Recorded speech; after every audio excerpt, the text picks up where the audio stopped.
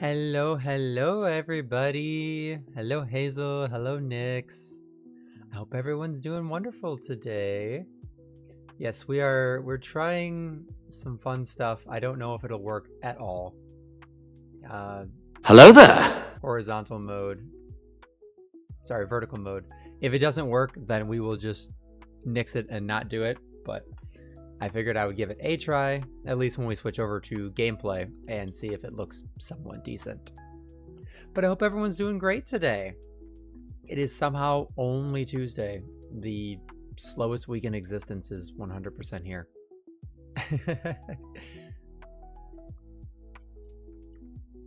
Thank you for the hydrate.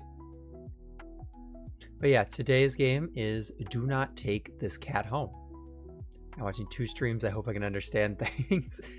I think mine's mostly me talking, so we shall see. Yeah, I hope you guys are all doing wonderful today. For me, it really feels like it should be Thursday, but it's only Tuesday, and that's kind of driving me absolutely crazy. I got a new monitor for my birthday. Oh, I just discovered my old monitor's colors were all wrong. I feel like I discovered new light frequencies. That was me when I got my new monitor. I ended up getting an OLED, and I was like, holy crap, like inky blacks are really, really cool, but I don't play at super high brightness, so I don't really take advantage of everything that the monitor has to offer. But I'm glad that your new monitor is freaking awesome. There are ways, like there's like calibrators you can get for monitors and stuff, but it really just depends on like if you're doing color accurate work and stuff. But without further, slowly counting down to Saturday. Hazel's birthday is on Saturday. Without further ado, we're going to swap on over here. And there we go. We are not taking this cat home. So this is, I believe, technically a horror game. And it looked really cute. So I really wanted to play it. So we're watching the 3rd Evangelion Rebuild movie with a friend in a couple of days. I'm excited about that. Oh, that's awesome. I hope you enjoy that. That's going to be really cool for you. You're not having a great day, as usual.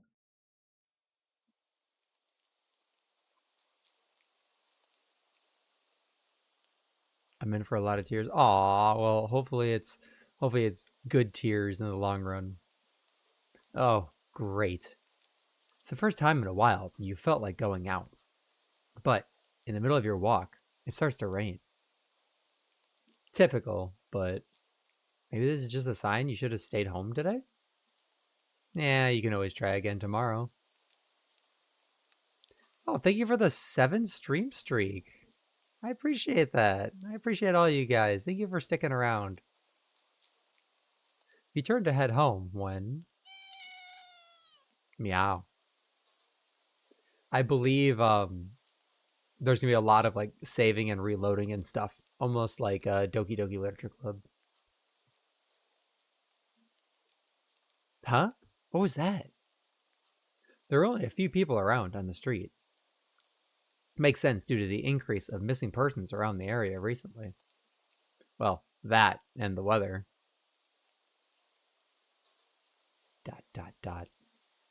None of them react to the sound at all. Curiosity guiding your steps, you follow the sound to the entrance of a dark, dingy alleyway.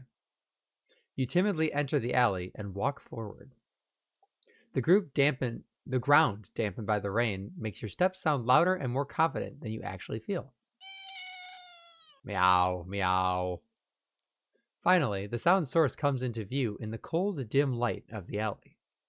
At the end of the alley, in a big cardboard box... Aw, it's a cat. It's so cute. Huh. Guess that should have been obvious. It's an interesting looking cat. Its pretty yellow eyes shine like gold among the dark sea of its black fur. It puts its front paws on the edge of the box and looks up at you. Ah, so cute. It definitely knows it. You never had much of an opinion one way or the other about cats before. But if they're all like this one, it's a shock that they haven't already found a way to rule the world. Indy wishes he could rule the world. You don't think you'd mind bowing down to a feline overlord. You look around the alley with a small frown. Who leaves cats in cardboard boxes these days anyway? Wouldn't they just jump out and leave the box eventually? It depends on how comfy it is in the box. The cat doesn't answer you. Oh, Nix, thank you for continuing that gift sub from Hidan. Thank you so much. The cat doesn't answer you, obviously.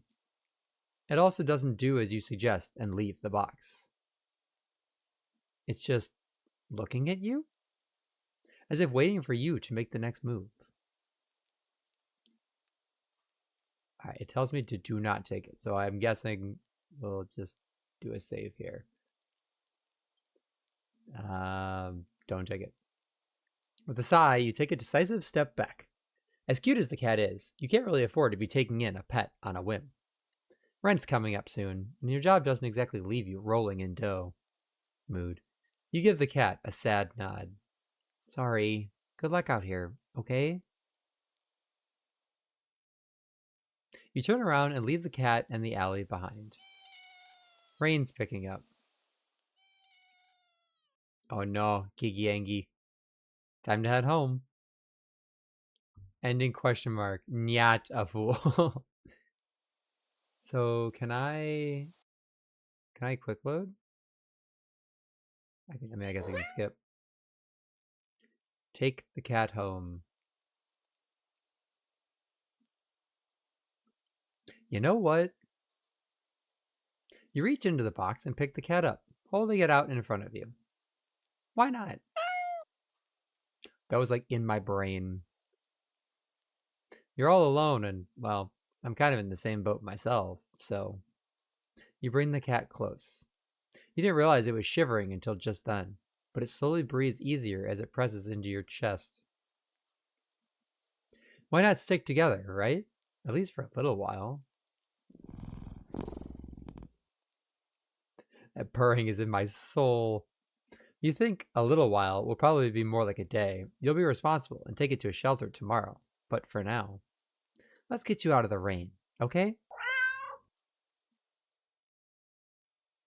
You stop by a small local pet store for some cat food, then head back home. You live in a modest apartment. 1 bedroom, 1 bathroom, $2,700 a month because rent.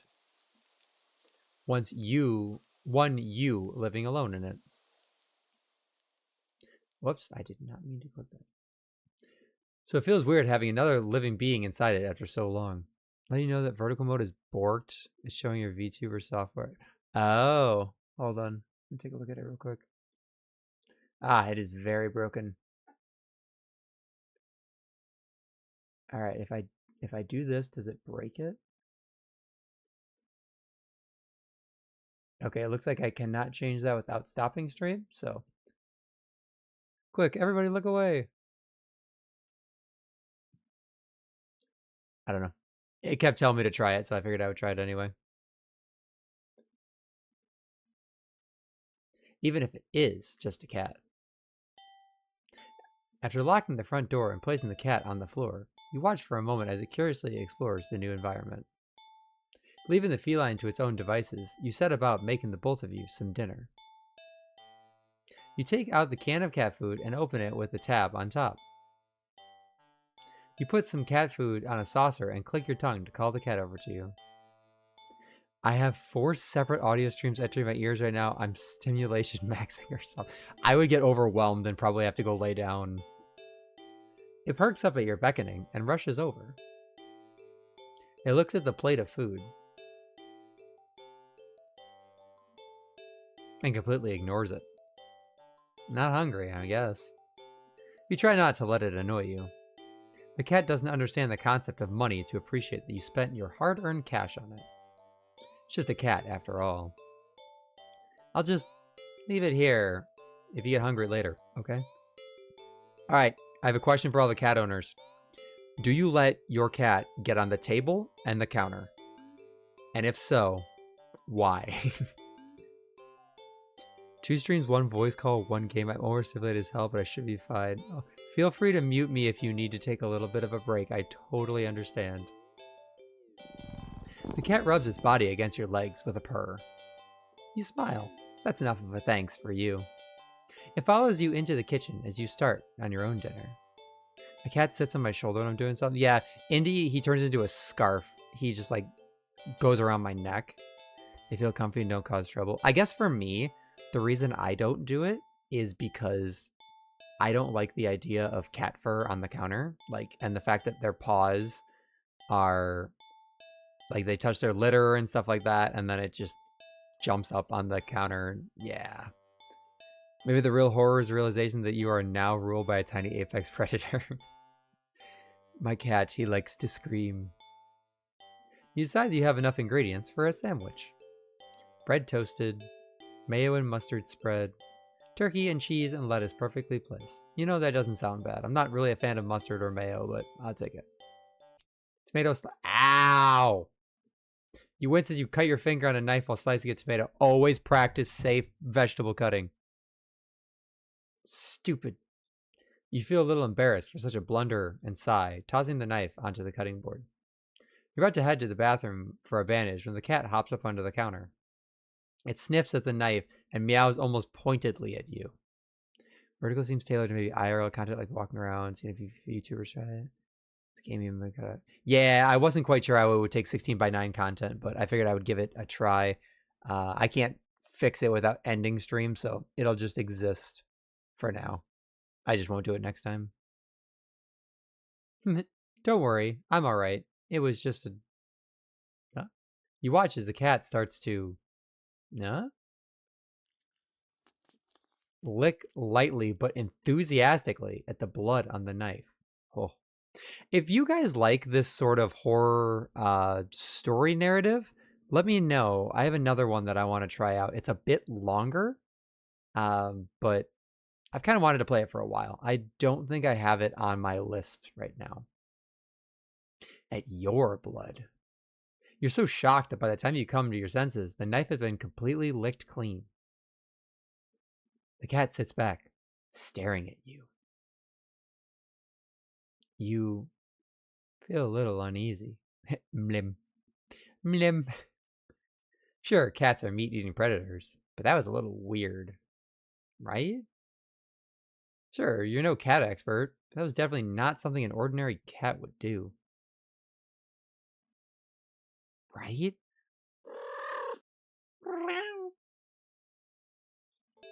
Well, regardless, you're not about to abandon a cat in need while it's still raining outside. Not after all your efforts. You were going to take it to the shelter tomorrow anyway. What's one night of awkwardness? Weird or not, it's just a cat. All cats are weird. That's why we love them. The rest of the evening, unfortunately, goes downhill from there. Even after covering up your fingers cut with a bandage, the cat keeps trying to lick at the wound. While you're eating your sandwich, while you're cleaning up the kitchen, while you're trying to watch TV. You gently push it away every time, but you're starting to get worried at the strange behavior. It's gotten a taste of blood. It wants flesh. Oh, what if it's got a taste for blood and thinks you're food now? You're not sure what you'll do if it starts to get more aggressive. Keep thinking about the cat food sitting in the corner. Untouched.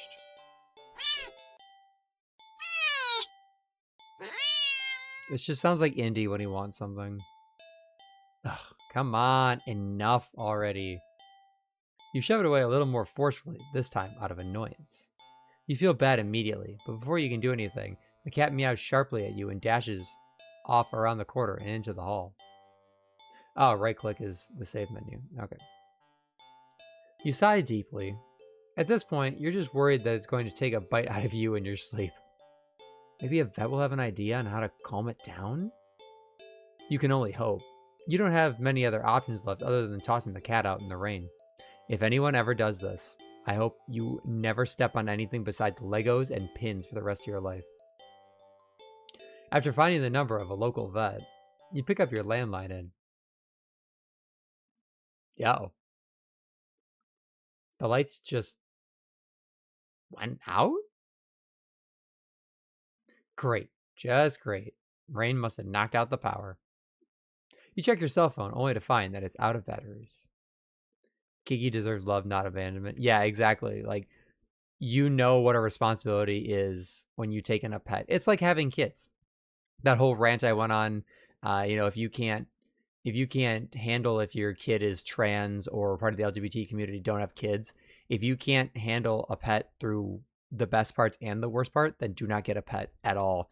They're not just something cute for you. That is an actual living, breathing creature that deserves love and kindness. You must have forgotten to charge it before leaving out earlier. The outing had been so spur of the moment that it had no doubt messed with your usual routine. You grab a flashlight and turn it on. Maybe Corky but still deserved love and kisses. Yeah, exactly. Like, Indy drives me crazy when he starts meowing, but I just put him in his little harness and he calms down. And it's just sometimes, it's not all the time. Like, he'll get in trouble for getting up on the counter and trying to lick things, but I'm not going to sit there and actually take him back to the shelter because of that. Like, that's just awful. Like, imagine trying to be friends with somebody, but then they show you their more vulnerable sides and you just turn them away instantly because of that. That's terrible human behavior.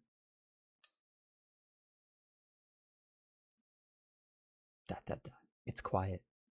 It's too quiet. Did the rain stop? But then, why did the power go out? It's the AI data centers. You look outside. The sky is pitch black. What time is it? You turn to check the clock. Huh. Oh, shit. The cat sits on top of your digital clock staring at you. Thinking now, you realize the clock shouldn't be working at all with the power outage, but the numbers are lit up and going completely haywire. Does that say kill and help? I think it does. The cat stares at you. It's completely still. You'd think it was a statue if you didn't know any better. It's not giving off any indication that it's alive. Sometimes Lola, when she is waiting for me to do something, she will lay sideways and she'll like curl up a little bit and have her eyes closed and she looks like roadkill. I'm like, why are you laying like that? It's not blinking. It's not even breathing, but its eyes. This isn't normal. You're afraid. You want to run, but you're afraid of letting the cat out of your sight. You consider tossing this cat out after all. But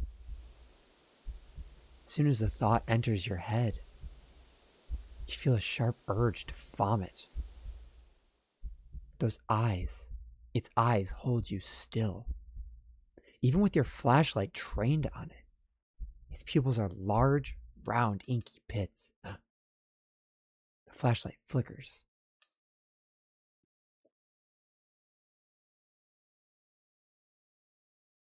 And the cat is gone. Fear immediately grips your mind. The silence punctuated with the rapid pumping of blood in your heart. Ooh, did you guys ever play hide and seek when you were younger and you were so excited to hide, you struggled to like regulate your breathing so you could hear your heart like pounding in your chest? Childhood memory. It's overwritten as your ears slowly start to pick up the sound of static all around you. How's the clock working with no power? You don't know why such a question matters at the moment, but you feel as if having the answers will make sense out of everything that's happening. That order will be restored. But no answer comes to mind. You back away from the clock and feel as if the air itself coils tightly and abruptly in response. Some nights I feel like my heartbeat's too loud and it keeps me up at night. I used to get that when I was really scared, just for different reasons when I was younger. And it's like my heartbeat felt like it was a siren that everybody around me could hear. Like a predator prepared to pounce, but waiting for your next move. But you're afraid to move. You're afraid to even take a breath. You can't stay still forever, right? Happens to me too. My solution was to start sleeping with music playing. I use a loud fan because I cannot sit, like I can't sit in total silence. Like I have a loud fan that goes at night, and it helps me sleep so much better. Whatever is watching you, you can already feel its impatience. It's too eager. You don't know how you know this, but you can sense it as clearly as if it had whispered. Whoa, if you guys have headphones on, that went from left to right. Right into your ear. Right into your soul. I'm going to turn up the volume, even if there's a jump scare. It won't let you wait it out. Not that you could, even if it did. You can't stay here. You have to run. With this thought, a sudden primal instinct awakens within you, making you tear yourself into a hasty burst of movement, of action. But you're still weak from the fear's grip on your mind. Your legs tangle together under you in your haste, and you fall to the ground. Ow! Sharp pain explodes in the center of your foot. Oh, not the center of your foot. That's so sensitive. First, you think you've broken your ankle. No, you haven't. Trust me, I have. But something warm and wet trickles down the length of your foot, pooling beneath it. You hear the sound of metal scraping on tiles after skidding across the floor, as if it had been kicked. Winded from your fall, you look up in a daze and see the object glinting in a strange light coming from outside. The light pouring in, and you are now open front door. Thoughts of how, when, who, what in regards to your inexplicably open door screech to a halt, as your brain finally identifies the metallic object you've been staring at. Huh? It's your kitchen knife. And it's still tinted red from your earlier blunder? But that's not right. Wasn't it completely licked clean by the... You gulp dryly at the pain in your foot. You barely have time to wonder how the knife ended up on your living room floor to be stepped... Ow! Instead of resting on your cutting board in the kitchen where you'd left it. When you spy something in the darkness just beyond the knife. It spies right back at you. A pair of glowing, golden eyes come forward as the cat emerges from the shadows into the light from your doorway. It pads lightly over to the knife, as if skipping in delight. I feel like Indy would eat me if I died, like, even if he had food. It beds down to lap at the blood dripping from the blade. Ah. Your senses slowly begin to overwhelm you. The chill of the air as it starts to suffocate you under its weight. The sound of your shaky breaths discordant against the static now piercing your skull. The dryness on your tongue spreading to your throat. The incomprehensible sight of the stray you've taken in. Licking away at your kitchen knife, once again completely clean. The scent of blood from the fresh wound on your foot. Huh? Blood. Golden eyes slide up to you as if in response to your sudden realization. Blood. You're hurt. Your foot is bleeding. You're bleeding. You're bleeding. The cat barely moves, shoulders twitching as if considering the act of pouncing forward. But you're already on your feet and out the door. You run, or rather, limp, down the empty street. The sky is black and bleeding red. There's a strange light emitting from nowhere that casts everything else in white. The houses, the trees, the road, even you. Everything. Except your blood. You could just barely glimpse the bloody imprints your injured foot leaves in your wake with every impact it makes with the ground. It hurts. It hurts. You can't stop. You don't stop. Not when the shadows grow around you. Not when you feel the gaze of eyes all over you. Not when the road ahead of you is darkened by the long shadow of something behind you. Even then, you don't stop running, because if that's the cat right there ahead of you, then... Hello there! Hello, Sharona! What in the world is behind you? We shall save here. Look behind you. Huh? Huh. Interesting. How very, very interesting. Ending 0. It begins. Alright, well, we're going to keep running. Huh. Oh, is this the same? Oh, interesting. There are a lot of endings here. Fuck off with that Undertale reference. Alright, so we click continue. Because that's a new game before. You're walking. Right, of course. It's the first time in a while that you felt like going out. And you're actually glad that you did. The weather is absolutely perfect today. That's a good sign, right? Maybe your luck is finally starting to turn around. Well, I just remember an old saying from the cat, like in the blood. Give an animal a taste for blood and you'll find yourself seeing more.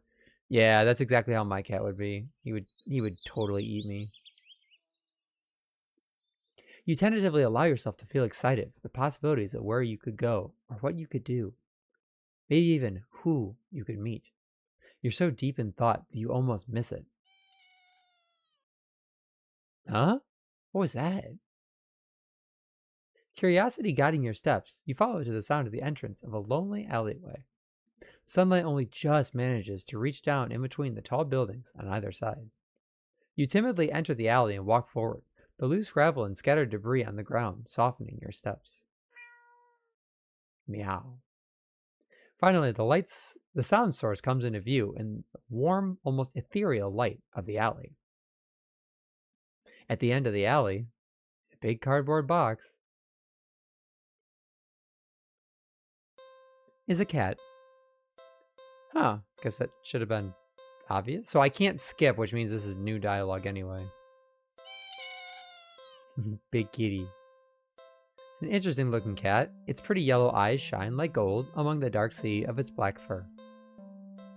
It puts its front paws up on the edge of the box and it looks up at you. Huh. So... Huh? You look so... familiar. Right?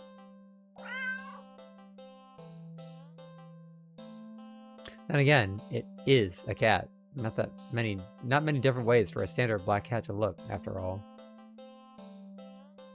This one sure is a cutie, though. Just look.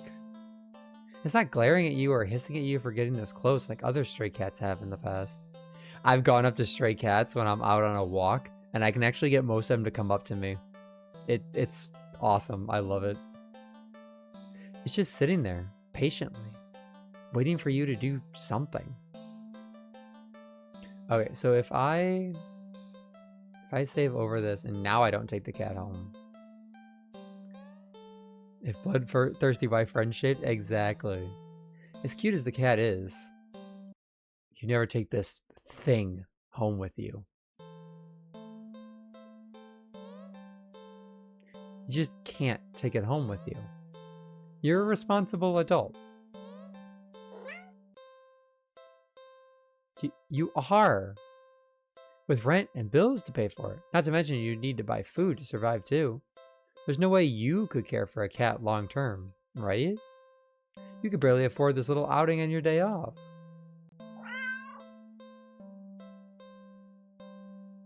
What to do? Oh god, hold on. Let's try just leaving. You don't think it's a good idea to get the cat's hope up of having someone to look after it if you're not willing to commit.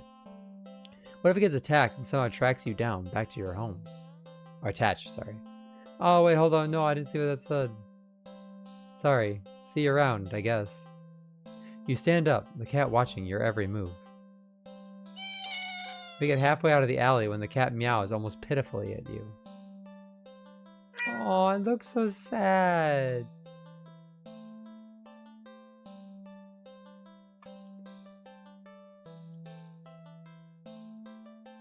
I'm sorry, kitty. Nope, nope. You need to nip this in the bud and get on with your day. It's what's best for both of you. You leave the alley and continue on your way. Wait, what was I doing? In all the excitement of dealing with your furry dilemma, you've forgotten that you still hadn't decided on what you were going to do with your day off. I don't know if this matters. Every choice, I'm going to just do a save. Let's go watch a movie. It's been a while since a film came out that looked interesting enough for you to drag yourself to a movie theater.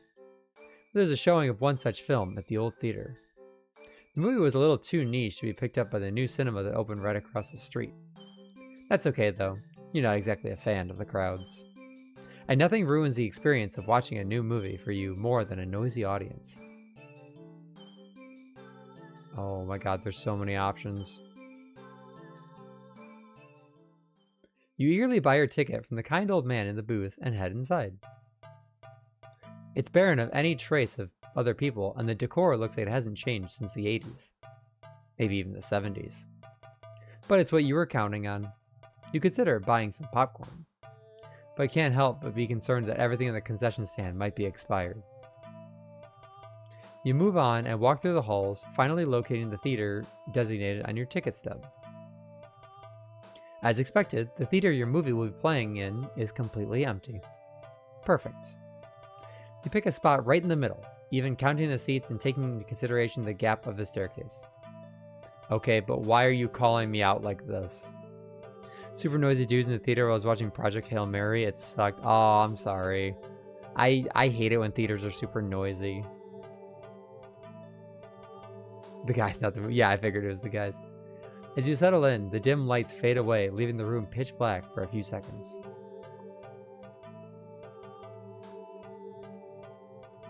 I'm gonna pay a ticket, I might as well get the perfect seat. Exactly! I gotta be like right dead center, because then all the audio is mastered perfectly. And then everything is just great. For the screen flickers on. This makes me want popcorn. You have popcorn. Have some popcorn. No commercials or trailers pop up. The movie just begins. Pleased, you shrug and let yourself get immersed in the opening scene. But just as you're getting into the premise, the doors open behind you, momentarily casting light into the room and ruining the atmosphere. You hold in a frustrated sigh. It is a public establishment after all. I'm gonna refund that because I'm reading stuff and I don't want to ruin the experience. Hold on a second.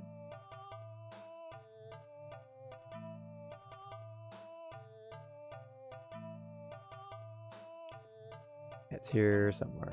There it is.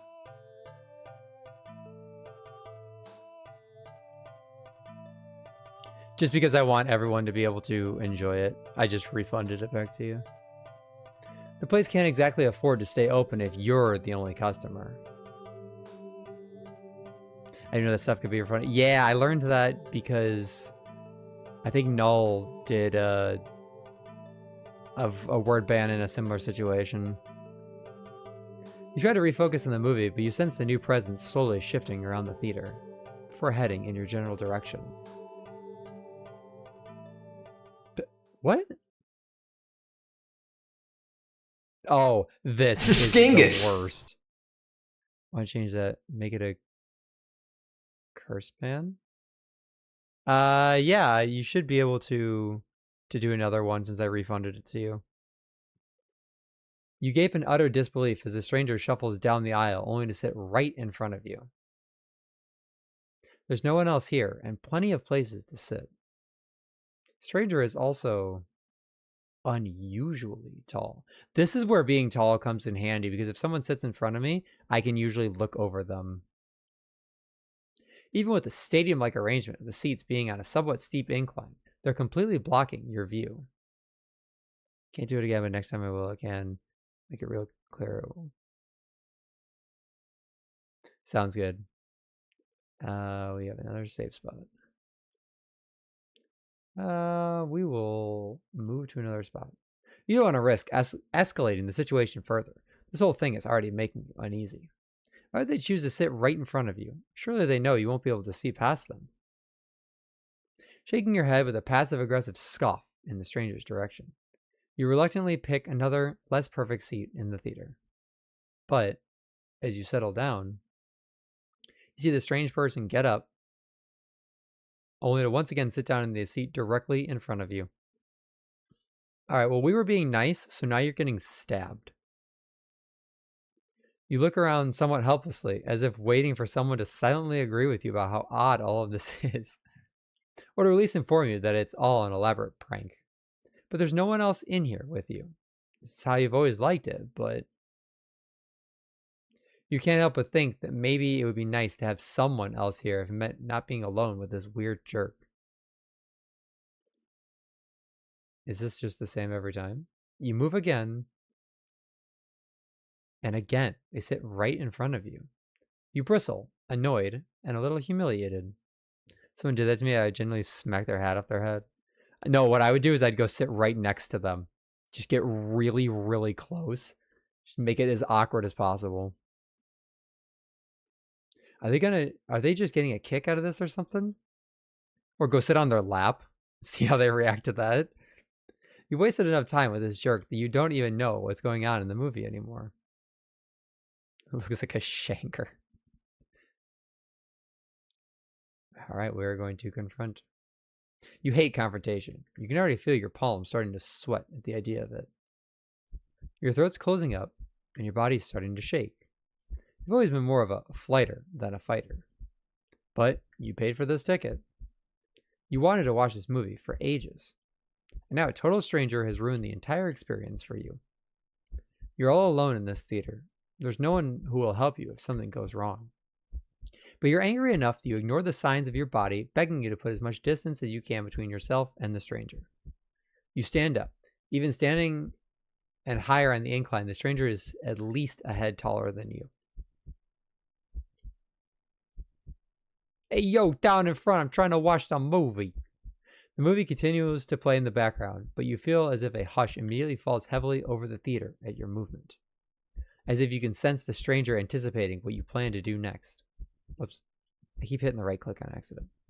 You square your shoulders and force a little bass into your voice. Hey.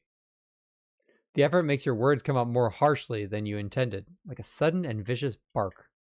But you figure they deserve it anyway. You're a real jerk. You know that? Just what are you playing at, huh? Are you trying to piss me off? Now kiss.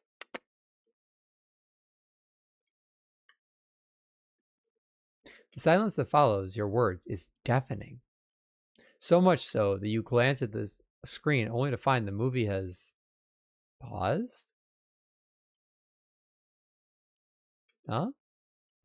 Your attention is ripped back to the stranger in front of you as they shift slightly.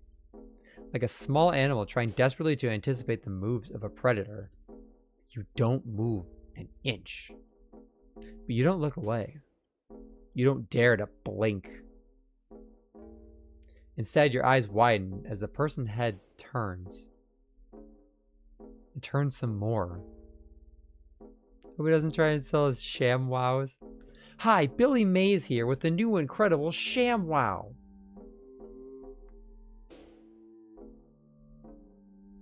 It turns more, beyond what should be possible, neck bones cracking, to face you directly. I sawed this boat in half. Now using Flex Seal. You can't move. Wide glowing eyes resting above a wider grinning mouth gaze down at you. The stranger opens their mouth and what comes out? Something impossible to comprehend. Hey kid, want some NFTs? Is that the Hat Man? I didn't take enough Benadryl to get the Hat Man.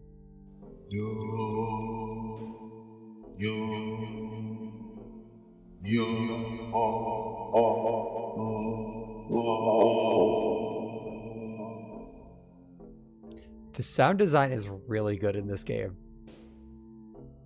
Because that sounded like it was coming from in front of me.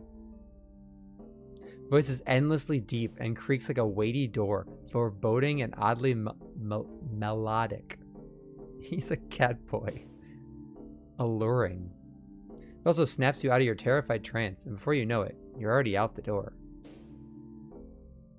You run through the halls of the empty theater, heading for the exit. No, a cat boy, the most dangerous of all human creatures.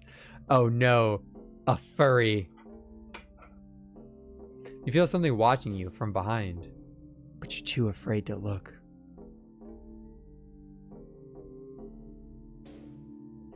The exit now in sight, you sprint forward and burst through the doors. You look frantically and spot the crowded cinema across the street. People, that's what you need. Safety in numbers and all that. Without thinking, you rush into the street when a sinking sensation crawls down your spine, compelling you to look around you. Don't look behind you. Don't look behind you. Don't look behind you. Don't look behind you. Why is it A, Q, and then 1 and 2? Oh, automatic. Oh, quick saves. Okay, I should have figured that out. Look behind you. Despite your resistance, feel your head turning to look back on its own accord. While in the middle of the street, you catch a glimpse of the grotesque-looking person standing behind the glass doors of the old theater, watching you intensely, cradling something in their arms. Something familiar. But that was really loud. Oh my god. That actually sent like a shiver down my spine. Oh, I got hit by a fucking truck. I'm dead. A glimpse is all you get as the truck speeds forward and crashes into your body.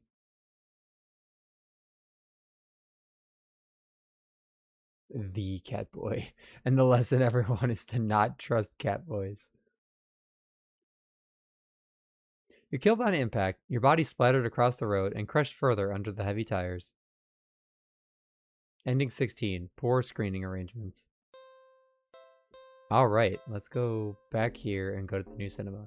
Refusing to even risk a peek over your shoulder, you rush across the street to the new cinema theater. We became primordial soup. We became the gender fluid. You didn't realize that if you felt like you were surrounded by some kind of dreadful pressure, till it very suddenly vanishes, leaving you feeling more than a little shaken. But at least breathing comes easier. You think it's within your best interest to repress everything that just happened. We love the gender fluid. I will consume all the gender fluid and become every gender ever. Yeah. Deciding to wait for the movie you've been anticipating to be available on DVD or streaming. How often do we need to change the gender fluid? No, we absorb it. It absorbs into the body. It's stored in every single cell. The mitochondria might be the powerhouse of the cell, but the gender fluid makes up 97% of the cell. You join the long line outside the new cinema. By the time you've reached the ticket booth, you just want to get inside. So you pick a movie at random and take your ticket from the tired-looking teenager manning the booth. The decor is chic and sleek, and the inside is bustling with people. It's not what you're usually into, but it's kind of nice not being alone. Even if you feel a little lonely watching families and groups of friends laughing among themselves. You get some popcorn, but the lines at concession stands are long, and the prices are criminal anyway. That's so true, though. Popcorn and a drink should not cost like $25. Like, I should not be able to go to Chili's and get a meal for half the price of my popcorn and my drink. It's kind of ridiculous. You go through the halls and follow the signs to the theater designated on your ticket before heading inside.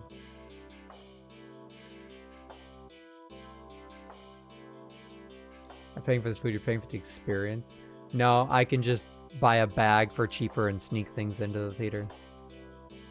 Have you guys seen the videos of the people who try and bring in like crazy food? They snuck like a whole pizza or like a rotisserie chicken, a whole bunch of crazy stuff into theaters. It's one of the funniest things. You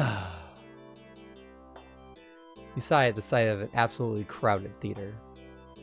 You head towards a seat only to be told by the person next to it that it's being saved for someone. Only buy drinks at the theater because they're cold? That's fair. This happens a few more times before you finally manage to get yourself seated into a seat annoyingly off-center to the screen. But the screen is at least visible, if not a little too close. So you grit your teeth and bear it. The lights fade out, but the chatter doesn't. The rest of the audience seems content to talk through the commercials and even through the trailers. Hate that I love theater hot dogs because they're so expensive.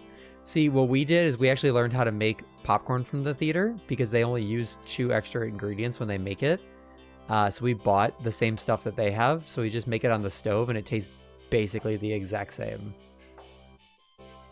Let's make fun of a lot of visual novel text, but this is damn decent. Yeah, this is good so far. Figure the chatter will stop when the movie actually begins. But it doesn't even get slightly quieter as the opening scene starts to play out. I have to do that myself. Yeah, I can always recommend the... because I got it off of Amazon, the seasoning stuff that they add. You sigh out loud, not thinking anyone would hear you anyway. This is why you avoid movie theaters like the plague. What? Suddenly, the screen changes, showing the face of a black cat. I thought we weren't playing Cult of the Lamb today. We're just starting a cult regardless. A familiar black cat. Confused murmurs fill the room, but then the cat on the screen meows.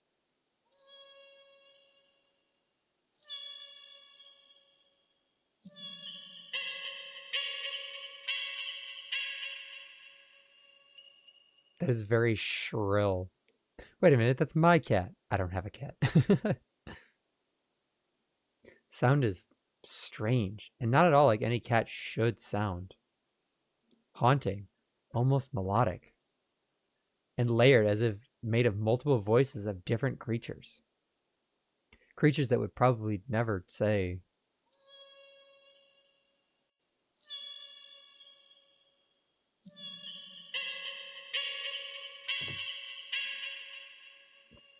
Cat noise, but make it dial up. The cat hive mind. You sit in confusion, wondering why you haven't already gotten up and left to complain to the cinema staff. Whoops. But then you hear it. It's scattered and dissonant at first, but among the crowd, people start to chant along with the cat on the screen. Oh god, we're at the furry movies.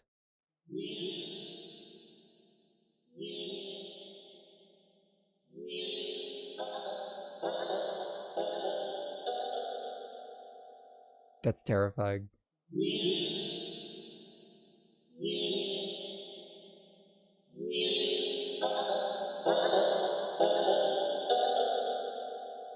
Just like at the end of Naruto. Hasn't watched Naruto. I haven't watched it either, so I can back you up on that.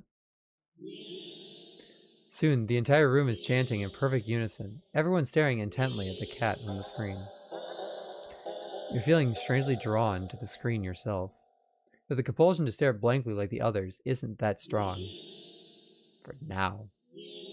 Also, you start to notice out of the corner of your eye, some people in your immediate vicinity are looking at you. The worst thing of all, people looking at me. No. They're outright staring holes into you, even as they continue chanting. Can we get a refund is the question. They don't miss a beat as they slowly begin to frown at you in blatant disapproval. Oh no, you're just like everyone else in my life. Their scowls deepen as time goes on, as if they're getting impatient.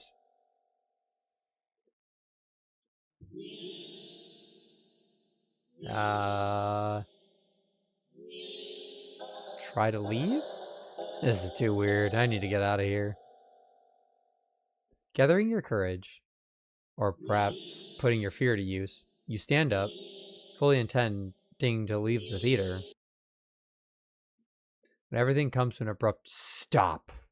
We all approve of you. Oh, I approve of you too. All of the chanting stops, even the cat's chanting on the screen. You tense and risk a glance around the theater. They're They're all staring at you. Every single one of them. They're not moving. They're not even blinking. You swallow, throat suddenly dry, even though a nervous sweat completely soaks through your clothes. You highly doubt that sitting back down will fix the situation. Your legs are shaking under the audience's unnaturally intense scrutiny. But you force yourself to step forward and forward and forward till you finally reach the end of the aisle. You feel their collective gaze even worse on the staircase. All of their heads turn uncomfortably to the left to look directly at you. Scream illuminates their faces, making it clear they're blank scowls. They seem even more upset than they had been minutes ago, identical frown lines digging between their brows. You keep going, the heavy atmosphere becoming more and more oppressive with every step. You're so tense with anticipation that you fully expect someone to grab at you from behind. But no one does. You don't hear any of them even get up. You exit the theater, holding your breath as the doors close behind you. You briskly walk through the halls, putting as much distance as possible between you and that theater full of people. You finally reach the lobby. You just barely manage to catch yourself from falling to the floor as you gulp in huge gasps of air. You expect to feel relief as your breathing calms, but you feel a lingering sense of dread that only spikes once you finally notice it, as well as its source. You look up, and your stomach sinks.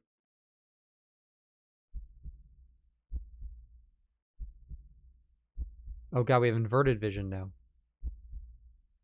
Oh, hyper-realistic eyes. Awesome. All the people in the lobby area of the movie theater. Everyone in line at the concession stand. All of them are staring at you. And they look even angrier than the people in the theater. You don't hesitate this time. You duck your head, avoiding eye contact, and leave the cinema. You're good, Nix. No, wait, no, you're not. Don't go back. You ignore the glares of everyone in the ticket booths and the lines leading to them.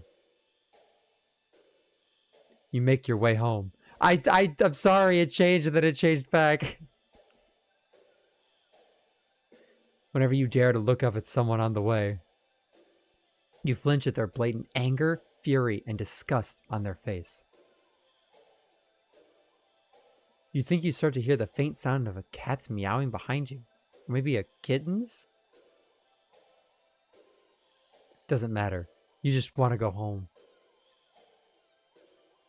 You reach your front door and fumble with the keys, cowering from the look of pure hatred on your neighbor's face as he stares at you from his door.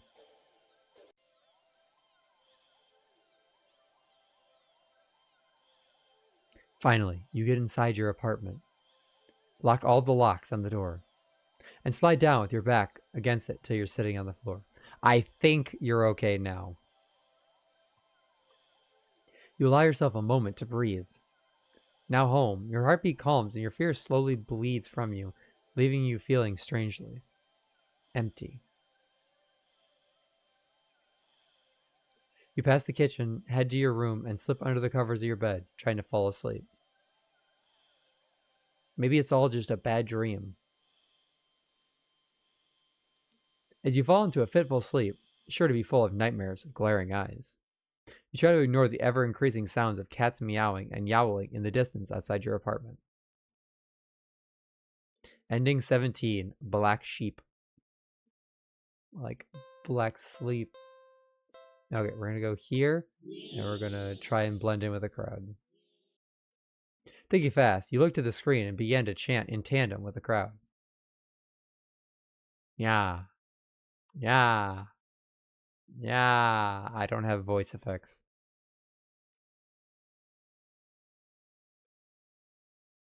Are we just going to keep chanting? Yeah, He-Man.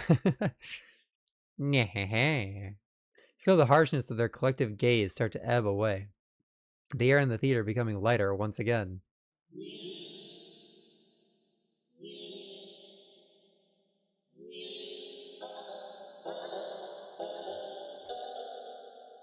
Kind of sounds like a dope song, to be honest.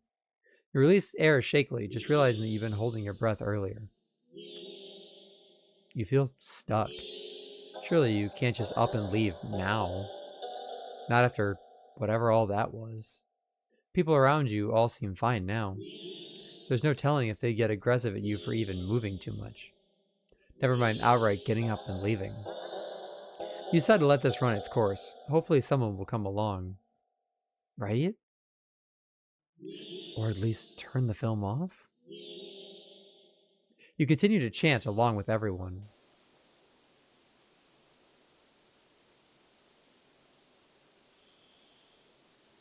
You start to feel lightheaded. Feel as if you could fall asleep, but your eyes don't feel heavy in the slightest. Try to look around and gauge the other's emotional state. Can't seem to look away from the screen. Try again, but you're still locked into eye contact with the cat on screen. I think hypnosis in games, especially in horror games, is really cool. It doesn't always get done super well, but it does, like when it is done well, it's awesome.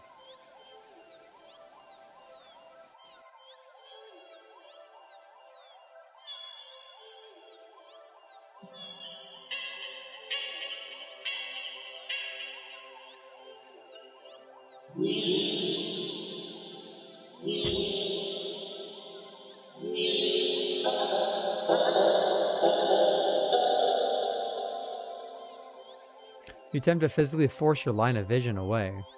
You steel your nerves, ready to throw yourself to the ground if you need to. But your body only gets as far as tensing up for a moment before completely loosening itself again. I'm trying so hard to be scared, but I love cats too much to be scared of them. Making you lay back limply into your seat. You think you should be panicking right about now, but even your brain feels limp. Your thoughts are vaguely muted pastel pink, airy, sickeningly sweet, and loosely spun, like cotton candy. You like cotton candy. You think you shouldn't mind your thoughts and body being like cotton candy either. So, why get up and ruin that? It's nice here. You're more at peace than you've ever felt before in such a crowded room. Still chanting, you've never felt so aligned and in tune with another person, let alone with an entire room full of complete strangers. You're not alone. By the corner of your eye, the person next to you starts to sink back further into their chair. Sink more and more. Not like they're slouching or reclining, but more like they're... Oh god, there goes eyeballs. Deflating.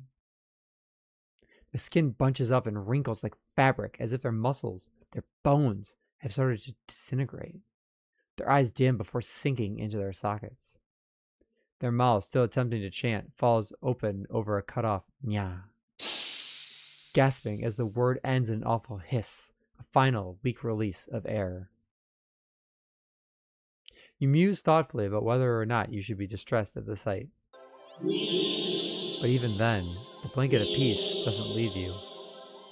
Suddenly, from the pile of skin and clothes next to you see a lump moving around.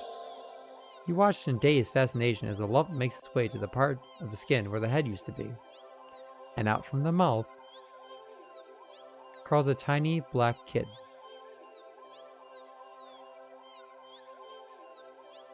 Yeah.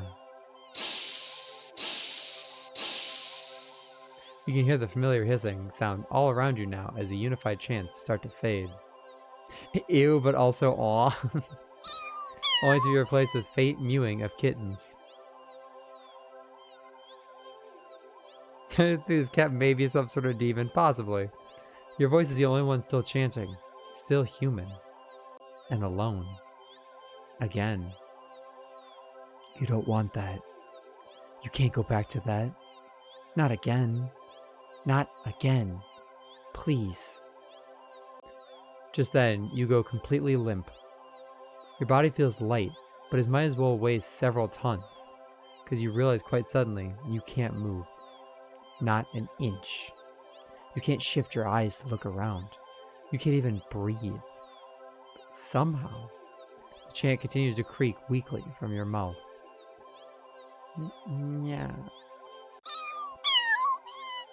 A few kittens come forward and perch themselves on the chairs around you, watching your sinking body, mewing as they wait for their youngest sibling to emerge.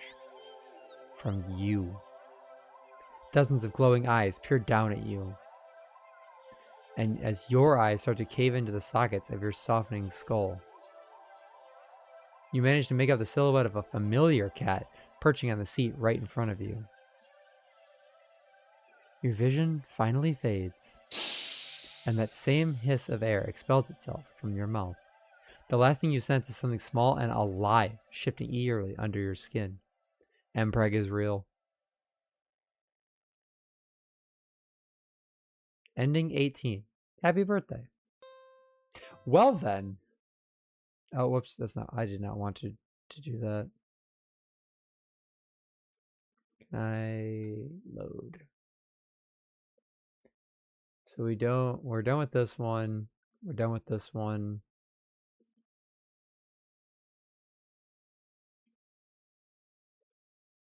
Let's try this. If we confront him here, is this the same? Yes.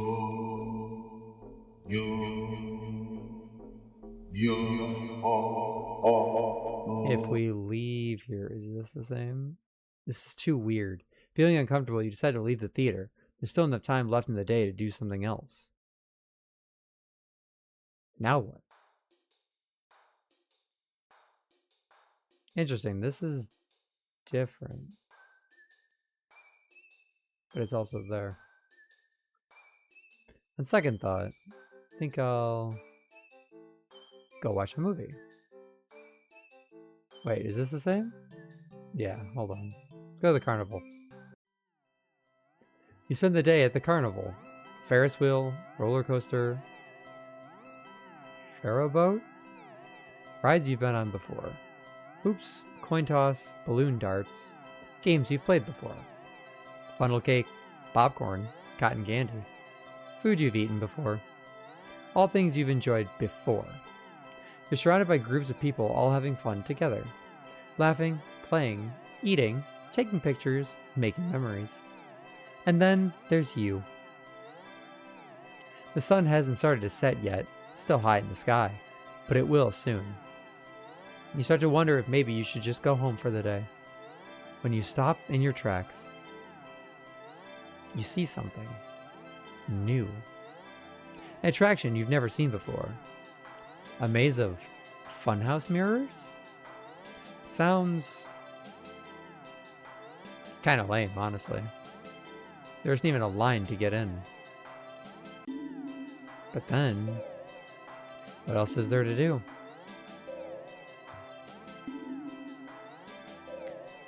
We can save over this one.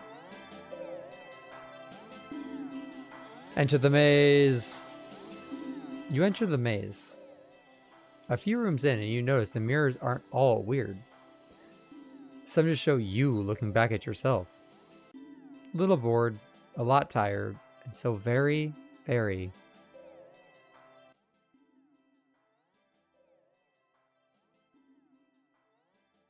Maybe this was a mistake. Why did you think going into a maze of mirrors was a good idea? Even if it was something new to experience.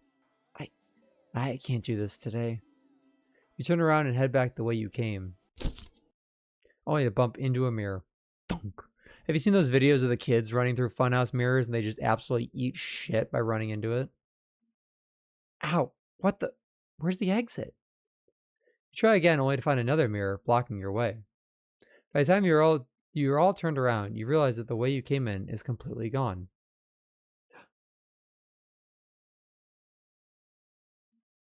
Okay, don't panic. I just have to keep going forward, right? You step through the only opening you can find and nearly trip over something on the ground. Bend down and pick it up. I was like those kids, those mirrors mess with my head so much. Yeah, because as a kid, you're not like, You're not taking it slow enough to be able to not run into it. You kind of just hit it at full speed and then thunk. Bonk your noggin. What's this doing here? In your hand rests a worn-looking flashlight. Curious, you flick it on. Click. Oh. Light doesn't look very... Uh-oh. Crap. The lights. Did the power go out, or did the attraction operator forget you were in here? How long have you been in here, actually? Pull out your phone to check the time, or maybe call the police. Your phone is dead. And my one weakness, a lack of light waves. You grip the flashlight in your hand. The light it emitted earlier was dim enough for you to know there's probably not much juice left. Best to reserve it for a worst-case scenario and feel your way out. Yeah, you can do this. You take a calming breath. Well, forward we go. It's like the maze rule, the right-handed rule, if you guys have heard of that before. Hello, darling adventurer. Who said that? Welcome to the mirror maze. Would you like to know how to navigate the maze? Sure.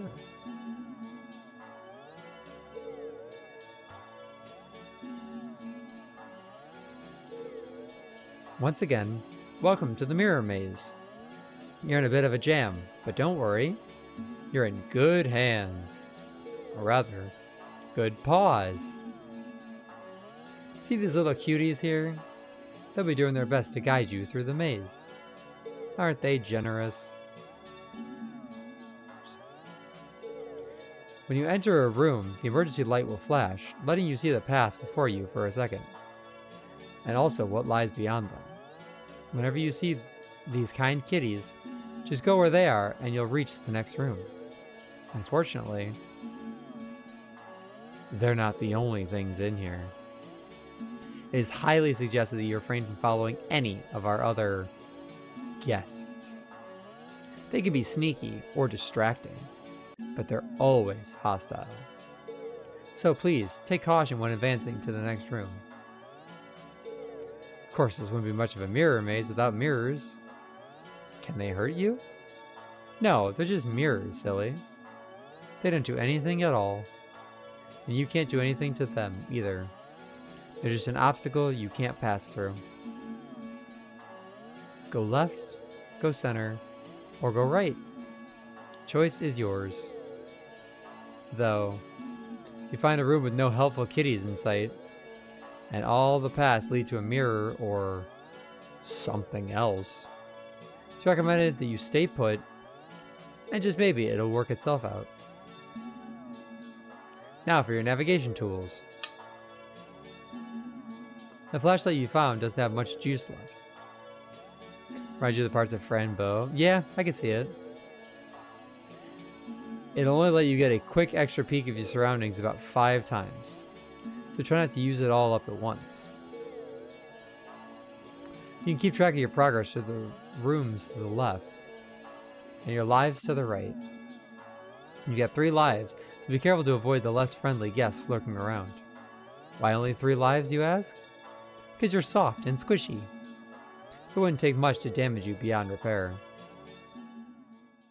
And besides, you're human. And humans usually only have 1 life, yes? And yet here, you get 3. Don't you think you ought to show a little more gratitude?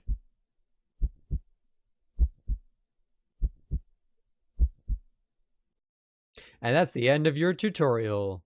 Hopefully it was helpful. Are you ready to play? This game's too easy, this game's too hard. Oh my god, okay. You let me go. Your request to forfeit is denied. Let me out of here. Screaming is not allowed in the maze.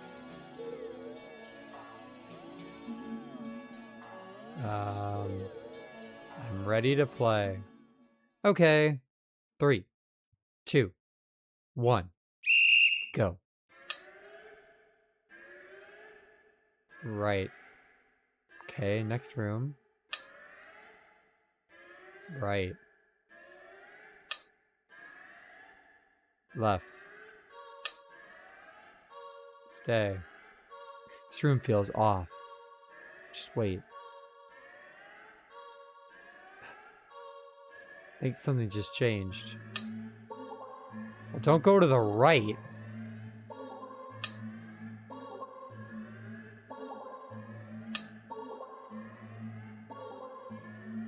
Okay.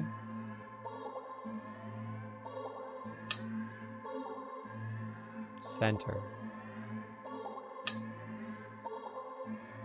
Right. Actual maze segment of visual. Yeah, this is actually kind of cool. Right. Right again. Center.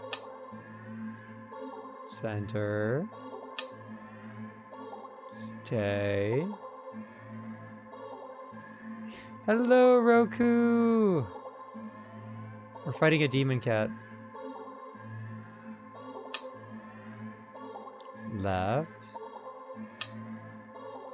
Center. Right. Center. As one does. Yes, the demon cat will not let me go home. Left. Center. Center. Left. Left. Stay.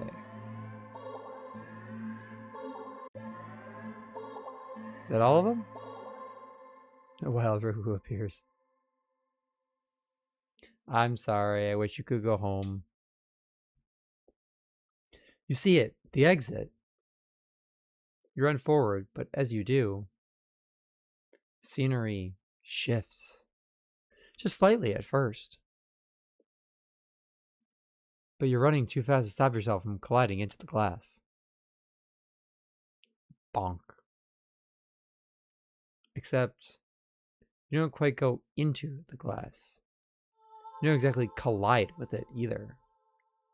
You simply pass through it.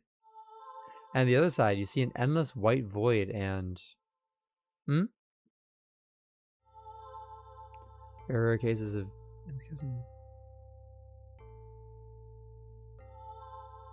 Yeah, that was a really cool minigame. Yourself? Dozens of you. Hundreds of you wandering around. Aimless. Faceless. Oh my god, we're back in Ina. And empty. So empty and listless, they don't even acknowledge your presence. You try to turn back, but the glass doesn't give. Past the glass, a familiar black cat walks up and looks at you. You think it meows at you, but you can't make out the sound. He tilts his head and then walks away. The glass goes dark. And you watch helplessly as it disappears completely. You're trapped. It's only yourself as company. Ending 19, you beat the maze. So I wonder what happens if I don't beat the maze. Let's fail. Alright, to the demons.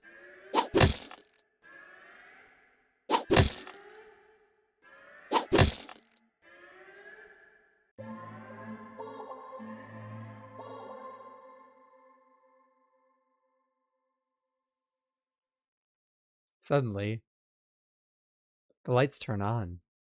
Your eyes burn from the sudden brightness.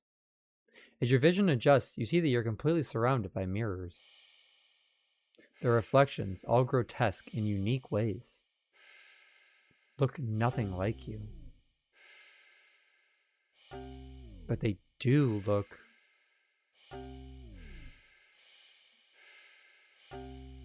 hungry. You back up. You don't know where to go. Was there even a way out to begin with? You bump back into a mirror and feel a hand firmly grip your shoulder. Chomp. Ah! Sharp pain in your other shoulder. You rip away, looking back to see something leaning out of the mirror. Its face has no features, save for a large, gaping mouth, stained in your blood. Looking around in a panic, you think that the mirrors feel closer than before. The path you'd come in from is long gone. You're surrounded, and every time you blink, you could swear the mirrors were getting closer. And closer. And closer. Your horrifying reflections looking hungrier and hungrier and hungry.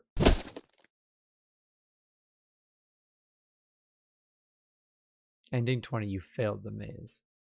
So I don't think that... I don't think there's anything else from the maze. If I do this game's too easy. Is that so? There.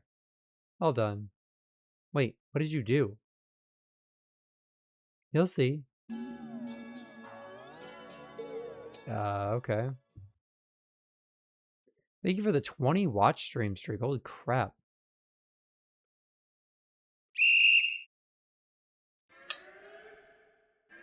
Oh god. Speed run.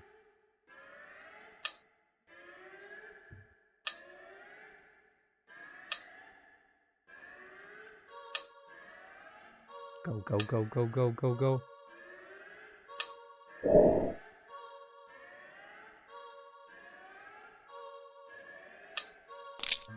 What?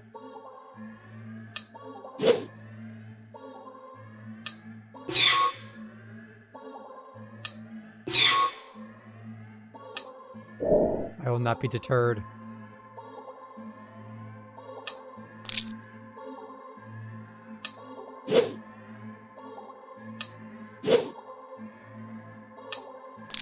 I'm winning this.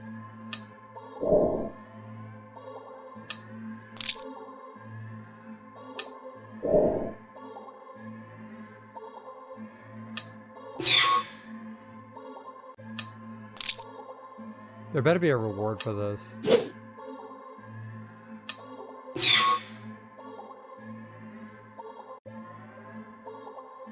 Alright, we did it. No, there's no reward for doing it on hard mode. That's so dumb.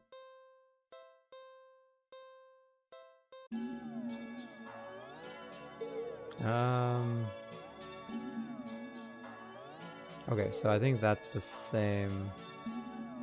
Sense of satisfaction. Yep. What if I do... No, I don't think there's anything else from this.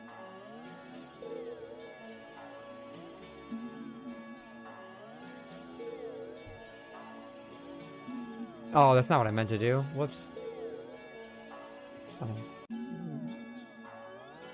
Yes, we'll load here. And then go back to the carnival and skip. Okay, do something else. Do not enter the maze. There's gotta be a better way to spend your day off than wandering about staring at these weird mirrors. Alright, so now we can go to the dog park. You decided to take a stroll in the park, in a park or something. The only one within walking distance is the nearby dog park. You think it'll make you feel better. First, you got to see a cute cat today, now you'll get to see a cute dog. Several of them, in fact. Park is bustling with owners and their canine companions. Like frisbee, fetch, running, jumping, even napping. Such cutie. Whatever. Like you want to do anything with these mangy mutts.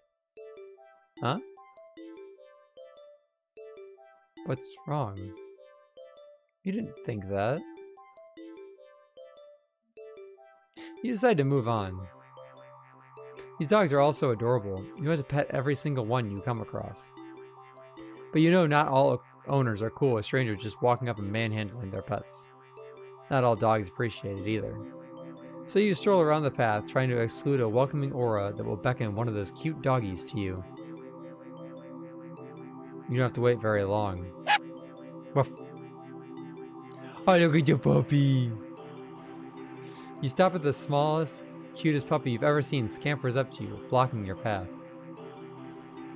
Okay, there's a lot of shit here, and I think one of them just said kill the puppy, and that makes me sad. Flappy ear pup. Kick the puppy, kill the puppy, eat the puppy, pick up the puppy. I want to pick up the puppy. Pick up the puppy. Hold on. There was a timer there.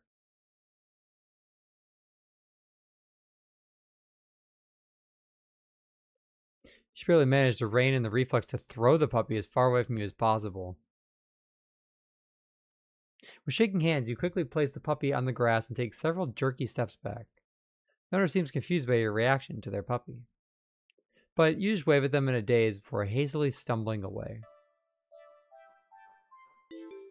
You're not feeling so great about being at the park at the moment. Maybe you should leave? I want to stay, but the doggo is angry.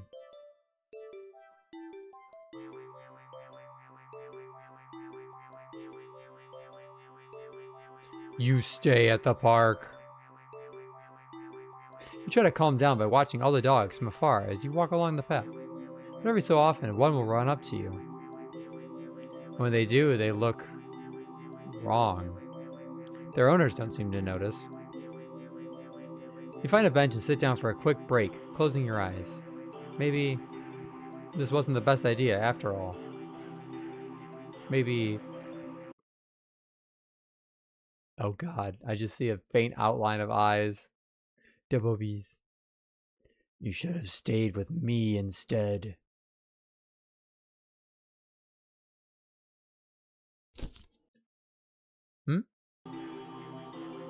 You've broken out of your thought as something lands gently on your lap. Look down and see a frisbee on your thighs. Hey, sorry about that. Can you throw that back? You look up to see an owner waving at you in the distance. More importantly... Woof, woof, woof. Oh, it's a German Shepherd. A series of excited barks jerks your gaze forward and you see a large dog sprinting towards you. Oh dear God.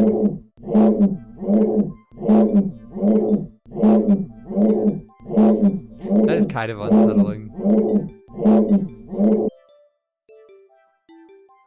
It is actually giving DDLC vibes.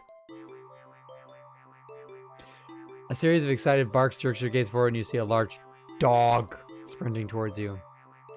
Hey, hurry and throw it back. Oh, throw. You throw the frisbee and the dog runs in the opposite direction, jumping and catching it right out of the air. Impressive. The dog and the owner walk up to you. Thanks for that. You can pet him if you want. Oh, the dog looks up at you, eager for his reward of barks, of pets and pats for catching the frisbee. Should I? Pet dog.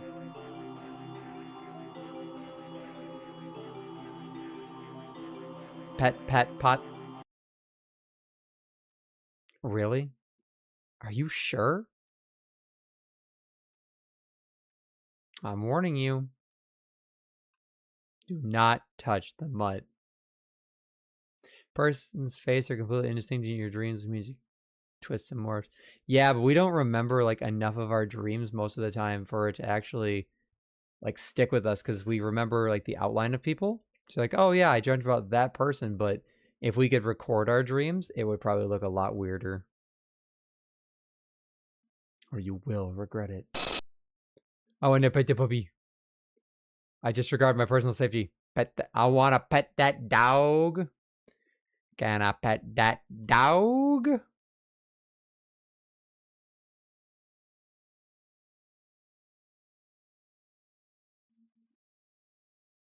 You reach out your hand. Oh, it's gonna bite me. It's gonna bite me. Don't do it. Can I pet that dog? And you pet that dog? Arf arf. The dog seems pleased. If I tried to touch Lola's face like that, she would like implode.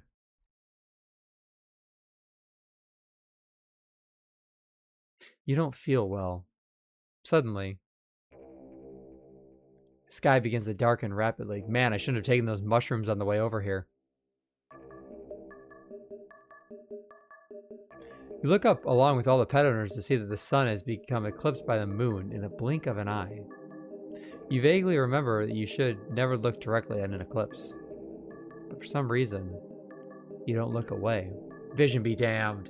Uh-oh. Meowr. A loud, piercing yowl. Hello there. Shaking the ground beneath you. Thank you for the hello there. You instinctively move to lift your hands in order to shield your ears. But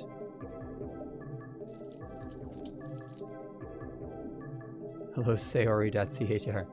The hand that had been cautiously pressed upon the dog's hand comes away with some... Can I pet that dog? No, he's Can I sleeping. pet that dog? Can I pet that dog? Resistance like sticky slime, almost cementing your hand to the dog's head. Huh. Slime stretches with your movement. See you later, Roku. The dog's head stretches with it too, as the canine begins to just melt. It melts and melts. Until it becomes a pile of goo at your feet. Is that meant as a link? Converting of the character files, an image. It's a Halo thing. Yeah. You dazedly look for the dog's owner, only to find an empty pile of familiar clothes where they once stood. Oh my god, everyone was raptured. We're going to hell, guys. You see piles of clothes next to piles of goo scattered all across the park's open field. All the dogs. All their owners. The melted goo of the dog in front of you then starts to move with a shudder. Ugh.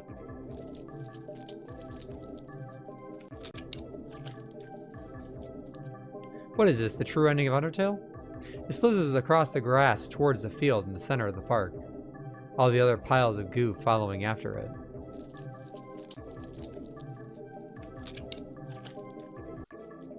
They mix and meld together into a single entity that shifts and undulates and bulges and grows. You watch in dazed horror as it fills out and shapes itself.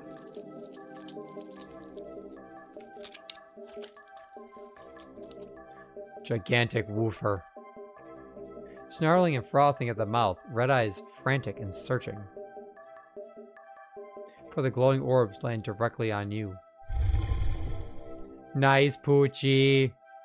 Does Poochie want to go outside for a treat? The rumbling growl it emits is so low and deep, you can feel the sound of it crash into you. Leave the park? I can just barely see those cat's eyes. I don't know, is that coming through? Yeah, it's coming through on the screen. No. You had your chance. Better start running.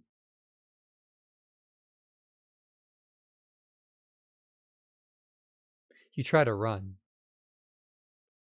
but you're not fast enough. The behemoth barely takes a few leaps before it's already towering over you. Get one shot, son. Oh, never mind. We had a second health bar.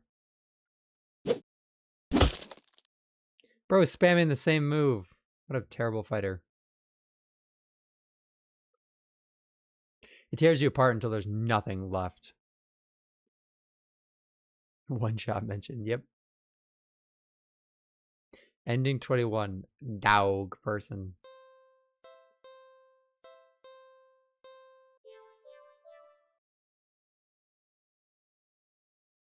A wise decision.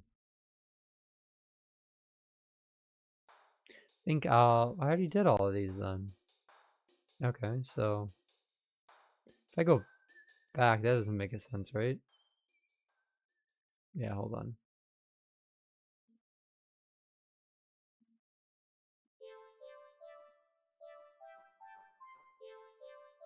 Oh, wait, hold on. I wanted to...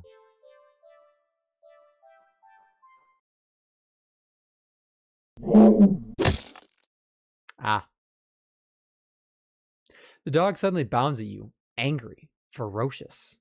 Tears the limbs off your body. Was that real? You're not feeling so great about being at the park at the moment. Maybe you should leave? If I stay and then click leave. Is that the same thing? Oh, good. And don't come back.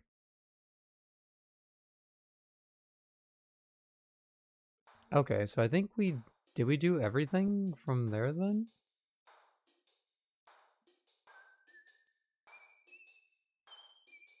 No, we didn't. We gotta do all the terrible choices, I guess. I don't want to do these 3. I don't want to kick the puppy. What? It's just a puppy. There's no way I could ever do that.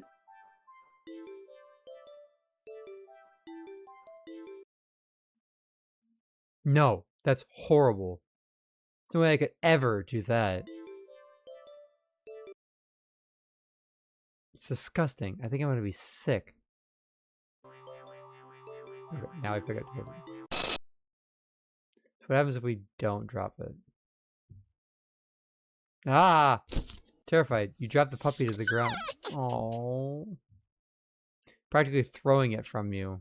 You immediately feel horrible, wincing in guilt at the tiny yelp it releases upon hitting the ground. If I spook Lola and I pick her up when she's not expecting it, like even like pulling her towards me, she'll let out a tiny yelp. The owner shoves you aside with a cutting glare and storms away with their puppy. Yeah, I'd like kick the person for doing that. I'm sorry. You call out, but they don't turn back or respond. Not that you expected them to. You deserved it. Okay.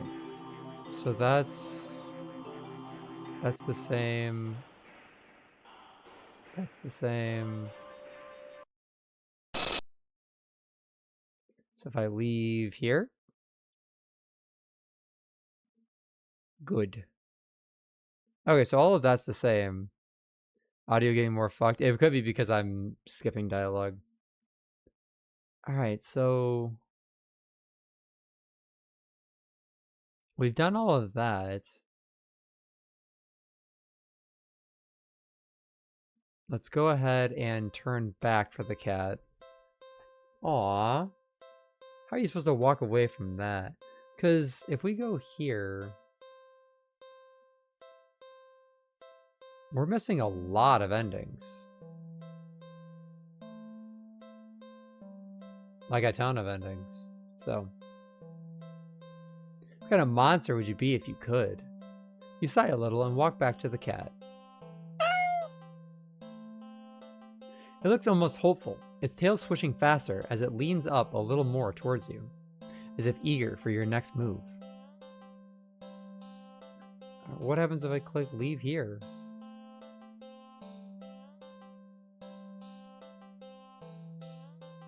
You really can't afford to take the cat home with you. Well, it wouldn't be completely impossible. A few extraneous luxuries cut here and there and you could see things working out, sure. There's a slight problem that's been making you waver this whole time. One you simply can't ignore. That problem being... you just can't trust this cat. It sounds ridiculous, even in your head. Cats don't require trust to care for. They're incapable of betrayal or deception specifically because, like other animals, they only seek out the most basic essentials of living, procreation, and comfort.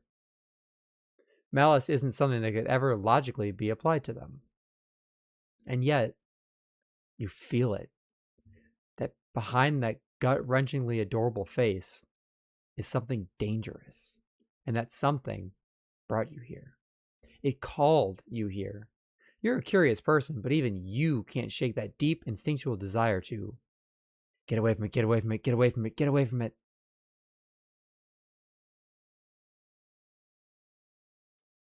Cat's face looks blank. It's an expression you've seen on many cats before, but something about it feels sharper. Like it's aware of your thoughts and intention to leave.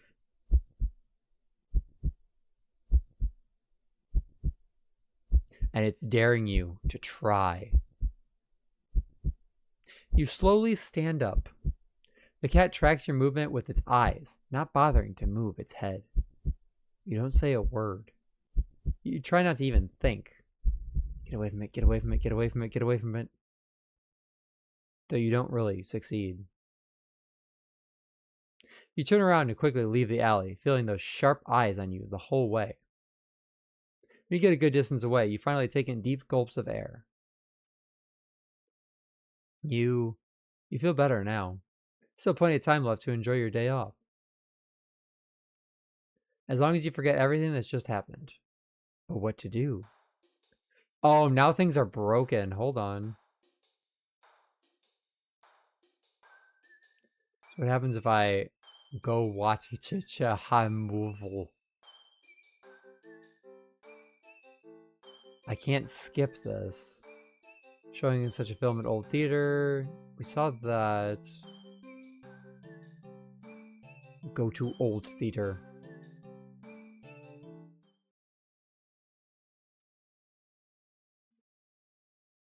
What? We're back at the cat. What the? How'd you get back here? Get away from it, get away from it, get away from it, get away from it.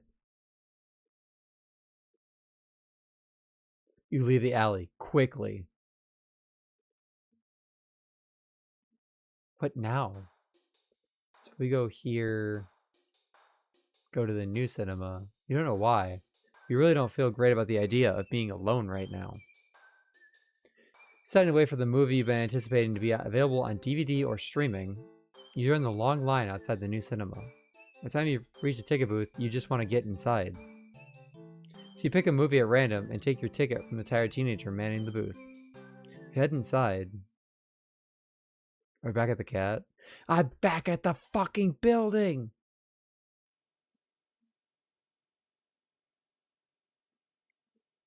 The cat's face looks... Get away from it, get away from it, get away from it, get away from it.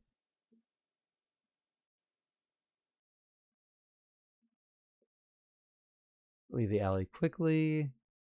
But now... Carnival. Alright, so we saw this.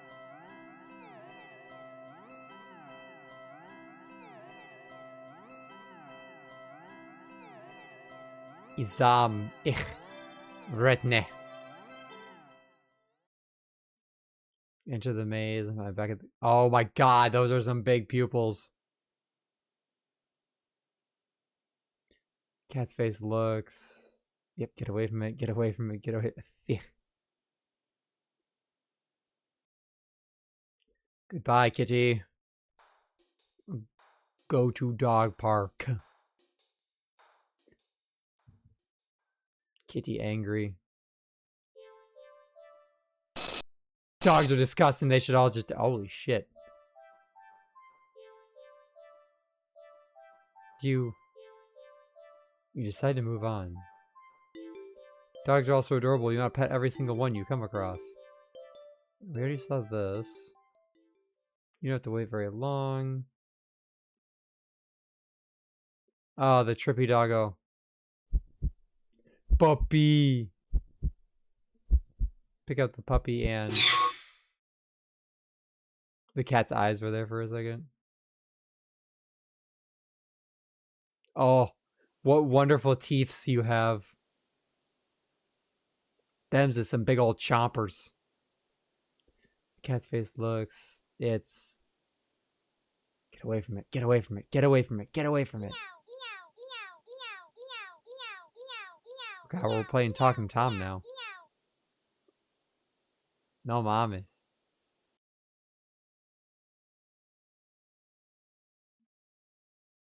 But now, I think I'll go home. Wait, haven't you done this before? You feel sick. Looking around, you suddenly realize that unlike earlier, There's not a single person in sight. You're alone. You're completely alone.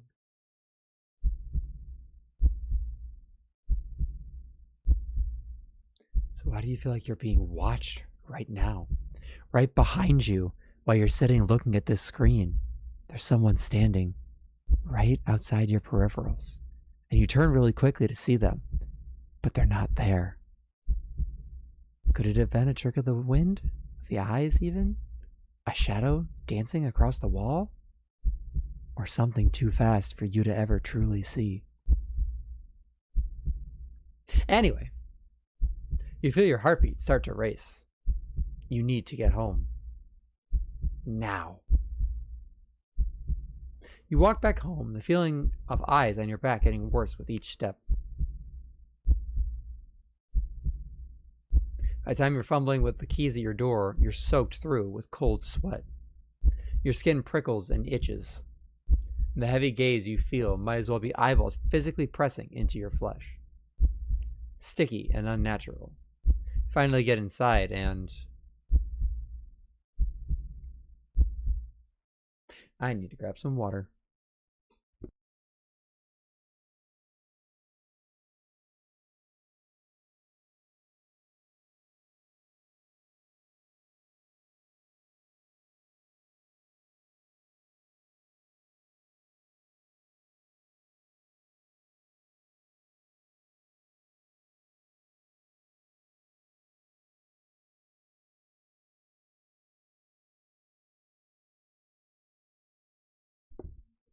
That's better.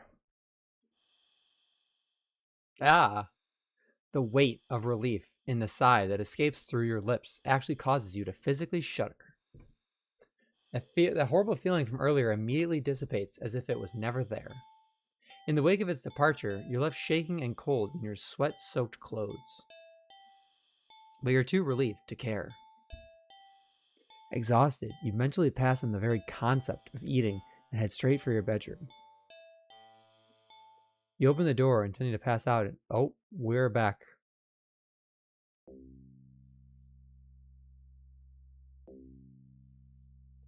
It's like me when I try and draw eyes. Not again. No. No. Back up in fear. Eyes trained on the cat and its horrifying grin. You need to escape. You need to get out. But if even home isn't safe anymore, where will you go? Let's go to sleep. Thank you much for the company, Frosty and Chad. I'll be seeing you. See you later, Nix. Good night. Don't let the cats scratch. Thanks for stopping by and hanging out for a while. You risk a glance around you and you see that the walls all around you become fleshy and lined with sharp teeth. The ground now a tongue writhing under your feet. In horror, you realize that the alley's entrance is getting smaller and smaller, closing like a mouth. You try to run for the exit. Nowhere to hide, nowhere to hide, nowhere to hide, nowhere to hide. But trying to run on the tongue slows your speed significantly as you stumble and trip. No. You watch helplessly as the last sliver of light from the entrance tightens beyond a size you can never hope to squeeze through. As darkness falls over you, you feel a damp humidity of a mouth all around you. The walls of teeth, fangs, take their time closing in, closer and closer, and crunch. Ending 23, feedback loop. Okay, so that was when we turned back. If we... Oh, wait, no. If we ignore, that's just what the rest of the day goes. Wait, no. Hold on.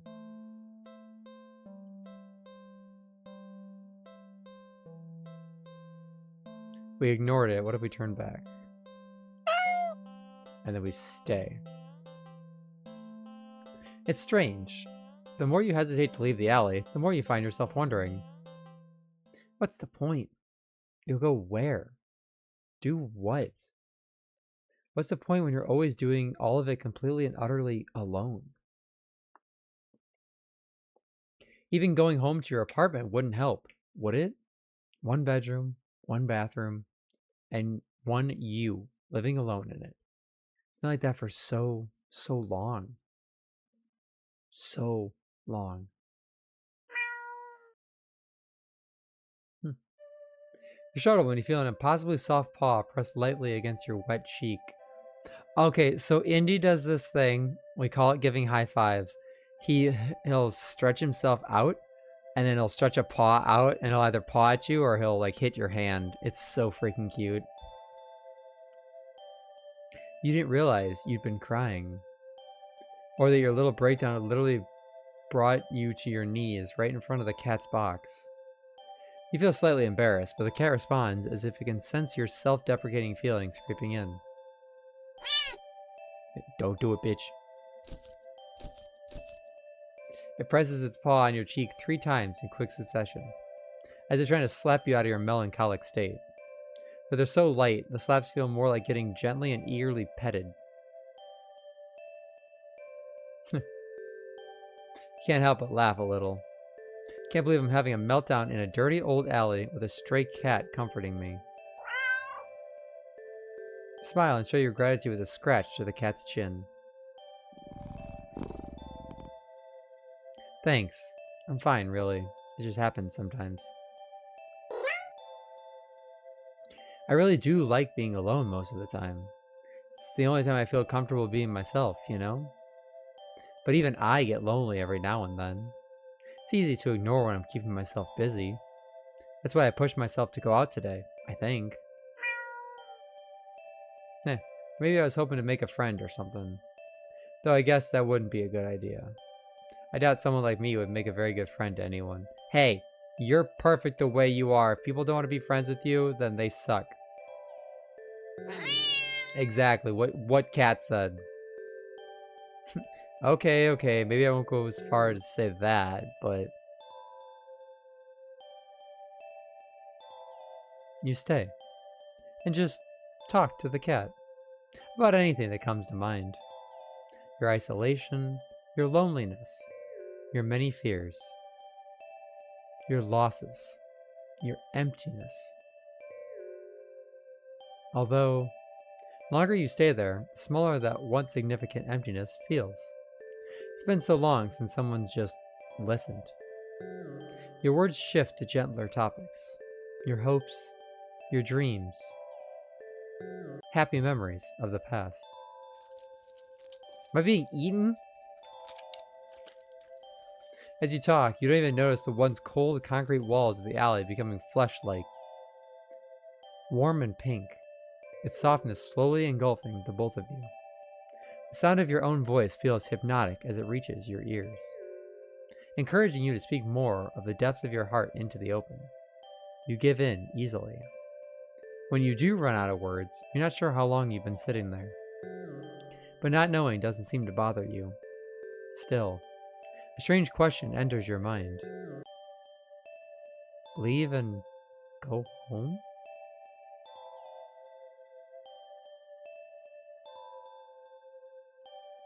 Why would I want to do that?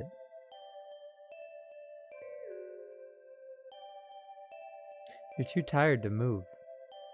Pouring out your heart and soul is taking a surprising toll on you, but you have no regrets. You're so happy. You don't think you've ever felt so heard, so seen. You lean forward to rest your head on the box. You don't feel the rough cardboard you were expecting. Instead, you find yourself resting on a mass of something. Something soft and lightly damp and warm. Ah, someone pissed the bed. So warm. But you can't find it in you to care on what it could be. You're so tired.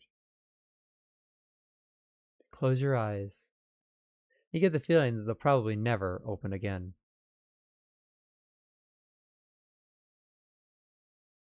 But it's that all-encompassing warmth encases you slowly, completely. You feel nothing but pure contentment. Ending 22, not alone. Okay, so...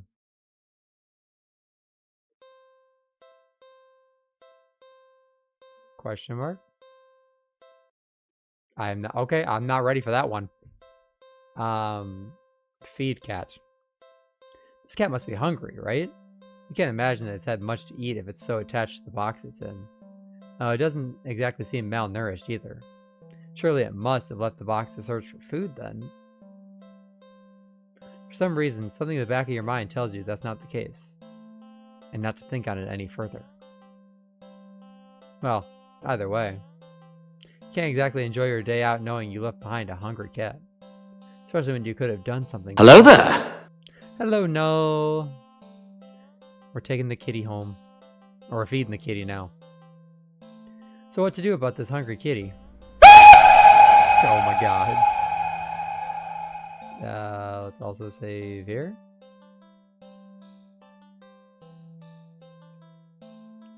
I'm not ready for this. Not yet. Check pockets. Dig into your pockets. I got string in my pocket. With 1,000, I'm gonna use them. String is far too short.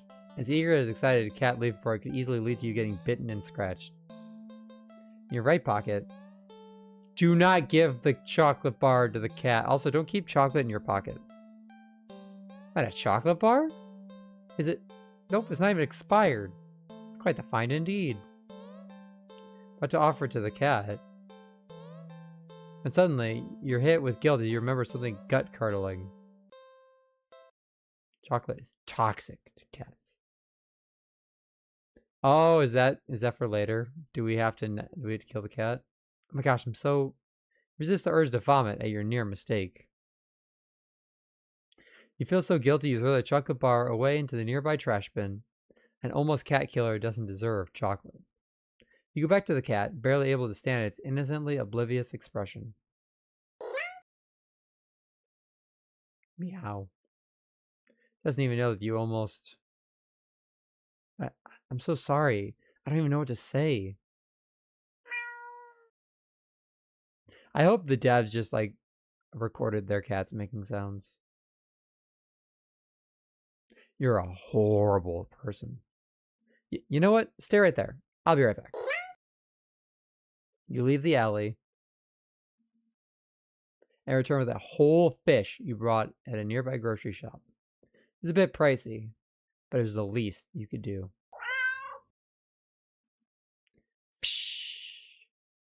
The cat eagerly accepts your offering, munching happily at the fish after you place it in the box. You want to smile at the sight, but you just feel so awful. Sorry again. The cat seemingly pays you no mind as you slip back out of the alley.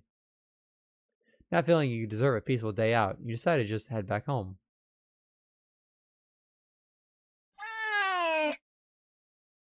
Okay.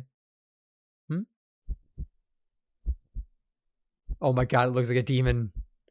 C418 used their cat for gas sounds. Yeah, exactly. On the way home, you notice more cats than usual, watching you from their hiding spots. But you try not to think about it.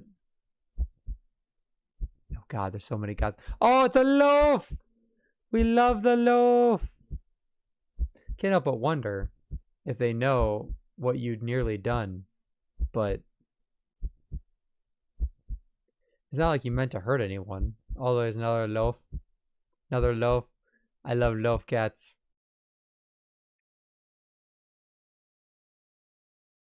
Right? Yeah, it's like, did you bring enough food for the class? Did you bring enough food for all the cats? Finally reach your apartment building. You're about to unlock the door when...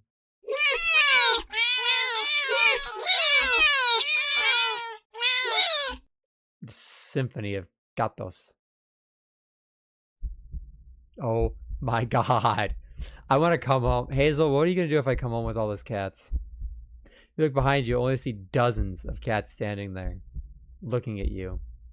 Did they see you feeding the cat in the alley and thought you had more food for all of them? I love them all. I'm sorry, I don't have Any more food for you? Oh, that's supposed to be any space more. None of them move an inch. You're starting to feel a little unnerved when finally a single cat pushes his way to the front and... Oh, it's you. Oh. It's... Held carefully between its teeth is the chocolate bar you'd thrown away earlier. It places the chocolate bar down in front of you before looking back up at you. All the cats look up at you. Say one thing, your food bill would skyrocket. You could feel their judgment.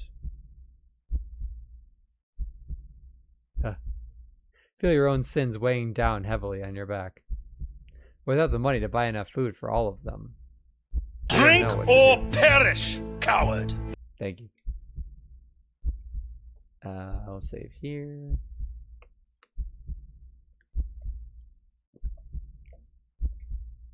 Beg for forgiveness. You collapse your knees and bow down low as you start to earnestly beg for their forgiveness. I'm so sorry. I swear. I'd do anything to make it up to all of you, but you're out of options. Suddenly. Oh my god. He slit my throat. There's something stir in your stomach and swim its way up to your throat. Oh. Closing off your airway as it tries to force its way out of your esophagus. Blech. Finally succeeds with aid from your helpless gagging. Blech.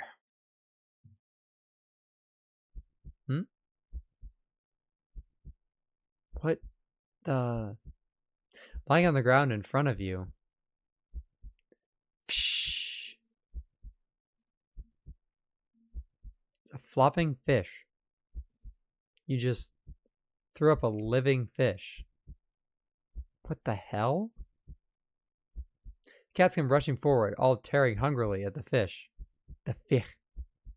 You're happy to finally be of help, truly. But how? Oh my god, am I throwing up just a bunch of fish? Throw up another fish. And another. I just keep throwing up fish.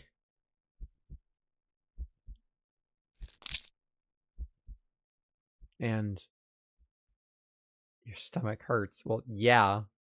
You're getting dizzy. You fall to your knees.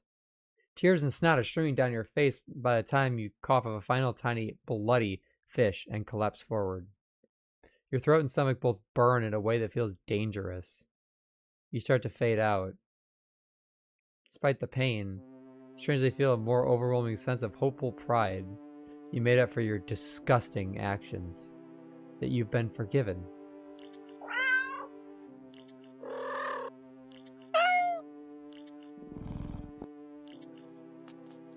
The sound of happy cats munching away at their fish fills your ears. Then...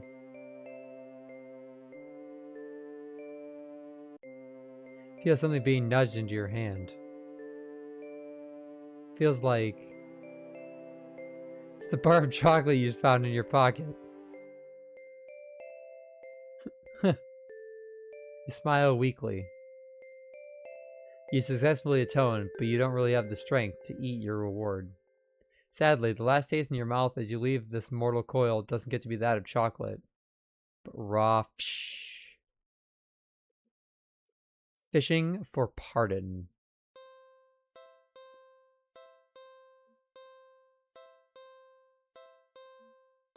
We might have missed one in the dog park.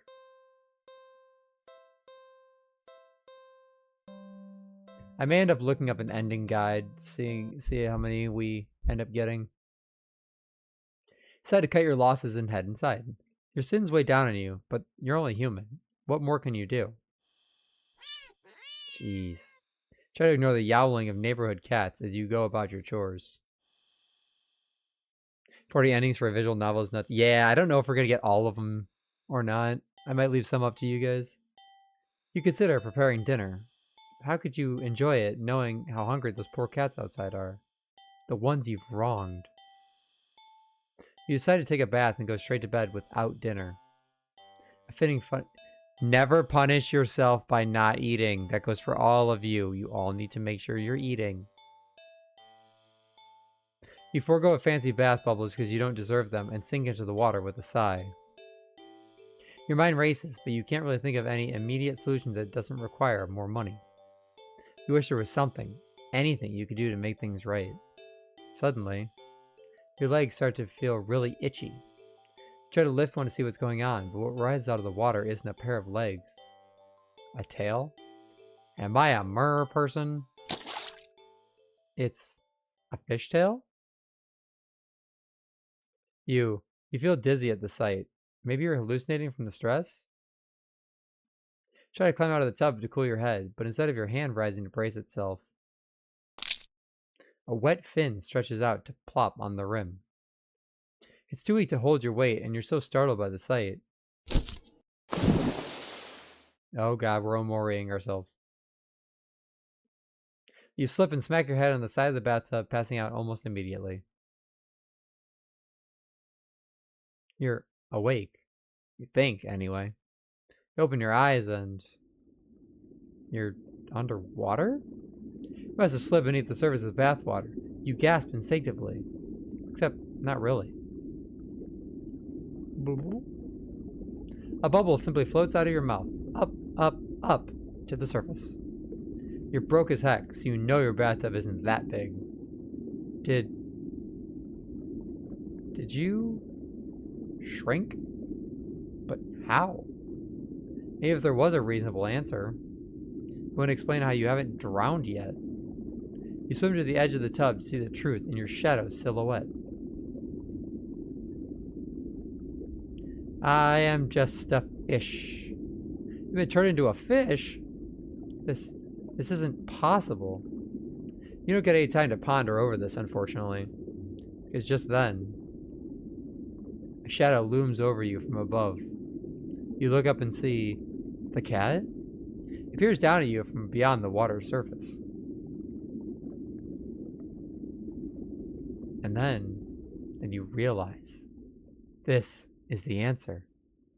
This is how you're meant to atone. With a heavy heart, you swim up to the surface.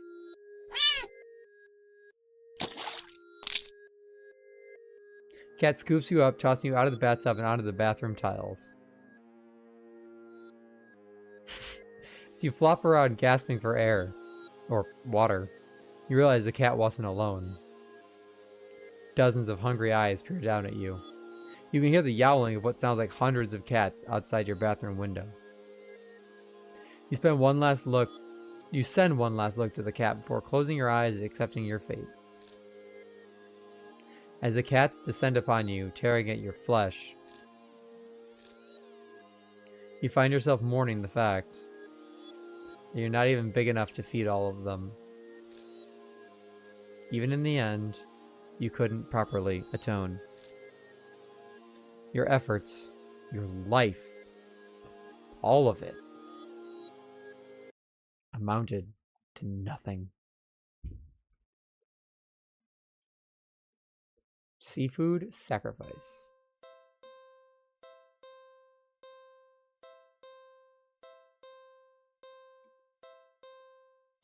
Let's see.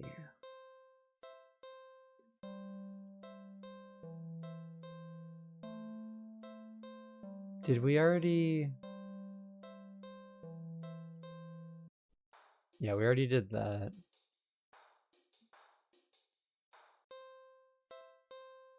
Whoops. Not a meant to press. And then this is... Yep, okay. So we are back to... this.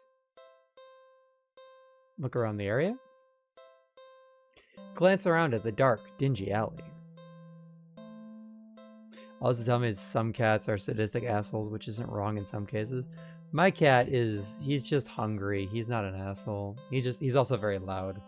I want to see garbage bags, trash bins, empty cardboard boxes, and scattered litter here and there. If there was something for the cat to eat, surely it would have found it by now, right? But you don't want to give up so easily. You keep looking. You look and only see garbage. You sniff and only smell garbage. You listen. Only hear garbage. Scratch, scratch. You barely make out the sound of a faint scurrying by a trash bin a few feet away. Quietly, oh so quietly, you creep over to the bin. And... aha! You lunge. And you're dead. You weren't very graceful in your attempt. You stumbled and knocked over a stack of nearby boxes full of more trash. But as you stand up, grasping your hand, it's Stuart Little.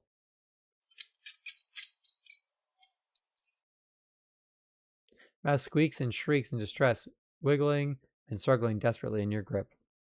You're holding it too tightly and carefully for it to be able to bite or scratch you, though.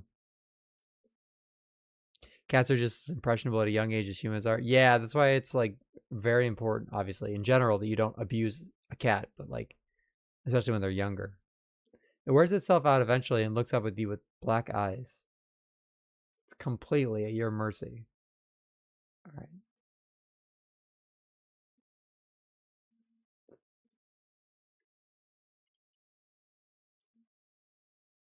Spare the mouse. Are you sure? Spare the mouse. Hear the cat's stomach growling. It must be so hungry. It must be starving. Well, then get it yourself.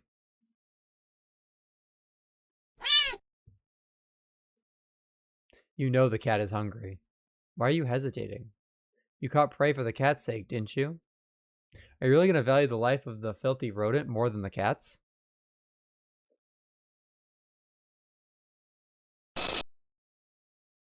I think it's mad. Them pupils, though.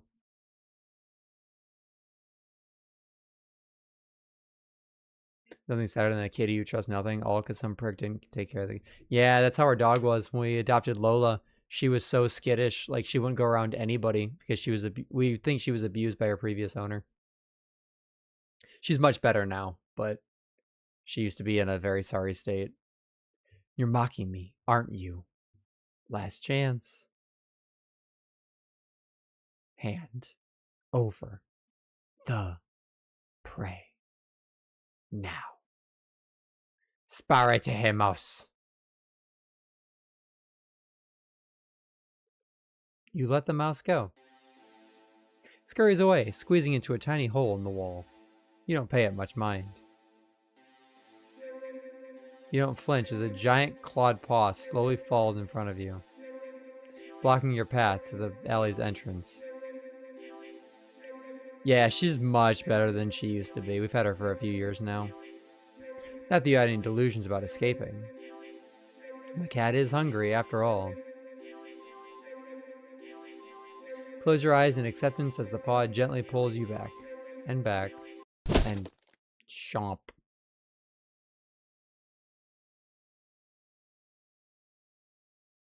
A life spared. So does it matter? Why can't I load? I'm sorry.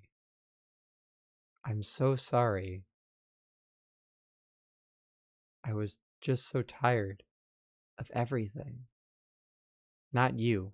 Never you. But I couldn't be the person you deserve. Couldn't ever hope to be. You were so amazing, smart and talented and independent. You shined. But in comparison, damn it. So stupid. So worthless. But when it approached me, it didn't tell me that it wanted me. It needed me. Maybe that's what I wanted all along. Wanting could be so fleeting, but to be needed? There was nothing I wouldn't give to have someone tell me that I mattered to them. That they needed me. That is a dangerous path to go along.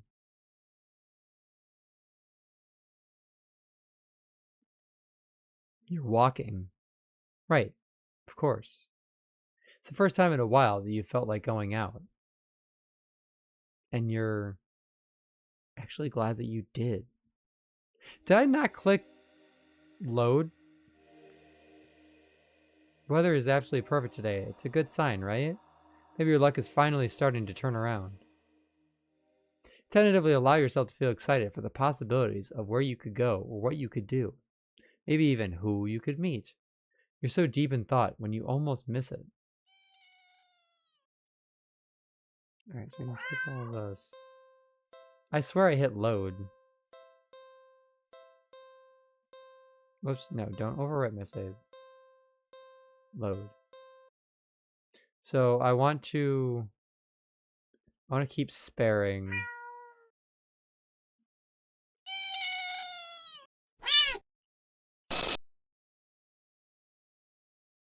After this one? Okay, no. Was that the same intro? I think it was slightly different.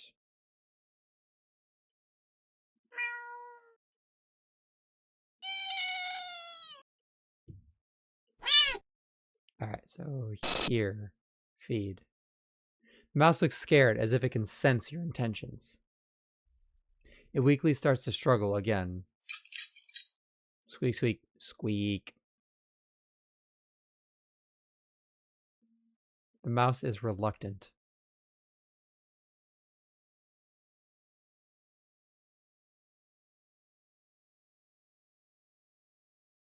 Is that the same? Oh yeah, that's just death. Okay.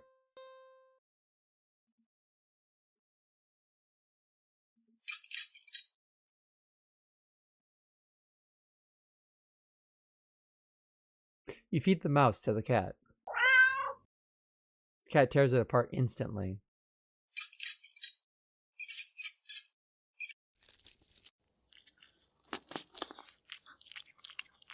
Crunch, crunch, crunch.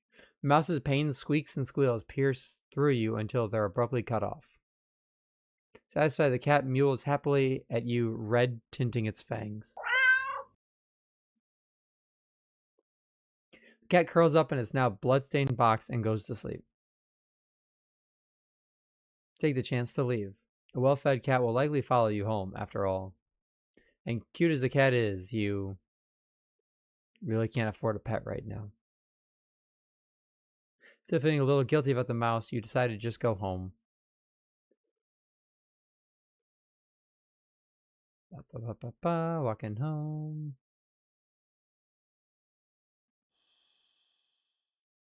After a long walk home, you finally enter your apartment.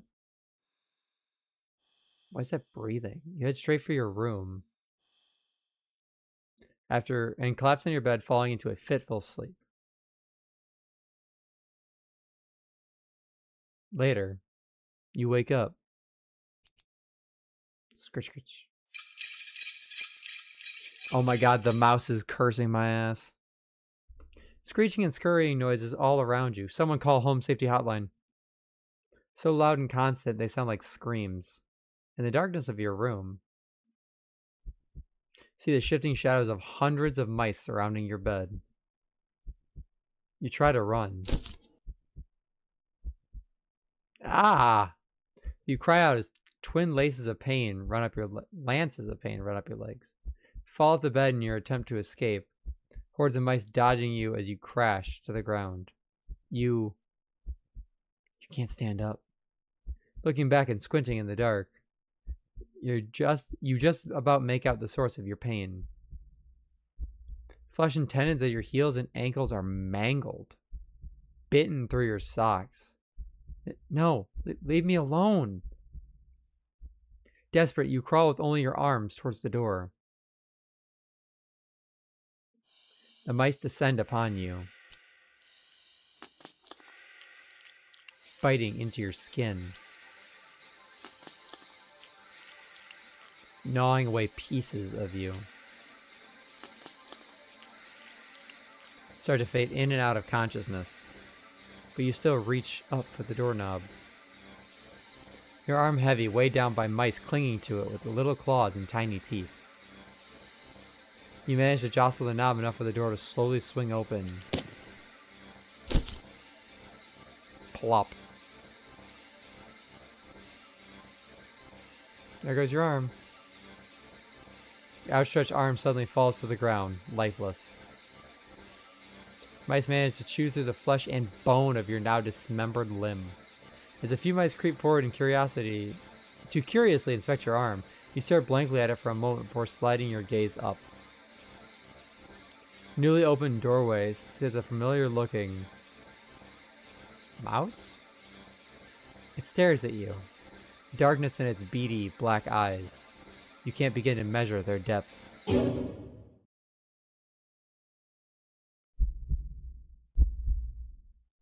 Nor the hatred pouring out from within them. All of it aimed at you. You collapse, head hitting the floor as your other arm is eaten away as well. You're not sure how you're still conscious. The pain should be indescribable. And yet, you just feel a cold sense of loss.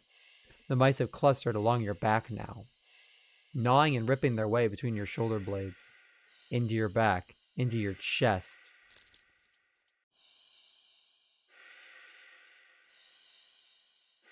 You weakly cough up blood. They must have damaged something important. Critical systems failing. We've lost engine 2. You feel something being pulled out of you. And in between the moments the blankets of darkness fade your vision, you hear something wet plop onto the ground in front of you. Not my liver, I need that to drink. You pry your eyes open and see it in front of the mouse. Weirdly shaped, red with your blood, and pulsing, and... oh, that's your heart, isn't it? The other mice all descend upon it, abandoning your half-eaten body. You're losing a lot of blood. You feel sleepy, but you also feel... anger? Yes. So much anger. How dare they? How dare they? Last thing you see before your vision fails you. A pair of glowing eyes leering in from the darkness beyond the doorway. You can hear squeaks and shrieks of terror all around you. Low yowls, deep snarls, gnashing teeth, tearing flesh, as your remaining senses leave you. You smile weakly with the last of your strength, when something with soft, slightly damp and sticky fur nuzzles your cheek. Oh, thanks, cat. Good kitty. Ending 27, well fed. Okay.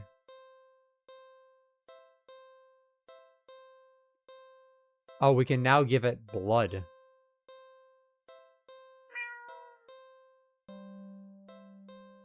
Cat lets out a sad, pleading little sound.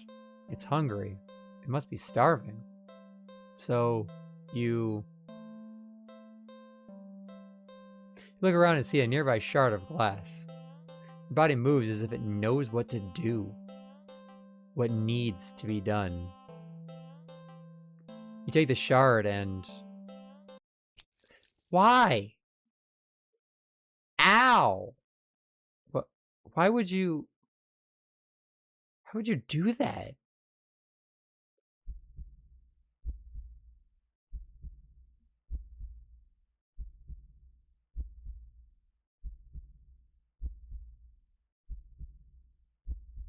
You carefully hold your finger over the cat. Dark red blood beads at the wound. Aww. Before growing heavy enough to drip into the cat's open, waiting jaws. It mews happily at you. Smile warmly and lower your hand into the box, stroking the cat's cheek before letting it lap gently at your bleeding finger. I only let Indy lick my fingers if I have, like, made a ham sandwich or something, because he likes the taste of the ham. But sandpaper tongue feels really weird, but also kind of good at the same time. When the flow gets weak and the cat meows for more, you can squeeze below the wound, coaxing more blood out. Feel a strange but welcome sense of comfort from the odd exchange. A being other than yourself was hungry, and you were able to provide it sustenance. A small wrong in the world made right, even if it's so strangely done and only temporarily. Ironically, it's that moment you start to feel dizzy. You didn't think you were losing that much blood. You slump against the cat's box and listen to it mewl in distress. You think it sounds worried about you, or at least you'd like to think so. It could just want more blood as well. Wild cats like lions can lick meat off of a bone. That's crazy. Cat hops out of the box and into your lap, nuzzling at your stomach and meowing unhappily. You wish you could ease its concerns, but it's not like you can just talk to each other. You can't help but try to remember the last time you talked to anyone, actually.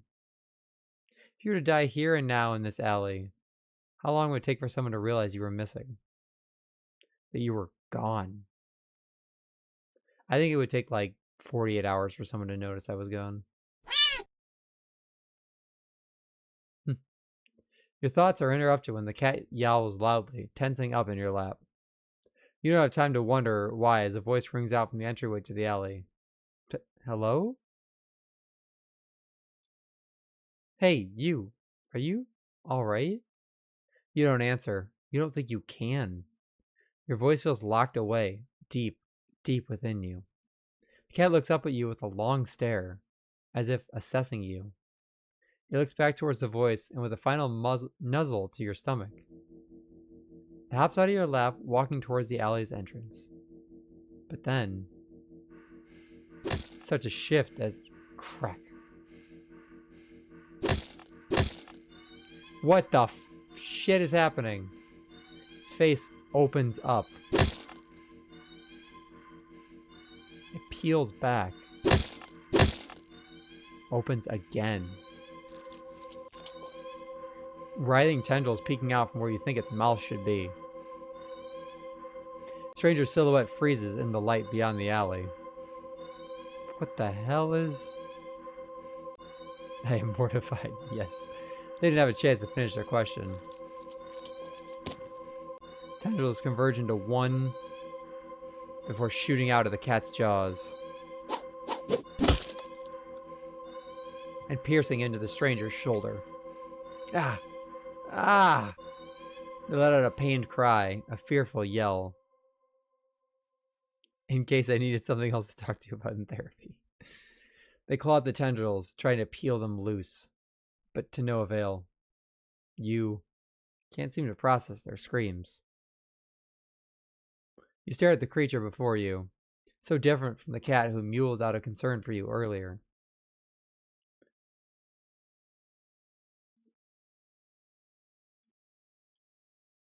You can't let this happen. Shakily crawl forward and weakly grabbed at the conjoined tendrils that pulse as they drain the stranger's blood. When you tug as firmly as you're able to, the tendrils pulsing halts and the cat turns to you. Plurr. It makes a strange trilling noise that sounds like a question. You have no answer. You can't even understand the question. So you simply scoop up the creature, the cat, cradling it in your arms. Gaze almost longingly at the light beyond the alley's entrance. You don't know what's going on. But you can't just sit by and watch someone else be eaten so viciously. Now when they try to see if you were okay. Now when you could offer yourself instead. You think the stranger is set free, but after the sound of shoes hastily scuffing on the pavement fades into the distance. Oh, because after that. Feel something sharp pierce your back. It feels thin. It's like a needle. So the pain passes quickly as your body adjusts to the intrusion. You're sure it wasn't so thin when it skewered through the stranger's shoulder earlier. But as you feel your blood leave your body, slowly as if being pumped out, it gets harder to think and your vision starts to fail you. Creature in your arms makes a soft sound. You hold it as tightly and closely to you as your weak arms can manage. This is fine. You're okay with this. You don't know if this will change anything. Surely the cat will get hungry again at some point after you're gone and no longer an option. But at least this time, you were able to save someone. Personal care package. Wow. Let it feed. Mew Mew is hungry. Ah. Someone, help me. Help. Help. You look away as the creature devours the stranger, draining them until they're nothing but a husk of bone, skin, and clothes heaped onto the floor. You feel awful, but what could you do? This creature is also a living thing. Shouldn't it be allowed to eat when it needs to? Does it also not have a right to do what it must to survive? You ignore the voice in the back of your head that questions if there could have been another way. It's not like you tried to see if it could eat anything other than blood. It's not like you tried to see if it could eat anything other blood. And this was the other than blood. Human blood. Now, did you? The creature purrs as it rubs its side into your arm. You realize that after a bit of rest, you've already started feeling better. But you also think something inside you feels a little bit broken, too. You're just not quite sure what it is yet. Stand and hold out your arms. Still hungry? Creature trills happily and hops into your outstretched arms. Let's go then, yeah?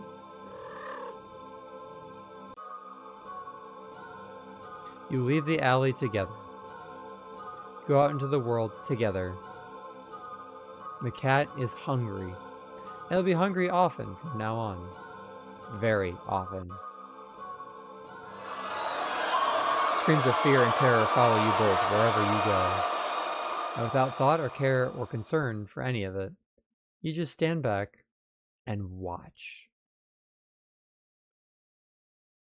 All you can eat blood fee. Blood fae. Alright, we have quite a few endings so far. You gave the cat an endless supply of food. Generous. Let's see. I don't have this one, so we did feed. Let's try play. Gerona! Gerona. Ah, you want a little attention, don't you? Poor thing must have been bored sitting in that box all day. You're not sure you're much of an interesting companion, but you're willing to do your best. There's got to be something you can entertain the little critter with. I got string in my pocket. If I check pockets, is this also... Oh, there's a string. We already heard that. The chocolate bar. I'm sorry, I'm sorry, I'm sorry, I'm sorry, I'm sorry, I'm sorry. Not too helpful either. You got games on your phone? Not much of anything the cat can play with, but there is something you can do. Aww. Photo montage! Well, that was fun, right? Well, you enjoyed yourself. Nothing else to do and no intention of taking the cat home. You decide it's probably best to just leave. You don't want the cat to get too attached after all. At least you'll have some memories to take with you. Okay, see you around, I guess. Good luck. Okay. Oh. You turn and walk away, but as you turn to leave the alley, your phone just got a message. You open it up and... What? Aren't I cute? It's a picture of a familiar looking cat. Huh? Cat does look cute. Happier in the picture. But it's not a picture you recognize. Frickin' AI. You didn't take this picture. Peek over your shoulder at the cat. Cat is simply looking at you. It mews sadly as if pleading you to come back. Oh my gosh, there's a lot here. Let's overwrite the demon save. Let's try and get out. Ignore the cat and briskly walk out of the alley without another look. Phew, that was weird. Good distance away when... Not again.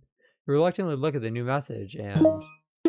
Don't ignore me! Oh, his sad face. Creeped out, you decide to just go home. I know you're seeing these. Oh my god, this cat's like an abusive ex. Come back.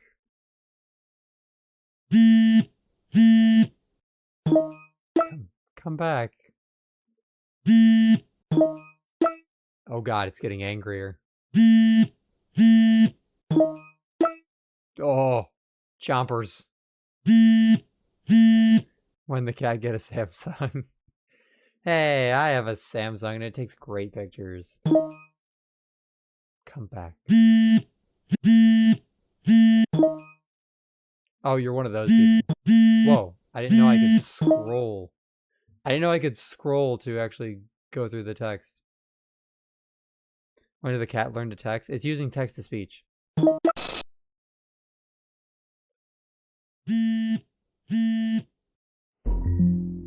Can see you. Can always see you. Can't hide. I'll always find you. Oh, whoa. Your eyes dart around nervously, certain that you're being followed. But there's nothing there.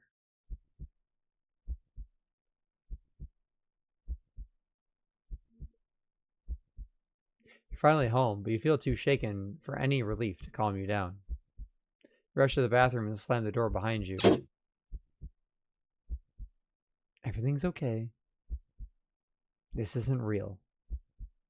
It's just like a bad dream. Everything's okay. Fumble in the dark to turn on the sink and splash your face with some cold water, hoping it will calm your mind and stop the hallucinations. Because that's all they are, right? Hallucinations?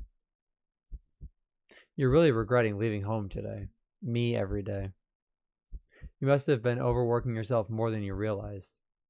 Yeah, that must be...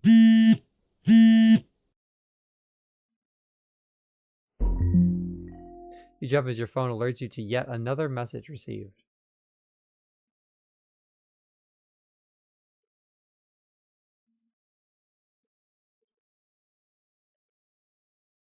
Shaking hands, you look at your phone.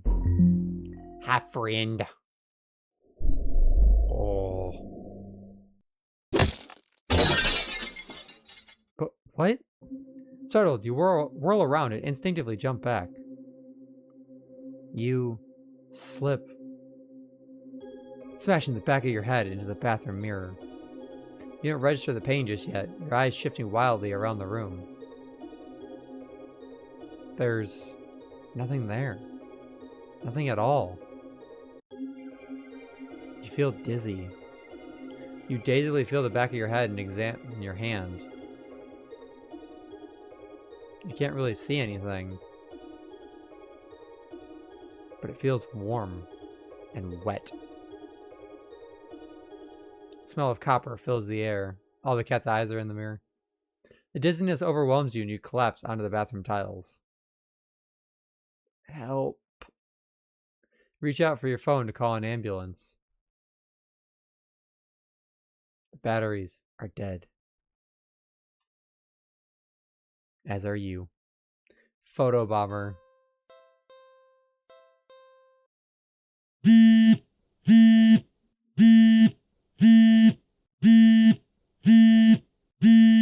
Phone vibrates insistently over and over. You just can't look. Keep your eyes squeezed shut, your fingers tightly grip the sink. In your mind, you beg whoever or whatever is doing this to just stop already. Please. Please. Please, just put me out of my misery. Mutter this quietly. You don't really mean it. You don't. But as the words take shape in the darkest corners of your mind, the phone immediately stops vibrating. You'd think this would just give you relief.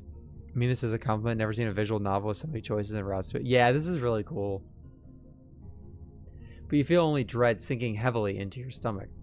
You can feel eyes on you. You feel puffs of air on the back of your neck. Damp and deep and slow. Take a deep breath and open your eyes. You look at the mirror. Nothing. Peek around the room.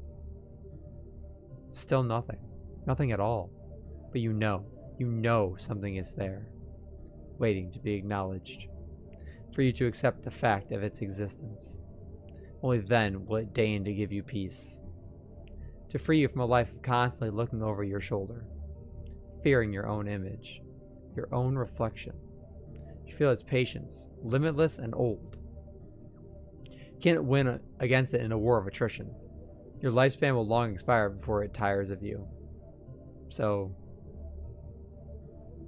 you close your eyes and accept it.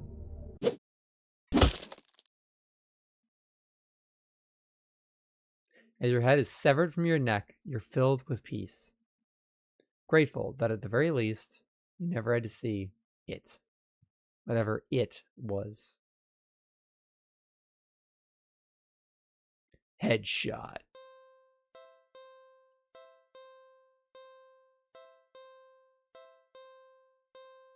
It's okay, we all get a little camera shy sometimes.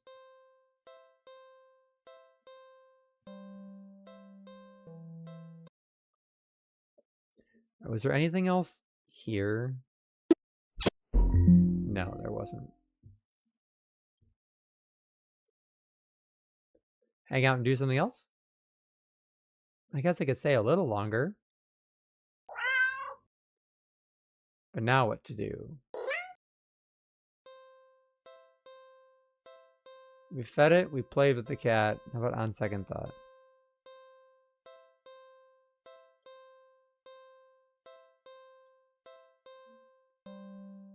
Sadly, as cute as the cat is... Oh, wait. Let me take you home.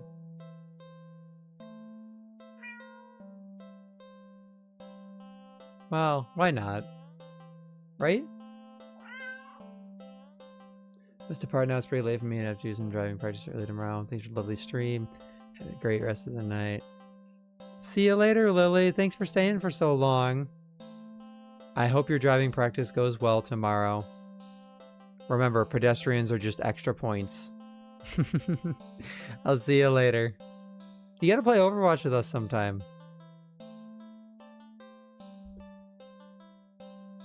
Barely reach out your arms for the cat eagerly leaps into them and climbs up onto your shoulders. It butts its head into your temples, nuzzling against it.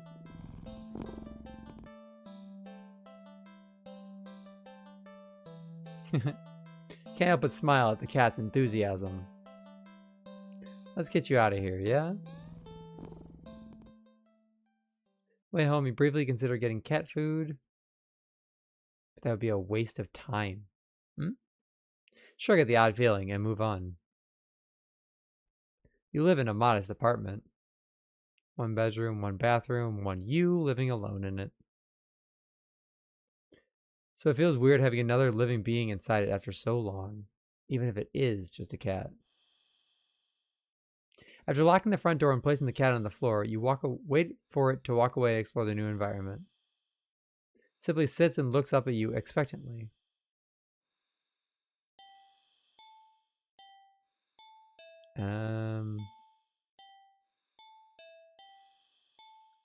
Do something alone. Like what? Clean. Said that even if it's your day off, it doesn't mean you should be completely unproductive. Oh my god, this is me. You know you have a guest and all, but you really shouldn't put off your chores. Best to get them done while you're in the mood to do so. So for now, you get dressed, roll up your sleeves, and get to work on cleaning the apartment.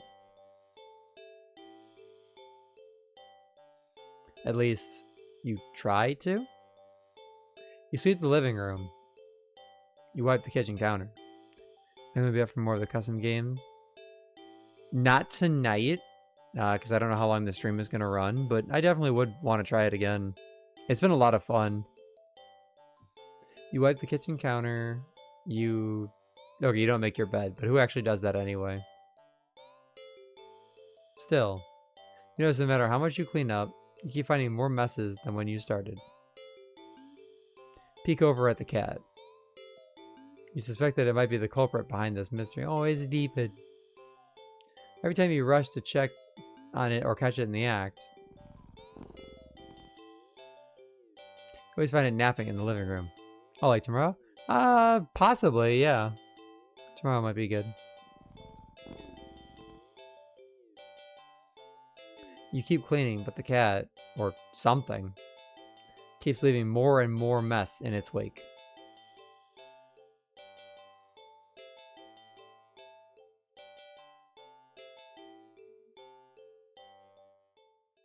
Keep cleaning, but there's just more mess. And more. And more. Finally stop and look around you.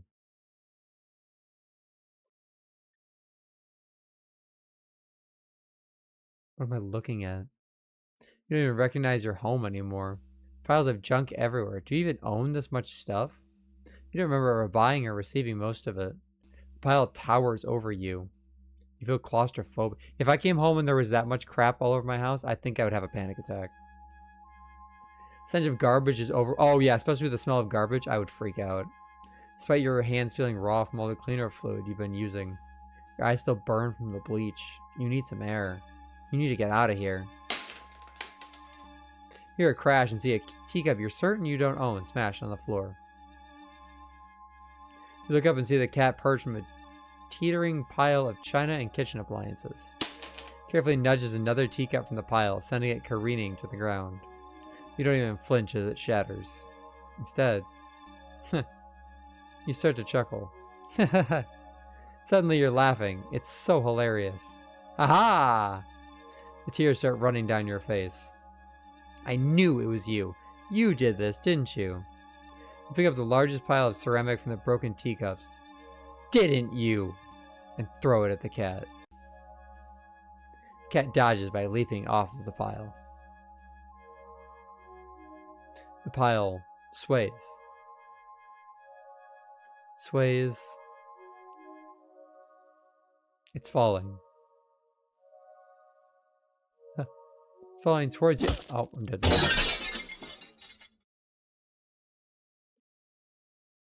Death by monkeys. You can't move. You're buried. Pile fell on top of you. Broken shards of fine china and sharp utensils are piercing your skin. Your organs. Your bones feel loose and limp, crushed under the heavy appliance. Warm liquid pools under you. With the last of your strength, you listen as the cat pads over to you before laying down and purring sleepily.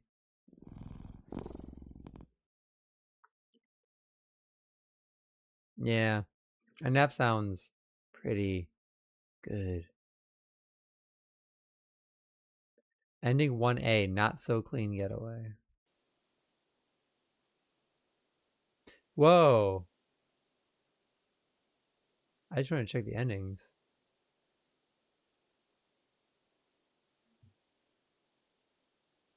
What happens if I click continue here? Oh, so that's normal. Let me go back to where we were.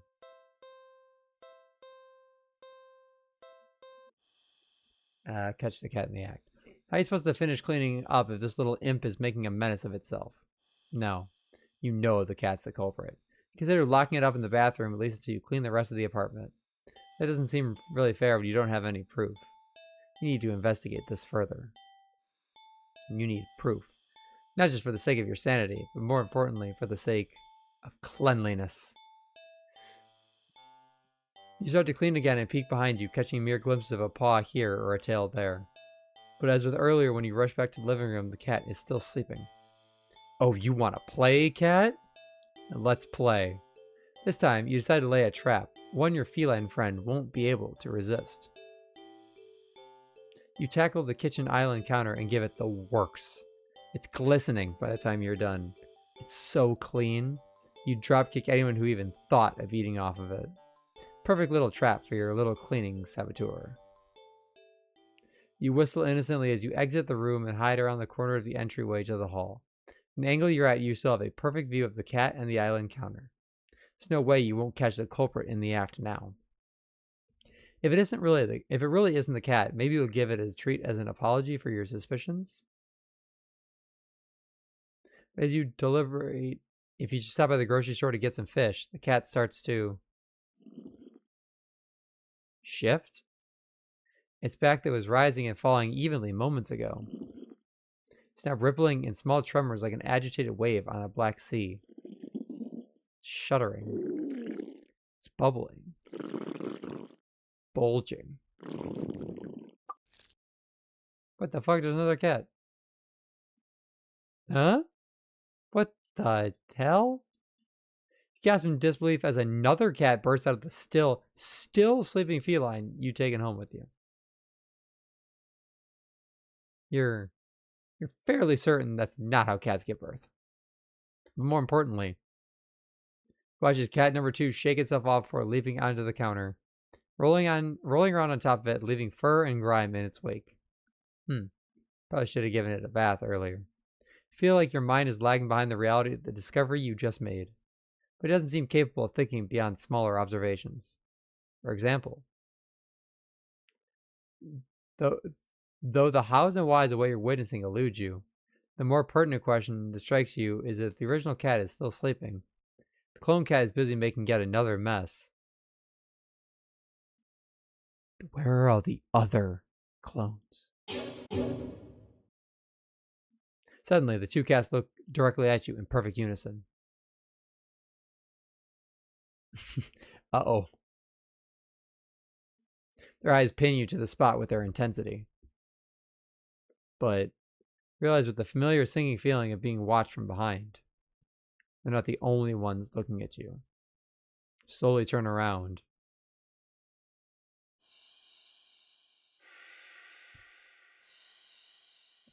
The Horde!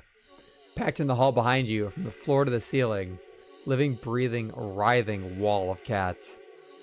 Of clones. 200,000 units with 1 million more on the way.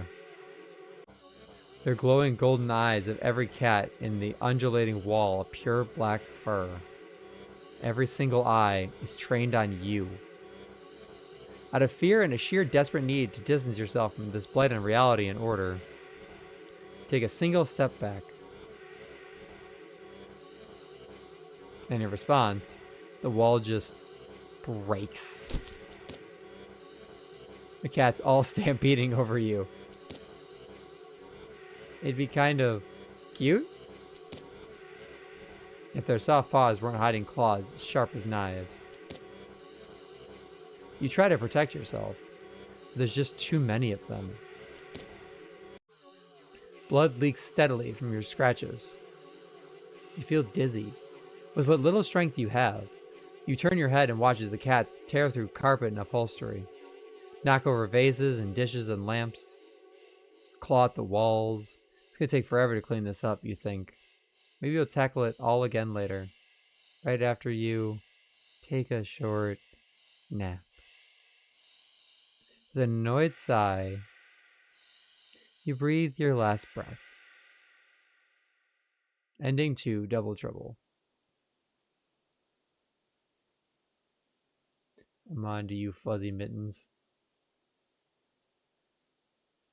Okay, so we did everything with this, right? Yes, okay.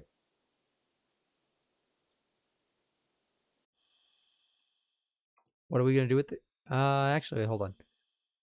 I think we can still do this. Watch a movie. You're not tired enough for a nap, but you're too lazy to get started on any of your chores, so you decide to watch a movie. You get dressed in your favorite pajamas, make some popcorn with an obscene amount of butter, and head over to your armchair. Oh, that sounds so good. Only to discover the cat is already napping on it. You frown a little in thought. Your couch isn't the best angle for optimal TV viewing pleasure, and you don't feel like pushing it around and having to put it back later. The only options you have left are to sit on the floor or move the cat and reclaim your throne.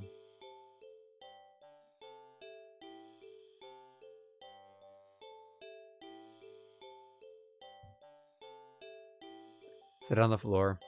Decide to sit on the floor. The cat is a guest after all, and you pride yourself on being a good host if nothing else. Well, at least you would if you ever had any guests over before. Grab a blanket and some pillows and make a comfy nest in front of the chair.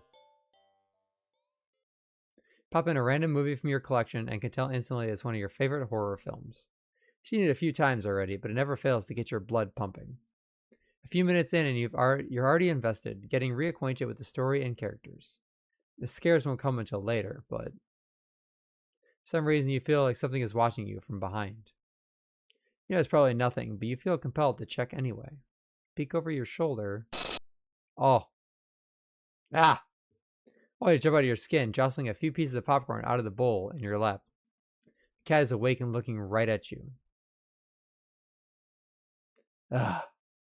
Take a calming breath, recovering from your heart nearly lurching out of your chest, and immediately feel foolish. It was just the cat, of course. It was so quiet you'd forgotten it was right behind you, even though it's the whole reason you're sitting on the floor in the first place. Shakily pick up the remote, intending to rewind some of the parts you missed. However, as soon as you press the rewind button, I'm gonna laugh. This is all some sort of sequence of nightmares and a lack of self-care, and you wake up with a cat butt because it's sleeping on your chest. My old cat Pixie, she used to sleep with her butt in your face.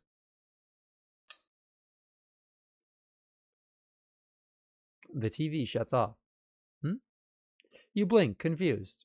Nothing else turned off. The kitchen's dimmed light was still on. The digital clock was still glowing, and the movie player was still rewinding. The power clearly didn't go out, so why? Feel a chill run down your spine as you catch the cat's reflection in the dark TV screen. It's still looking at you? Cats stare, silly. It's kind of their thing. Right? And you're a new addition in his life. Of course it's going to study you closely to see if you're trustworthy. And to mentally reassure yourself, you turn the TV back on. Oh, my favorite show is on. What? TV's on, but the movie isn't what's playing on the screen. It's you? You watch yourself frown on screen as you feel your brow furrow in tandem. It's like footage of you in real time, like you're being recorded. You feel the familiar sensation of your mind focusing on small details to avoid the bigger picture of your current situation.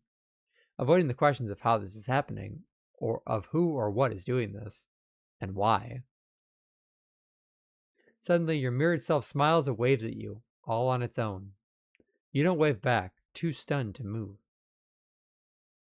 The you on screen doesn't seem to mind, though.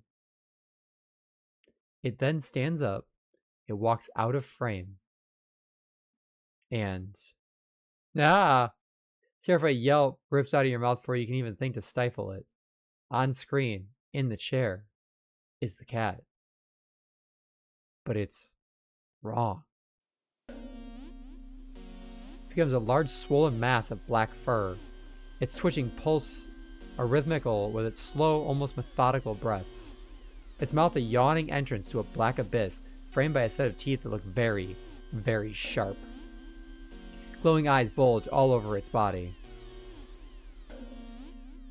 It's still looking at you.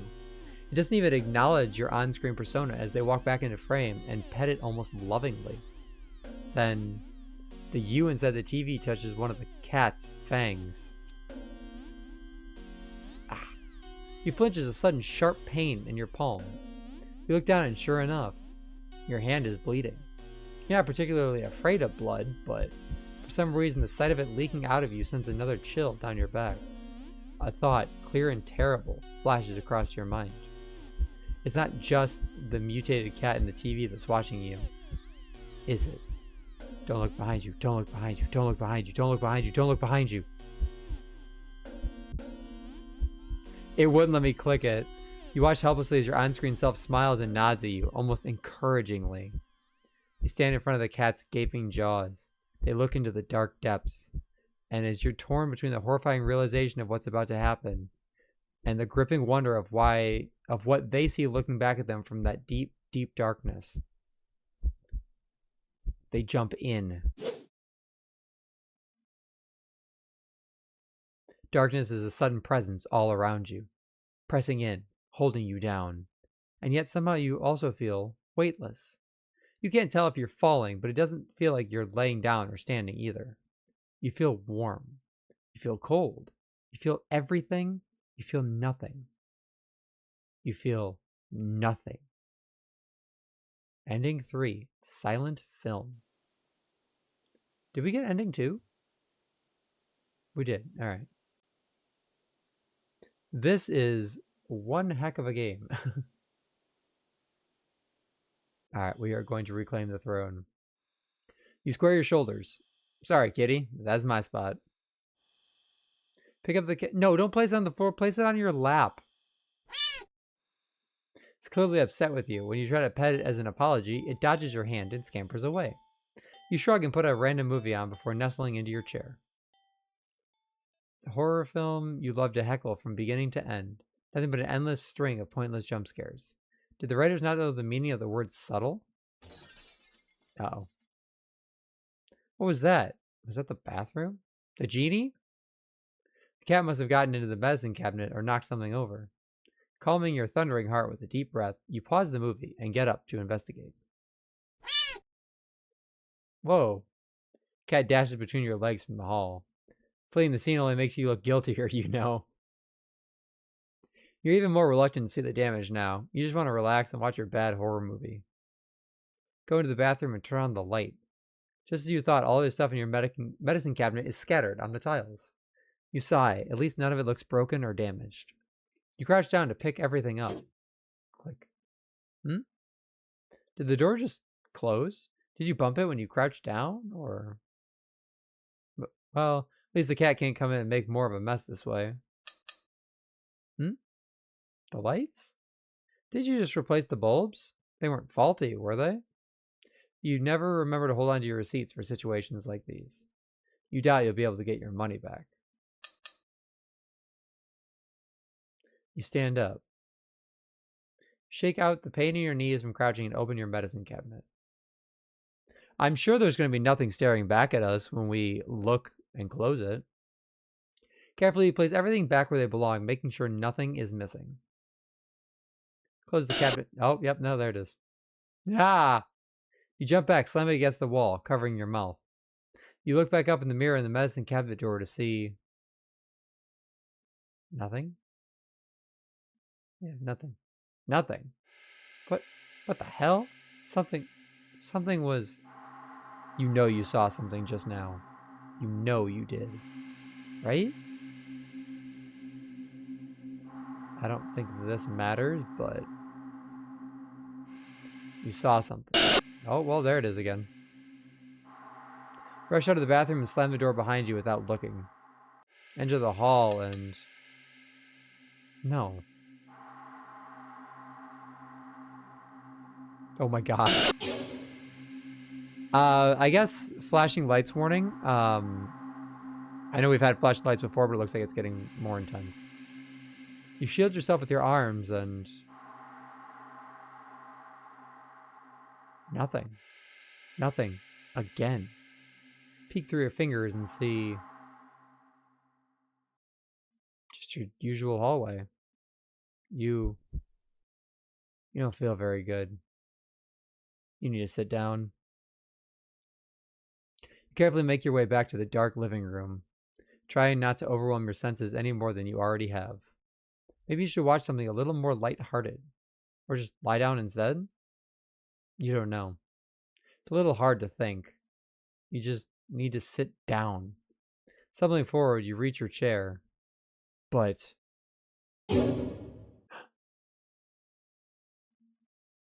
The little demon. It's nothing. It's nothing at all. Just a cat sitting back in your chair again, looking up at you curiously.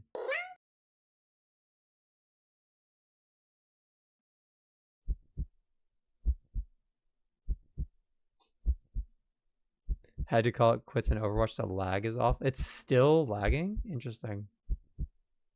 But it's enough. Your heart lurched so harshly out of the mixture of fear and anticipation that it completely gives out. Your eyes roll up into your skull. You feel yourself falling back. You're dead before you even hit the ground. Whoa, that said ending 4, but it won't... Oh, real subtle. That's funny. Alright, so what do I do? Is this the same? Yeah, okay. So we got that, we got that. Was there something else? Alone? Take a nap. A little tired from the events of the day. Making life-changing choices like committing to the responsibility of caring for another living creature really wears you out. It's the point where my magic circle isn't going where I put it originally.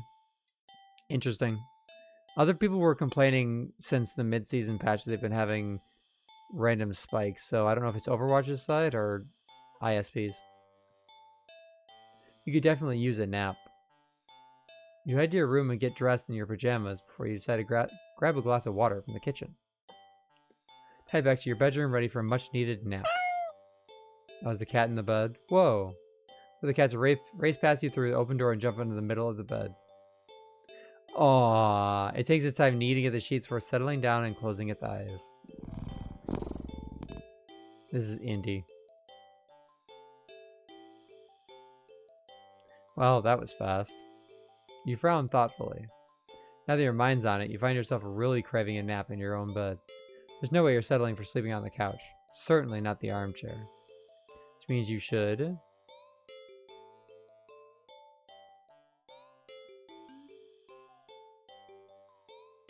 move the cat. You tentatively nudge the cat in an attempt to make it move on its own.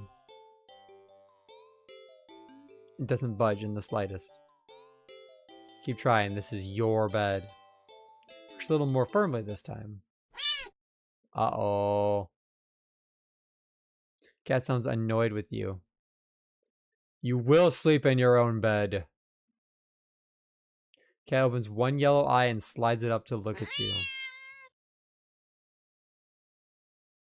Is its voice a little deeper than before?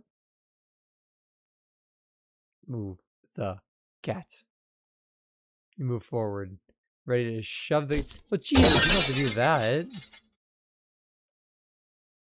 Literally into you.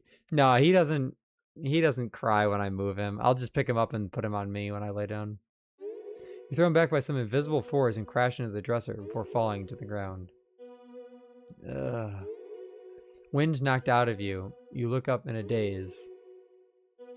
You don't quite comprehend what you're seeing. A strong swirling wind is picked up, throwing items all over the place. As if a miniature hurricane had just taken form in your room. Right there in the center of it all is the cat. Oh my god. Hovering in the air above the bed. Its eyes open, glowing like molten lava. Oh.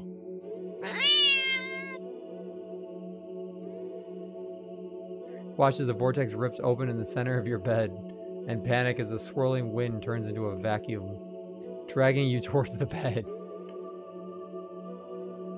Your nails catch and tear as you desperately try and cling to the carpet, the floorboards, any and every piece of furniture within your reach. Bloody fingers slipping clumsily on every surface. There's nothing you can do. As you touch the vortex, your body starts to disintegrate. Tiny particles of your body separating and floating into nothing. Last thing you see is the cat landing nimbly on the bed and kneading at your sheets, before it curls up and falls back asleep. Do not disturb.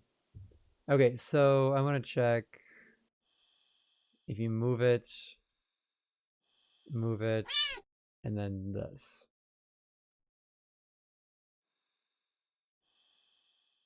Oh, is that just a loop? Yeah. Sleep next to the cat. What's the harm in sharing the bed, right? Both have had a long day, after all. Try to carefully avoid jostling the cat as you lay down, but it immediately scoots over and curls up. Aww. What Indy does is when I lay down to go to bed, he jumps up and immediately plops on my hip. And then when I wake up in the morning, he's in between my legs. You smile. Sweet dreams. Hmm? Hmm? I feel like you slept for a long time. Feel a warm weight on your back, but you don't see the... Ah, is it laying on him? Ah, mystery solved then. Feel comfortable? Consider getting up. But as soon as the thought enters your head, your mind fills with static and a deep sense of disapproval? Not yet then? Yeah, okay. Cat, jostled by your attempts at movement, kneads painfully at your back before settling down again and falling asleep. You fall back in slumber too.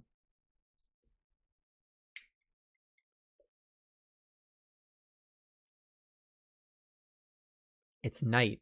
You want to get up. Claws dig in your back like a warning. Tomorrow then, right?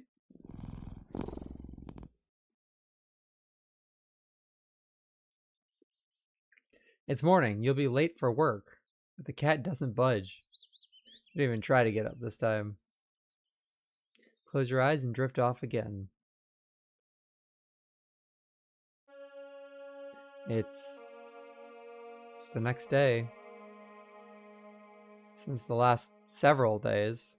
Or has it been weeks? Or longer? You're not quite sure. You're hungry. You don't know how long you've been laying down. You feel sore on your back, but also on your stomach, your arms, your face. Everywhere. You can't remember your last meal. The last time you drank anything. You've been sleeping all this time. But you feel exhausted. More tired than you'd think you'd ever felt in your life. Feels like a giant hand is pressing you into the bed. Can't remember the last time you even considered moving. And somehow you know that you need to go back to sleep anyway. Everything will be fine if you just go back to sleep. I think you're hallucinating when the cat finally stirs. It stretches languidly before hopping off your back. Hear its feet padding through your still open bedroom door, its steps fading down the hall. You don't open your eyes. You don't move. You're afraid you don't remember how. Afraid that the static will return if you try. But you eventually do try.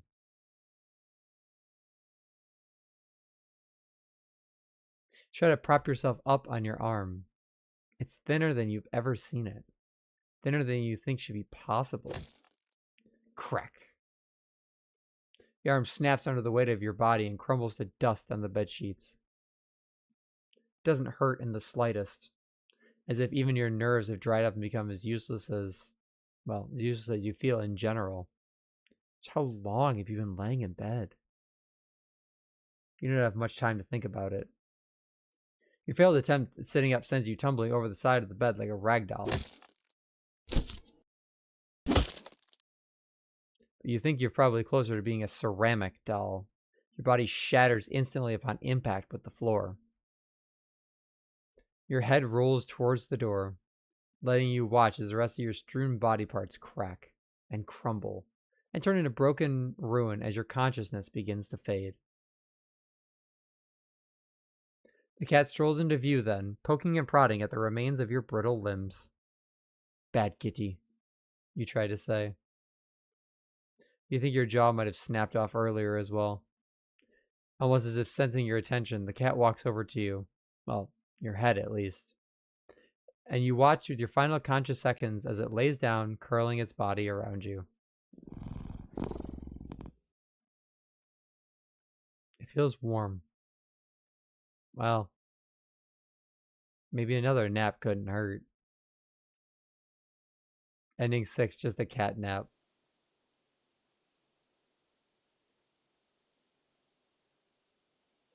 Alright, so do something else. You could try napping later. You decided to do something else with your time. So we've done all of these. Let's do something with the cat. Like what? We will save over this. I'll pet the cat. Not every day you have access to a cute, fluffy animal. What else is there to do but pet it to your heart's content? Sit on the floor in your living room and click your tongue to call the cat over. Aw, it dashes over to you, immediately climbing into your lap. Poor thing, you just want some attention, don't you? Alright, alright. You carefully pet the cat. A rub behind an ear, a scratch under the chin. Indy will not let me scratch under his chin. He doesn't like it. A smooth sweep along the back. Good. You keep petting the cat in your lap, enjoying this bonding time together. The cat starts to get restless after a little while.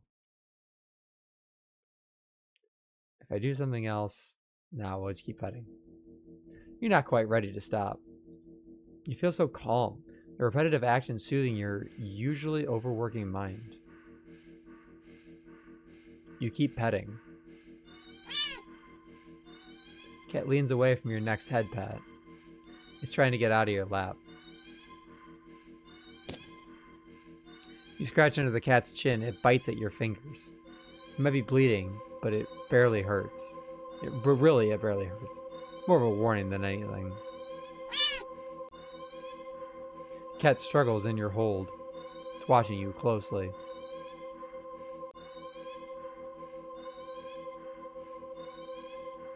You keep petting the cat. Oh, big chompers. Ow. The cat bites off your finger. It hurts.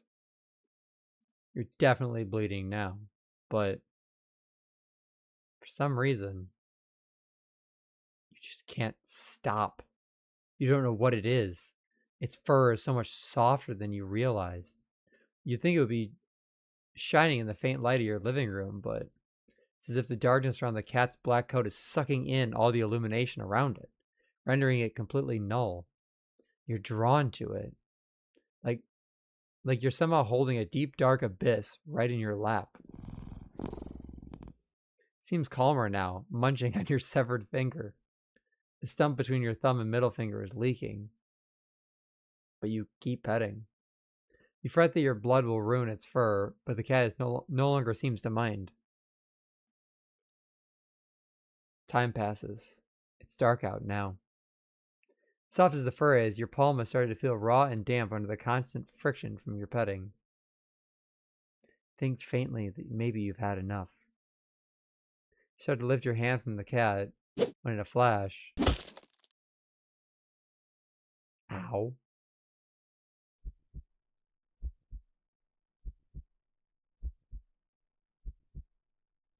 Your entire hand is separated from your wrist. It flops onto your lap beside the cat. The cat's claws on its front right paw glisten with crimson liquid. You don't feel it for a moment, but your body tenses, anticipating the pain as you blankly watch the cat lick at the bloody palm of your severed hand. It hurts. It really, really hurts. Then the cat looks up at you, and you feel compelled to keep petting. You're reluctant, but you're also afraid of what will happen if you don't heed the call. What will you lose next if you try to resist again? You were hurt for your insistent petting earlier, yet now you've been hurt for trying to stop? It defies all logic, but that's what scares you. There's no reasoning with such fickle whims. You feebly try to raise your uninjured hand to pet the cat, but it stiffens, golden eyes glinting dangerously. Well, all right then. You raise your bleeding stump and resume your petting to the best of your ability. You pet, and you bleed. You pet, and you bleed. You pet, and you bleed. Pet, and you. Personal boundaries. Oh, I tried to load again. Here's the eyes.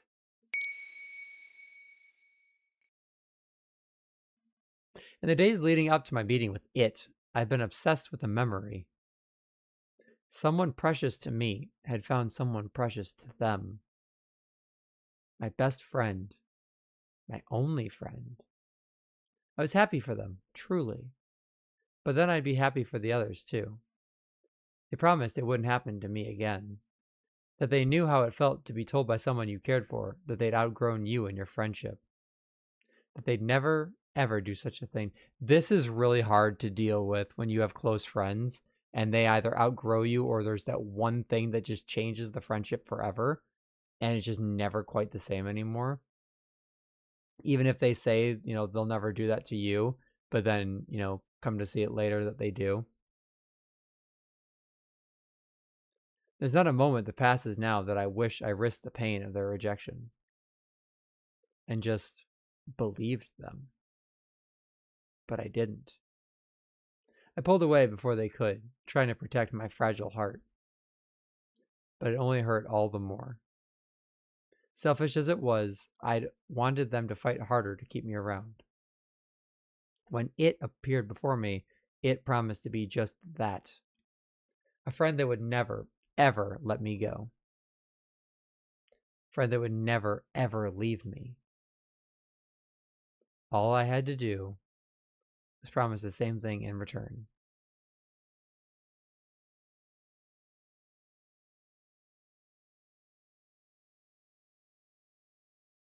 Okay, so this is... Oh, weather good today. That good thing. Maybe good luck too? Yes, lucky. Lucky, lucky, lucky, lucky, lucky.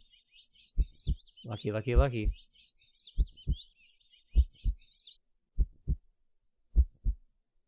Or maybe it was fate? Yeah.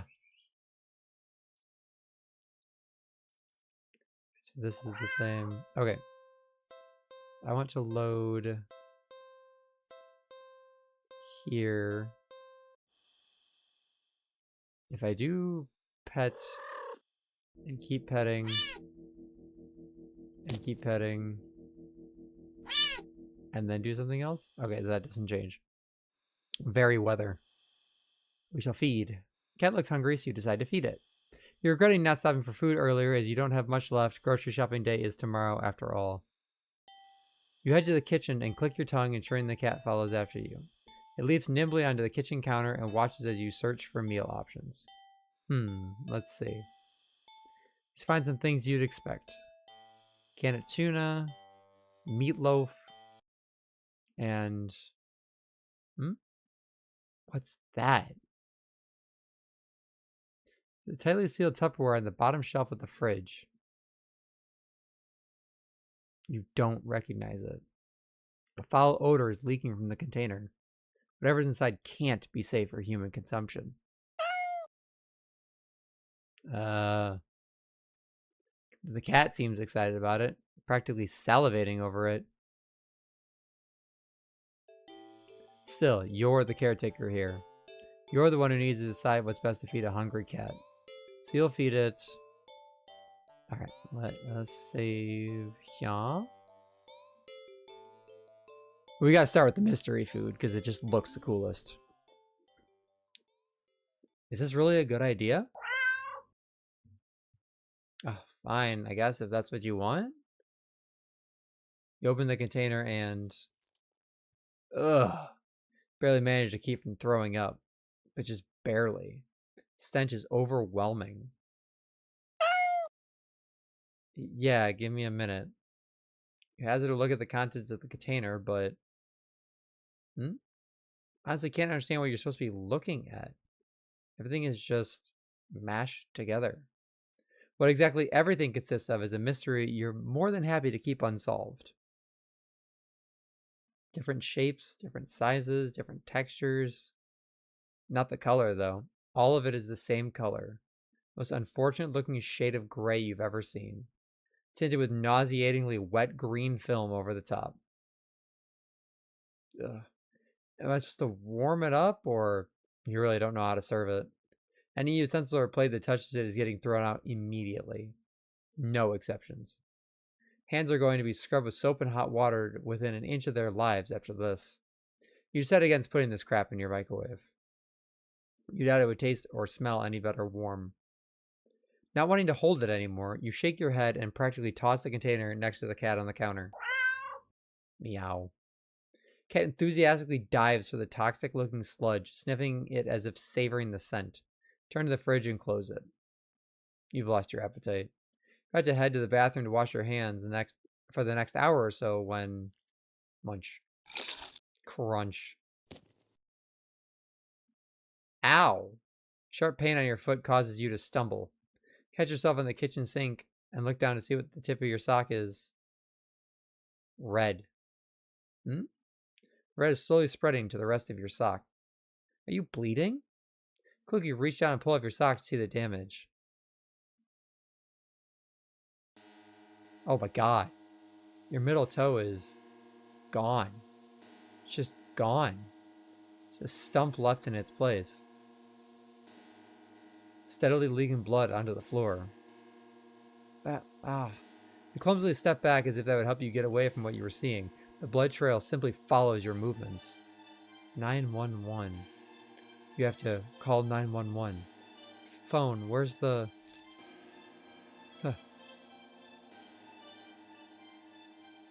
What is... Your tongue is... What's happening to me?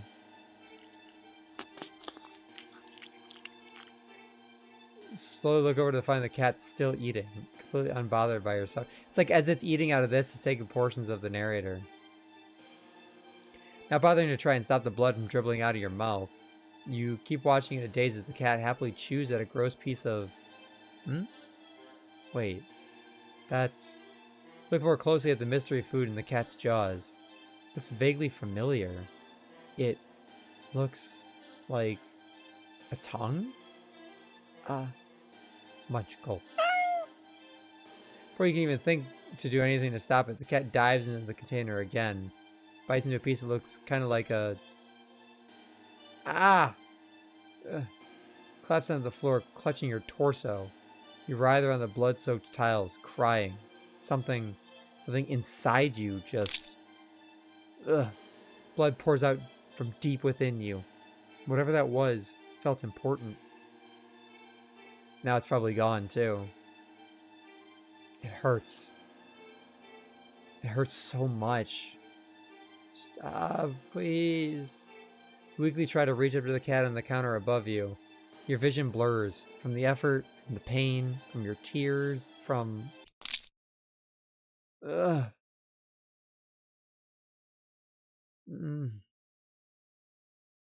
Your eyes fall limply back to the floor. You're leaking blood all over. From all over. Your foot, your mouth, your insides, your eye sockets.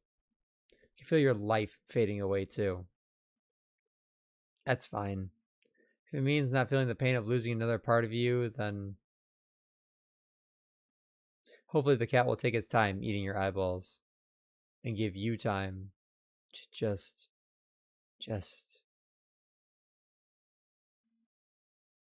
Ending 10. You are what you eat. Damn. What about Meatloaf? Get the feeling the cat won't be too impressed with anything that comes out of a can. And you're not about to feed it whatever the heck that toxic looking sludge is. So it's settled. A tuna sandwich for you and leftover meatloaf for your feline guest. You ignore the cat's disappointed meows as you put the weird container back in the fridge to dispose of later. You warm up the meatloaf in the microwave.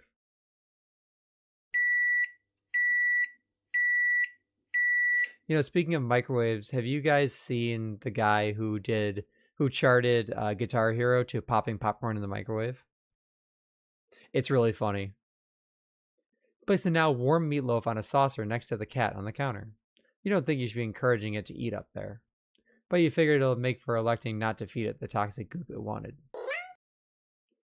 Cat looks like it finds the meatloaf interesting. Works for you. Eat up, kitty. As the cat digs into its meal, you go about searching for some bread for your tuna sandwich. You're so distracted by your search that you only just barely hear splat. Turn around and see the meatloaf has only 1, maybe 2 bites taken out of it. But more alarmingly, there seems to be a red trail of something leading away from where the cat had been sitting. And off the edge of the counter towards the living room. Oh, he's got the bloody diarrhea. Is that blood? Jump at the strange sound coming from around the corner, further into your apartment. You attempt to steel your nerves. Taking a breath, you walk around the counter to head into the living room. Splat. Stepped in something warm and wet and red. Resist the urge to vomit and step away from the trail of... You follow the trail into the living room and see it leads into the hall. It's getting louder. It's definitely in the hall. I feel like you can hear your heartbeat.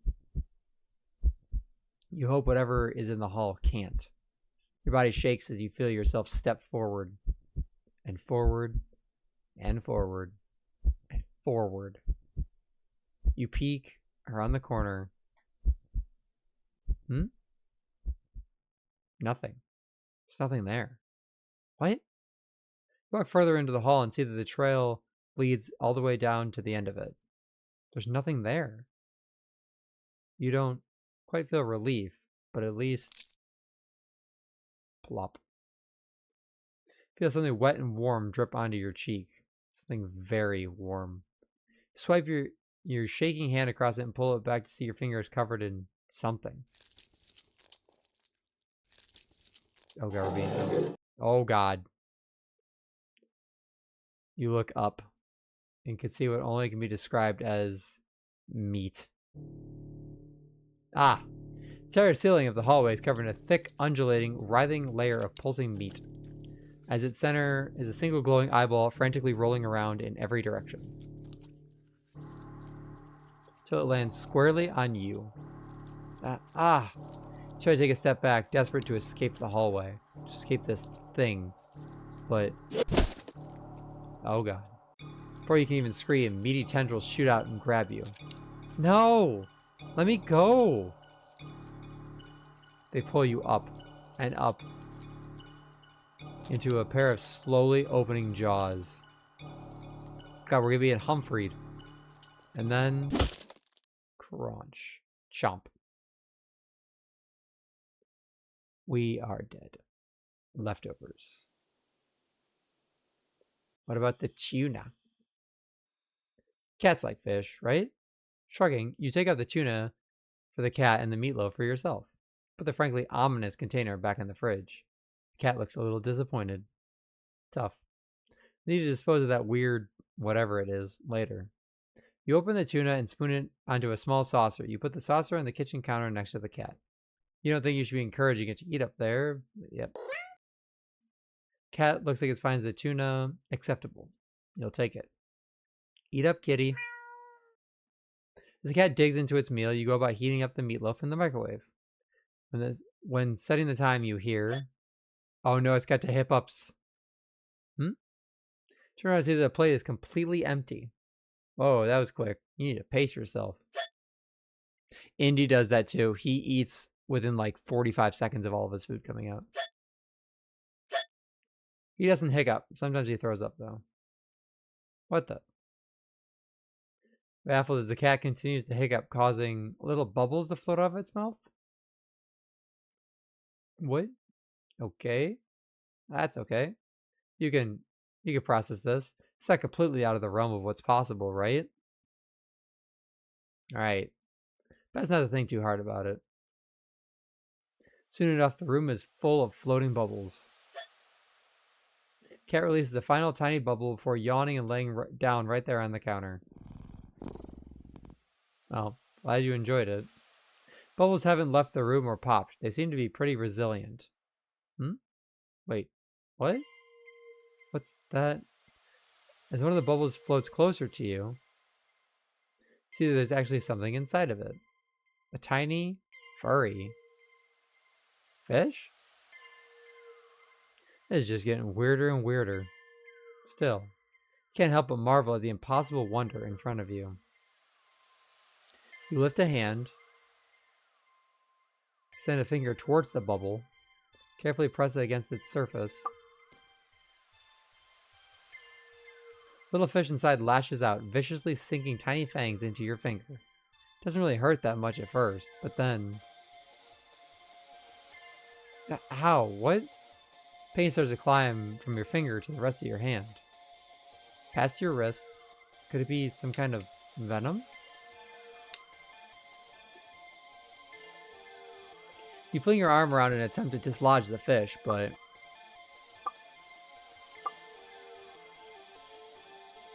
You accidentally knock your arm into several of the bubbles floating around.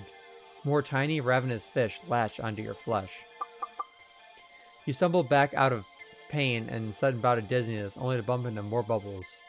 More fish digging their teeth into your back. It hurts. You're getting dizzy. You've got to get out. You deliriously try to stumble out of the kitchen. The entire room is filled with deadly bubbles. By the time you collapse onto the ground, you're absolutely covered in tiny, angry, biting fish. Your legs, your torso, your arms, your face. The pain is unbearable. They're eating my flesh. You can feel it in your skin and your teeth and your eyes and your hair, and it's so consuming you can't even feel yourself convulsing or crying. You don't black out. Your eyes are still rolling up into your skull when you gasp out your last breath. Fish out of water.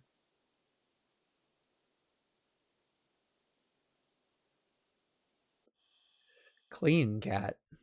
Giving it a second look, you realize the cat isn't exactly clean. Not surprising since you brought it home. It's been sitting in a dirty old box. In an alley full of scattered garbage. For who knows how long. You've heard that cats can keep themselves clean. Maybe this one is one of those times that a little human help couldn't hurt? You head into the bathroom and set things up, trying to remember how to wash a cat. You're definitely no expert, but you think the best way to get a cat clean would be... let's save here. Quickly. Cats don't like water, you think, so a quick wash would be the way to go, right? So I do everything at once, filling the tub deep with soap, bubbly warm water. Quick dunk here, a short scrubbing there, then rinse and dry. Cat won't even know what hit it before everything's over. You open the door and click your tongue, beckoning the cat inside. Quickly scampers in, curious of the newly available setting. Close the door so it won't be able to run out and make a mess of the apartment. Steeling yourself, you roll up your sleeves. Oh god. You lift up the cat and carry it over to the tub.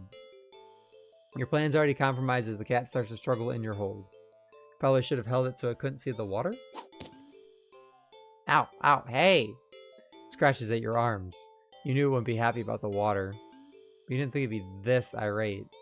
Still, as mad as it will be at you for a little while, you know this is for the best.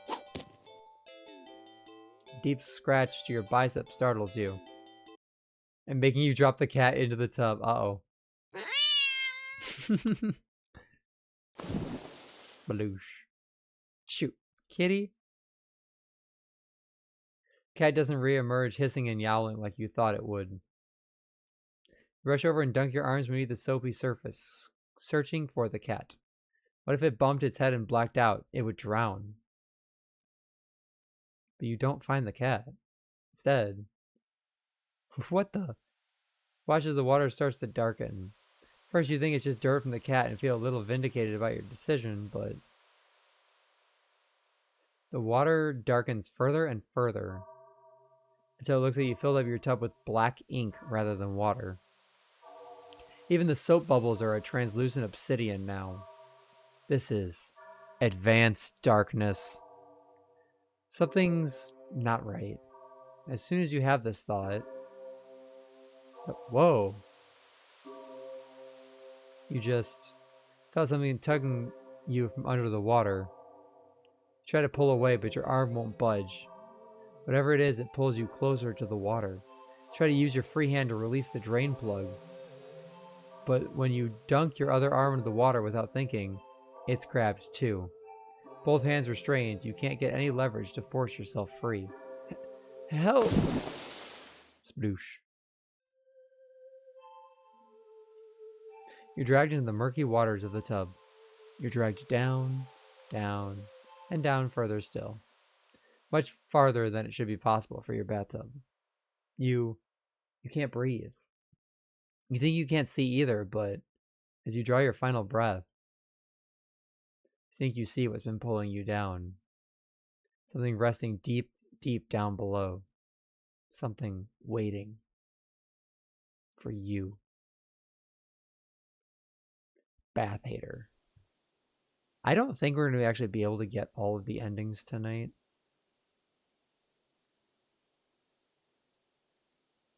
We got one more in this section, though.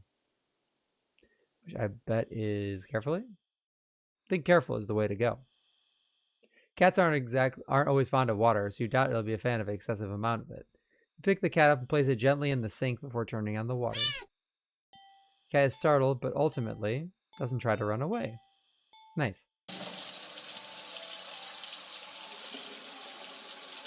You lather your hands with some soap and carefully give the cat a thorough half scrub, half massage. After a few minutes, you rinse the cat completely and gather it up in the blanket, drying it. Then you take a brush and carefully run it through the cat's fur. Cat seems like it's in heaven as you brush it. Some hairs are sticking to you, but you don't mind. In fact, quite a lot of fur is sticking onto you. Try to brush it away, but it won't come off. Guess you're up next for a bath yourself. You try to ignore the fur and finish with the cat quickly, but more hair keeps sticking onto you. Your hands, your arms. Before you realize it, they're covered in fur that won't come off. It's thick enough that you try to yank it off, but... Ow, what? Pain lances through the spot you tugged at. Upon closer inspection, you see that the hair is growing out of you. Ah! You can actually feel it now. We're turning into a furry. Fur growing out of your back, your neck, your face, your eyes, your tongue. It's even growing inside your throat.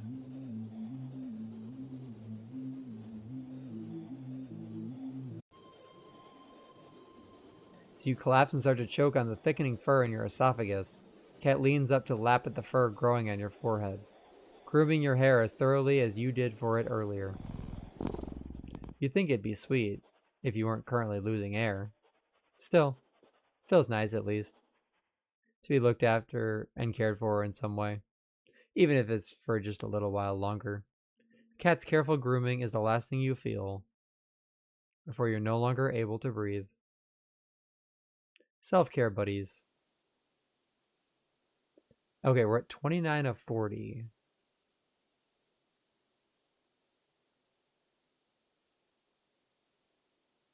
There's something between feeding and the bathing.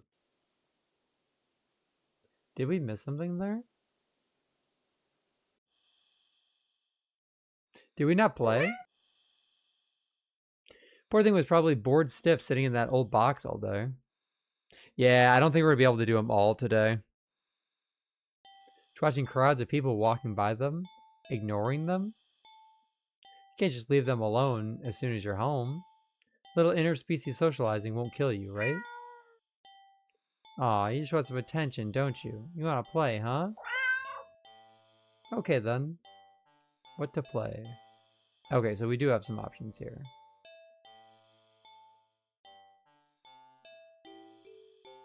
If every movie and cartoon involving cats you watched since childhood is to be believed, then you can deduce with almost absolute certainty that cats frickin' love yarn. Probably.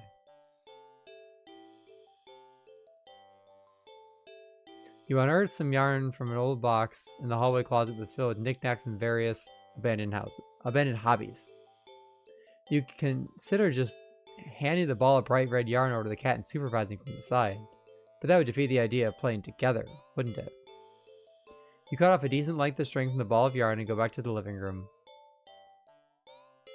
Cat is resting on the floor. It's not asleep, When it looks up as you enter the living room, you can feel like it could doze off right then and there.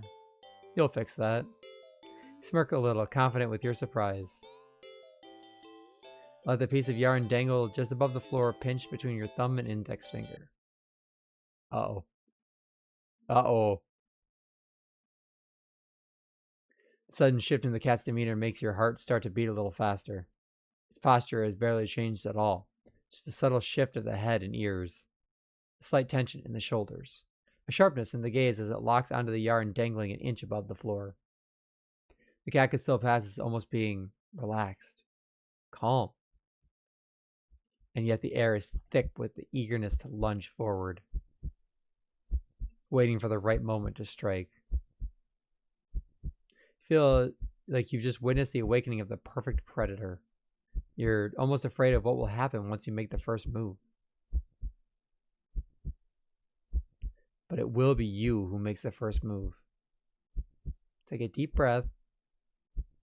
Relax your shoulders. And... Yoink! Cat had lunged the instant you wiggled the yarn, but you're faster. It completely misses as you flick your wrist, making the yarn recoil out of its reach like a terrified snake. Having overshot the landing in its eagerness, the cat stumbles and looks around as if shocked at its failed attack. You generously click your tongue to help reorient it. The cat whips its head around at the sound. You're slightly taken aback at the intensity of its stare at the yarn. Indy has entered and is watching. But you persist. You wiggle the yarn again, encouragingly. And yes, maybe a little tauntingly. This time, the cat anticipates the yarn's upward dodge and leaps up to swipe at it. But you're already one step ahead, puppeting the yarn to dance gracefully out of reach once more. Come on, you can do it. It's a little condescending, but you can't seem to help it. For some reason, it feels good knocking the feline down a peg or two. Lisa seems to be enjoying itself. You hope, anyway. You keep going. Cat's movements have gotten more aggressive. It must be getting frustrated. You could swear it nearly took a shot at your eye the last time it had jumped so high and erratically. You've been keeping the yarn in constant motion, afraid to slow down. Your wrist is starting to get tired. The cat doesn't seem to be losing any energy, though. It's like it's getting faster and faster. Particle accelerator cat. Flick.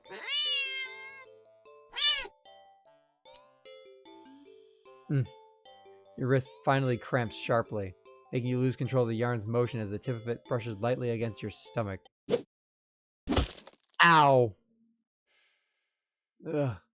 Pain rips low across your torso. Into your torso. Ugh.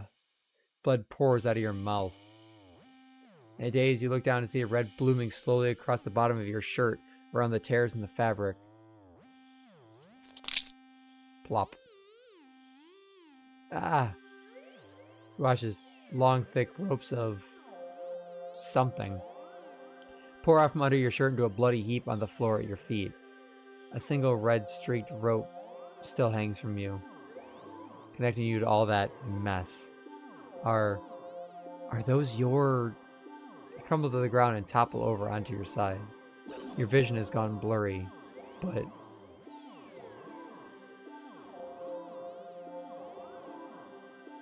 You can just make out the shape of something small and a deep inky black as it walks over and expects your... Oh god, they're your intestines. Before it starts to giddily roll around in the mess of your bloody insides next to you.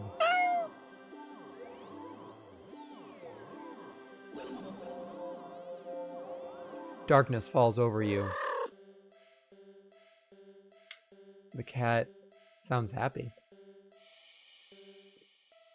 Nonsensically, you wonder where the yarn has gone, but there's really no need to worry about it. The cat seems content with the next best thing. At the end of your rope. Ah, yes, that was a message.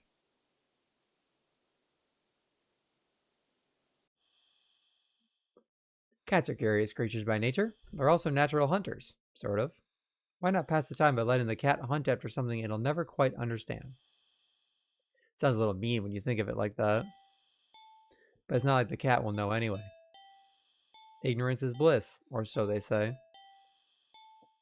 So you dig out your old laser pointer from your long-gone, dreaded days of group presentations in school. Aw, Roku, are you done or are you almost done? If you're not done, you got this. You flip it on and see that even after all this time, the batteries still work. You get a little kick of aiming it at a mirror and hanging in the living room so it reflects off the glass. Who knows? Making a little red dot appear on your knee. Cat cautiously walks over, stopping every few steps to cast a look of suspicion at you. Finally reaches you, it lightly presses a paw to your knee, like it's trying to catch the dot of red light as casually as possible. Managed to hold back a chuckle. Not that it really matters. Cat isn't paying attention to you at all. It's entirely focused on the light now resting on top of its paw. Can't leave until everything is done. Oh, I'm sorry. You move the light a little higher above your knee. Cat reacts immediately, trying to pin the light down. But in the next second, you've already moved it to the floor. Every other shift gets to leave on time. Oh, that sucks. I'm really sorry. Cat jerkingly follows, attempting a more energetic pounce when you shift the red dot. Over here, over there, and over there. By the couch. On the couch. The cat might be ignoring you, but you're certainly enjoying yourself. It's been a while since you've laughed this much. You're laughing so much, in fact, you accidentally shift the red dot onto the lamp beside the couch. In its haste to get the light, the cat leaps onto the lamp, sending the bolt to the ground. Uh-oh. Oh my gosh. Cat is sitting in the middle of the former lamp's broken shards, back hunched, its head whipping around back and forth as if in a panic.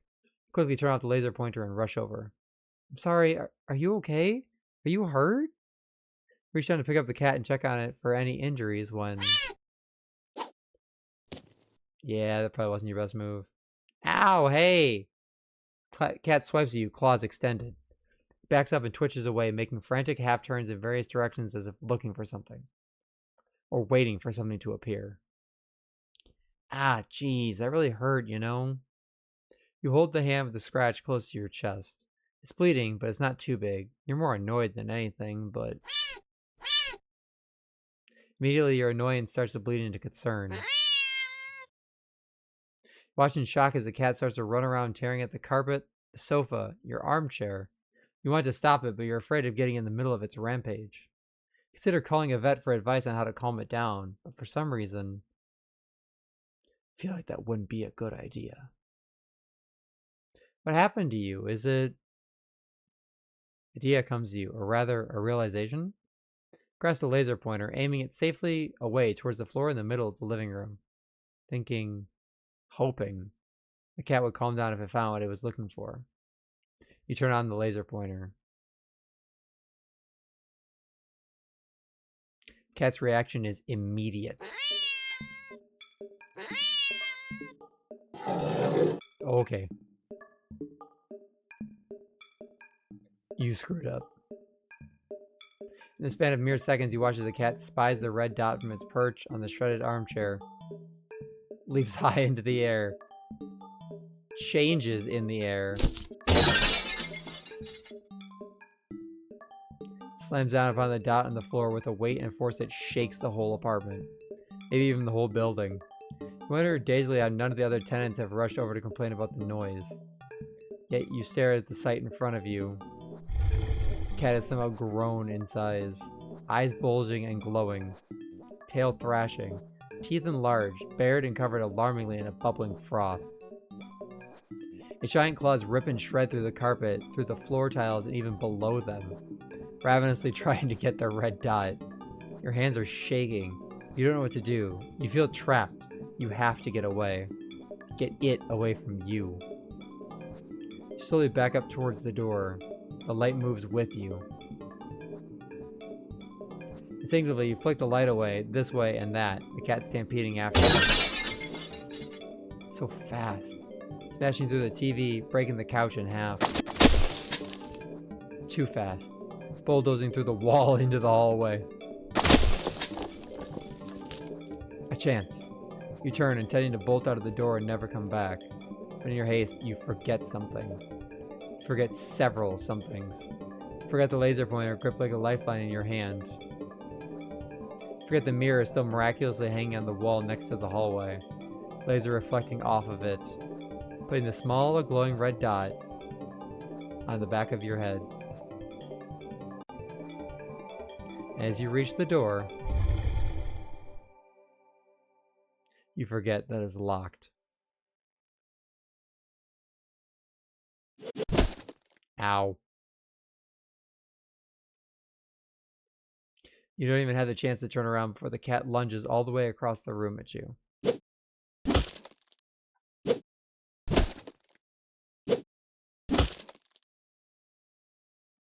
You're torn to shreds before you can even blink.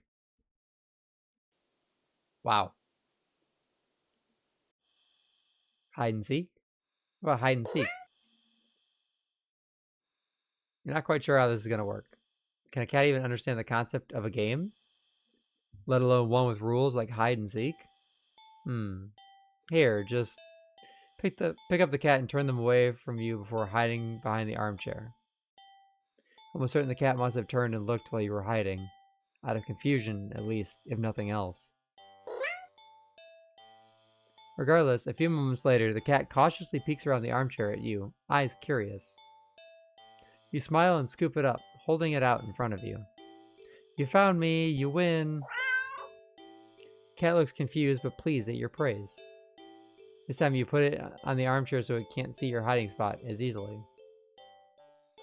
You dash over to the kitchen, hiding behind the counter. It takes a little longer this time for the cat to find you.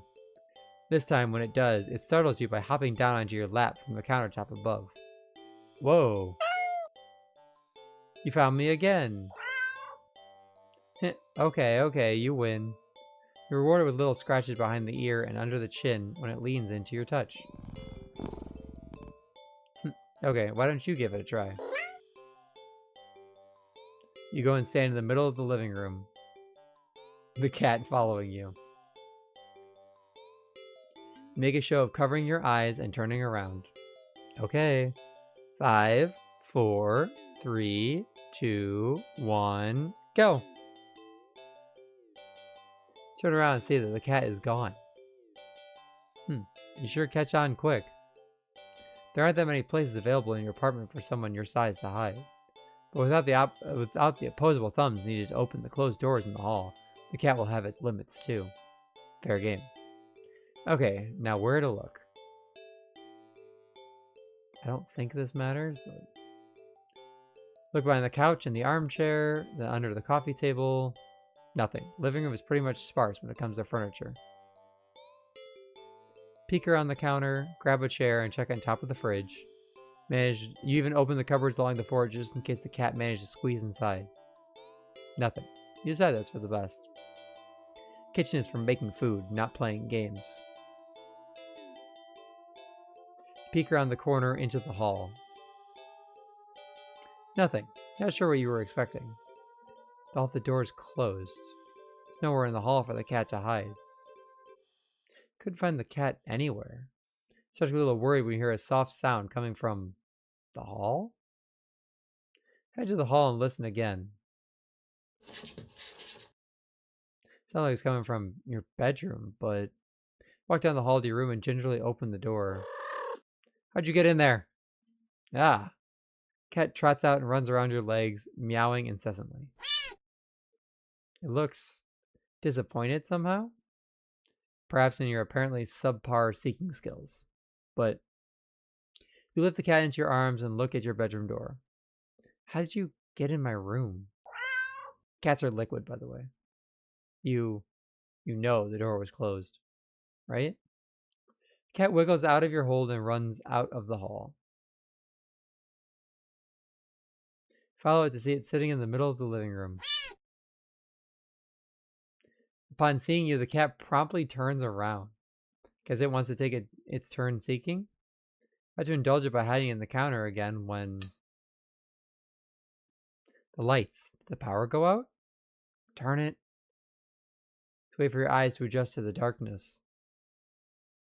You notice the cat hasn't moved an inch. Was it scared? Hey, are you? What? For some reason, your heart starts beating faster. You consider going over to the cat. When you do, your bit rate gets destroyed. The thoughts make you feel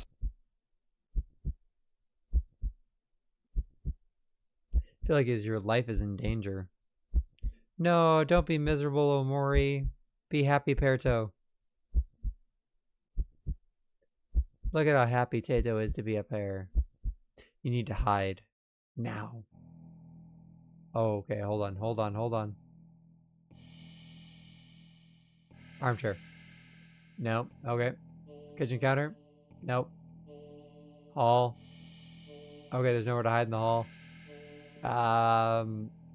Sit on the couch. Like hell, you're getting any closer to it. Stop messing around and find a place to hide. I guess hallway closet? Epiteto. Slip into the hallway closet. The door won't close because a heavy box is now blocking it after you squeeze inside. Try to move it further, the cat might hear it. That is, if it hasn't heard you already. This won't work, you need to hide somewhere else. Hurry.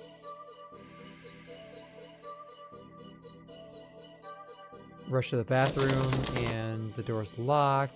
Freeze upon realizing how much noise you just made, jostling the doorknob and hold your breath. Listening. Silence coming from the living room feels heavier than before, more restless. If some miracle opened the door now, I would know exactly where you were. By the bedroom. Rush into the bedroom, carefully closing the door behind you. The only place to hide in your bedroom is your closet. We'll do another save real quick. Hide in the closet. Lock the door as quietly as you can before lunging into the closet and sliding the door shut. As soon as you secure yourself inside the closet, sudden shift throughout the entire apartment. As if something can sense that you're as ready as you'll ever be. As if it can sense that you're ready to be hunted. Horrible chill runs down your spine as you realize that's what this game has become. This isn't a simple game of hide and seek anymore. This is being hunted by a predator as prey. It never really mattered where you chose to hide, did it? As if in answer to your question, you hear a loud slam on the bedroom door. You just managed to hold back from making a startled noise at the sound. Heart rate kicks up again, making it feel hard to breathe quietly, hard to breathe in general. Tears fill your eyes as you cover your panting mouth with your shaking hands. It knows. It knows. Crying with your hands over your mouth, trying to smother the choked sounds leaking out of you. You slide down the wall at the back of your closet into a heap on the floor.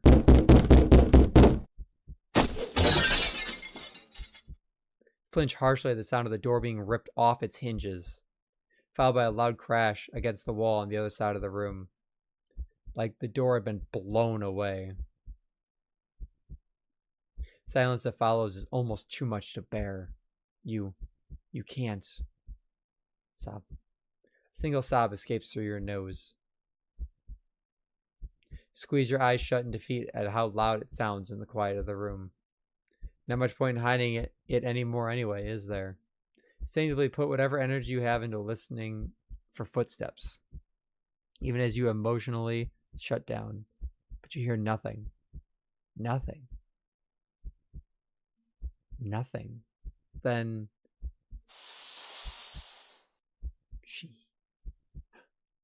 something slides open the closet door.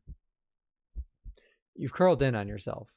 Knees up, back curved forward, head down, mouth covered. Eyes shut tight, so tight it hurts. You don't want to look. You don't want to look, but that's what it's waiting for. It won't end you without its final act of cruelty, making you look at it before it takes your life. So cruel. You just want this to be over. So you open your eyes.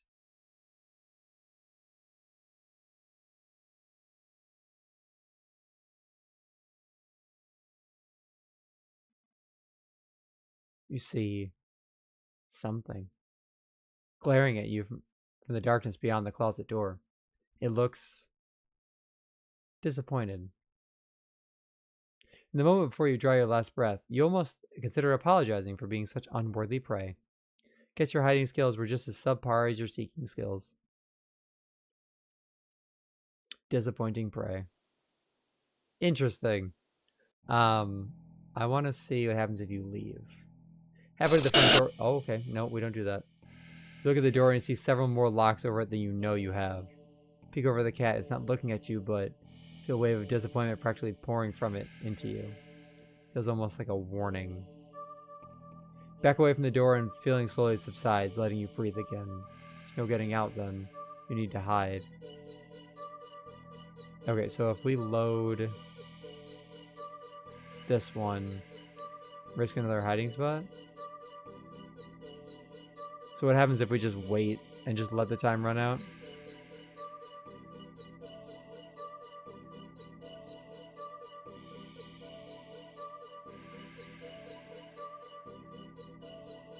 Yeah, I don't think we're gonna be able to get all of the other achievements or endings, but we'll see. Because I think this is the last in this section. I don't know where we go from here.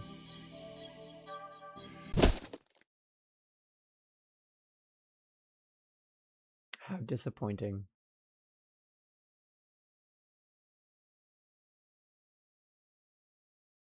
You failed. Try again? No. Okay, so I think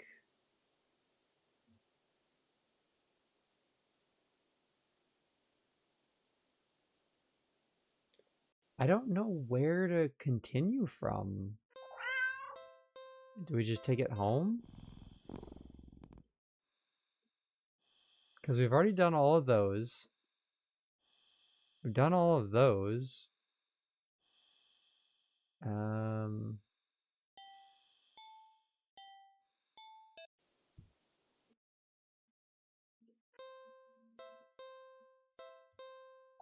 Not take it home. Okay, not that. We've done all of this.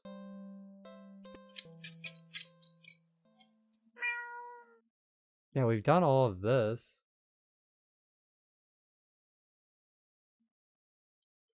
I actually don't know if there's like secrets. Let's see, help. Assistive self-voicing. Wow, I didn't know that.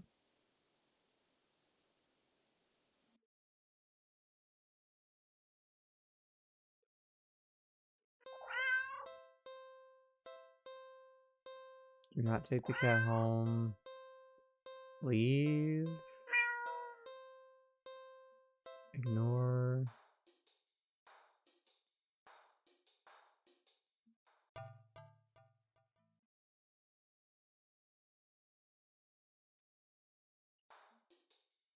What happens if we go back? Oh, does that just always loop? We've seen this.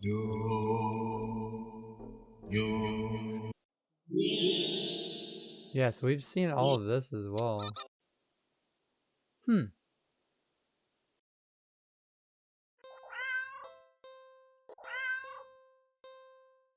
I think we play with the cat. Oh, hold on. You search around. There's really nothing in the alley that looks interesting enough for the cat to play with. So maybe... How about a game? Decide to play a game you've known since childhood. Red light, green light. A classic. Teaching cat how to play might be a bit of a challenge, but you get the feeling the feline's natural hunting instincts will help it get along. You walk to the entrance of the alley, the cat meowing at you. Don't worry, I'm not going anywhere. Exaggerate your movements, covering your eyes with your hands, and turn around. 1, 2, 3. Red light. You spin around. Cat hasn't left the box, tilting his head at you in a curious confusion. Keep playing. Try again. This time you go a bit slower. 1, 2, 3. Red light. Turn around this time. The cat is out of the box. Cat freezes under your stare as if it thinks you can't see it if it doesn't move. So cute. Satisfied the cat is getting the hang of the game, you turn again, speeding it back up. 1, 2, 3. Red light. Turn around. The cat is a few steps away from the box now, peeking out from behind a dumpster. Its eyes trained rather intensely on you. Well, at least it's having fun. Turn again. You see a sudden chill run down your spine. Feels silly. You can't help counting just a little faster this time. 1, 2, 3. Red light. Whirling around after saying red light, you look at the cat. It's halfway down the alley, closer to you now, but it's as if the perspective of what you're seeing is off somehow. Does the cat look a little bigger? Pupils are thin slits now. Something's not right. Cat meows at you again, but it sounds much deeper than earlier. It's crouched down as if poised to lunge forward. Your breath shudders as a little as your heart starts to race. Your foot instinctively shifts back. Oh, hi. You freeze immediately. Cat looks impatient. It wants to keep playing, but you gulp and turn around, swiftly counting and turning again as you gasp out. 1, 2, 3, red light. Crash. The ground shakes as you whirl back around. Find yourself staring at a long surface of black fur. You slowly look up and up and up. Oh, giant shadowy figure leering down from its position hunched over you.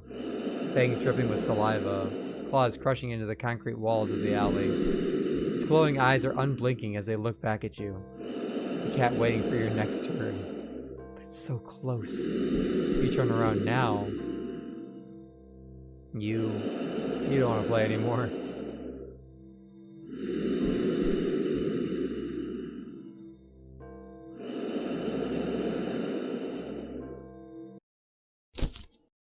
Well, running was a bad idea. You don't even finish turning around before the claws grip your torso, digging in and piercing the soft flesh of your stomach with ease. As you're lifted into the drooling, gaping jaws above you, you can't help but think there must have been another way out of this. Pointless regrets are pretty typical for you, aren't they? Fear quitter.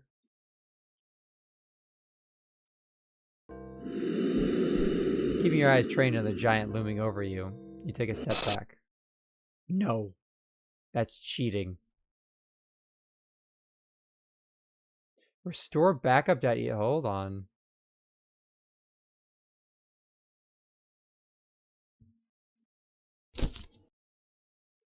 Alright, so that's the same. What is this?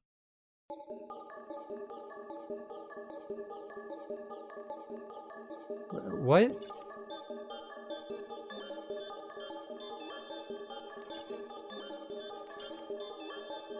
Oh, is it back up?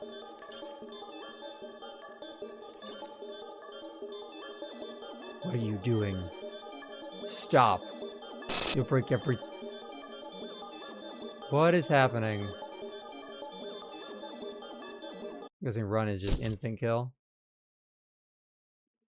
Yeah. Cat stares as you keep eye contact and back up. You step back, and it's breaking.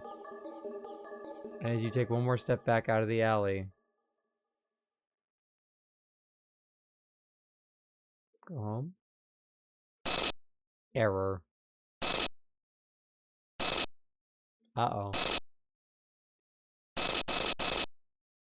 We broke it.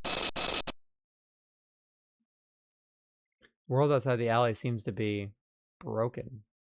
What exactly did you do? Error found. Interesting. Alright, so we did all of those. Let's go back here. Not this. No, we're good with that. We actually just need to go here. You and I break games. So we do not. And then we play. Check pockets. Alright, we don't want to use the string. In your right pocket.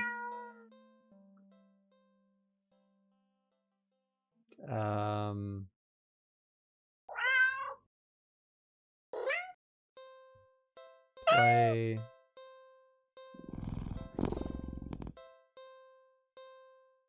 Buy a toy? To be in the alley all alone for who knows how long, you personally just think your furry friend deserves something special.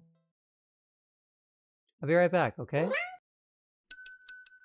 Quickly leave the alley and rush into the nearby pet store. You browse through all the different toys for cats. So many to choose from, plush and bright in color and scented with catnip, but because most of the toys aren't meant for a cat to play with alone. You can't stay in the alley playing forever. You can't exactly afford to get another cat as a playmate. Another. That's it. You know exactly what to get now. After a quick and successful search of the store, you make your purchase and rush back into the alley, eager to show off your find. I'm back! Alley feels even gloomier after spending time in direct sunlight. Makes you feel that much prouder of your gift. You skip over to the cat and dig into the store's plastic bag. I've got something for you. Cat leans up, curious at the bag's contents. Pull out your gift to the cat. Oh, it's so cute. It's a small cat plushie. It's a light orange cream color with burnt sepia stripes, making it resemble a tabby. Synthetic fur is soft, but not unrealistically so. Large eyes are a pale green, more subdued than you would expect for a toy. There's no denying it's just a plushie, but the thoughtful details still make it almost uncanny to the real thing. It's got butthole mouth, which makes it perfect. Companion for the cat, and one you could actually afford. Win-win. That's not all. Give the plushie a little squeeze and... Meow! Oh my god. It's Mew Mew Kissy Cutie. Cat looks unimpressed. Well, you think it's cute. Guess your purchase wasn't so successful after all. Out of opinions and lower on cash, you awkwardly place the plushie in the box next to the cat. Get up to turn it and leave. A few steps away when you hear an electronic meow behind you. Meow! Huh? It's turned to see the plushie on the ground next to the box. The cat is watching you closely, staring.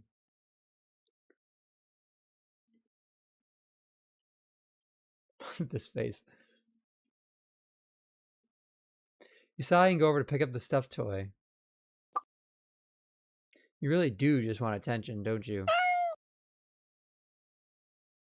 Hold up the cat doll, examining it a little.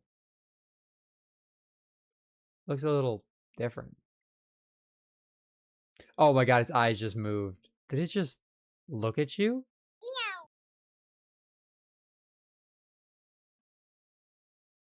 Demon.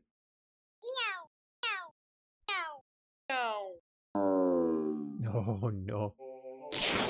Oh god. Chomp.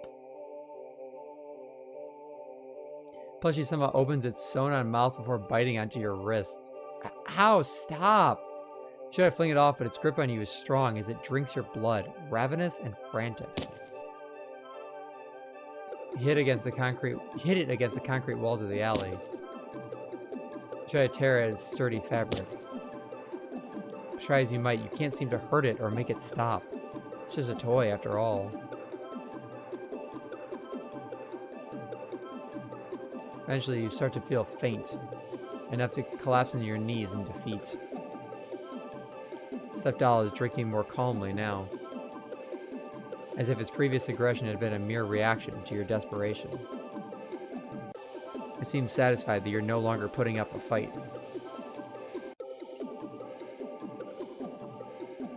You think you blacked out for a second, because though you're still sitting, the next time you're conscious, your eyes are closed. You feel so weak. You have to use all your strength just to pry open your eyes, and when you do, you see a kitten It's for a familiar orange cream with burnt sepia stripes. It's lapping at your wrist. The kitten lifts its head and looks at you with piercing, pale green eyes. Mew. It mews at you with a high, squeaky pitch. Mouth covered in blood. It'd be downright adorable if you weren't about to die from blood loss. Mine. The cat strolls into your line of vision and picks the kitten up. Gives you an indecipherable look before turning away. The cat carries the kitten back to the box and starts to carefully and dutifully clean it.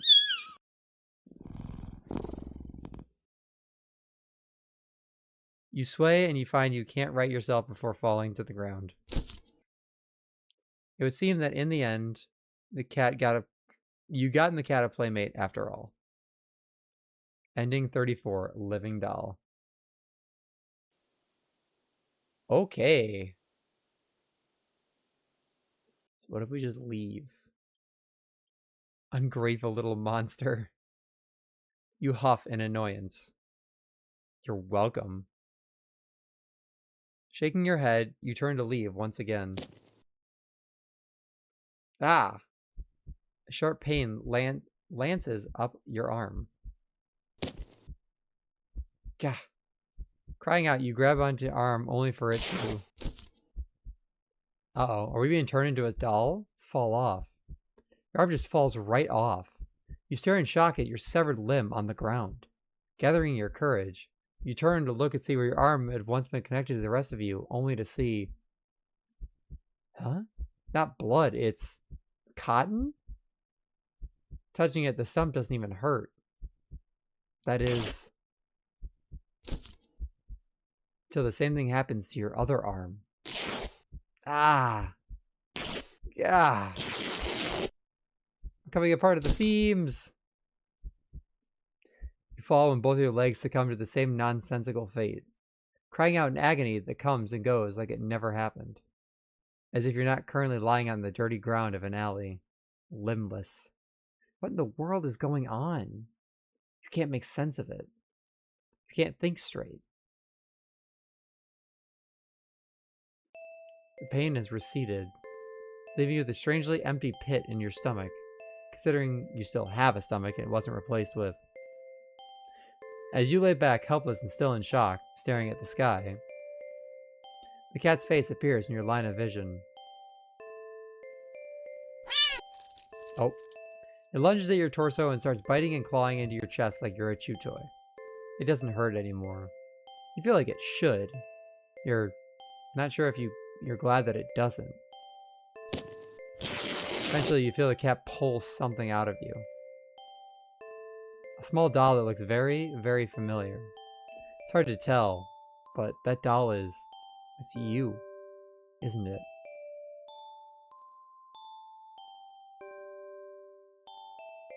The cat hops off of you and heads back to the box with its prize. At least you think so. Everything's too dark to tell. You wake up and find that you can't move an inch. You can't look around. You can't even breathe. Though none of the realization seems to be a problem. All you can see is the face of a familiar-looking cat curled around you, purring in its sleep. For some reason, this doesn't bother you. You're not sure why you feel like it should. You try to latch onto the thoughts in your head that feel like memories of another life, another time, another you. But the thoughts slip away like forgotten dreams.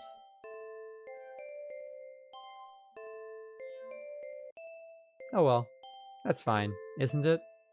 You're just a doll, after all. And a doll's role isn't to have silly thoughts or to remember unimportant things, but to be a companion.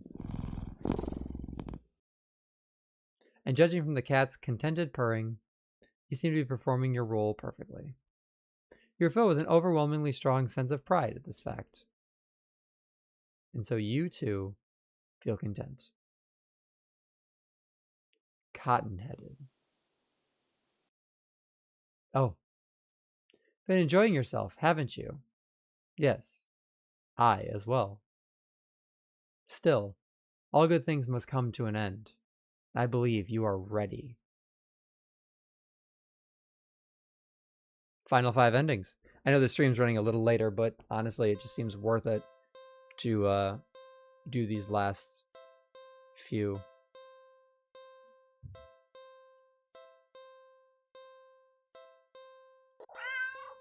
So there's this one, but there was another one. Was it Play with Cat? No, hold on.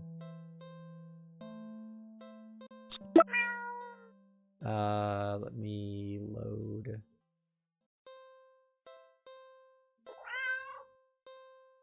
Was it Feed the Cat? Feed the Cat was Blood. I thought there was another one.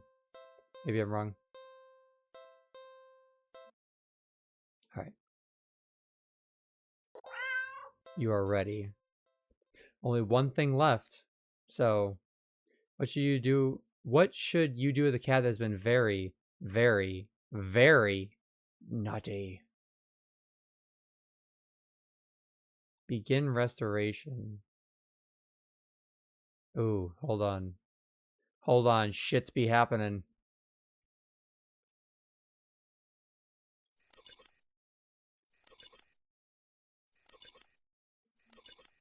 Is it kill it? Oh, it was. I got it on the first try. Nice. I'm actually going to save over this here. But I don't know if there's other things there. Kill cats.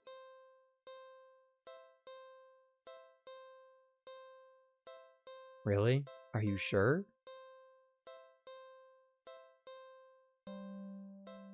Yes? Once you do this, won't be able to turn back. Hold on. I'm at 36 of 40.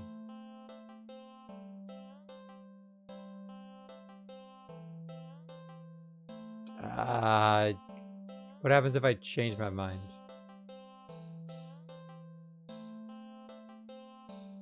Oh, you know, I think we have to.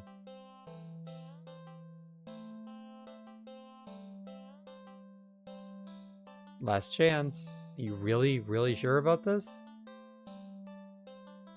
Take me back. I want us to play forever. It says this is the point of no return, though. I hope I'm not missing any endings. If I am, I'm so sorry. I want to try this. We will. Forever and ever. And ever. Okay, no.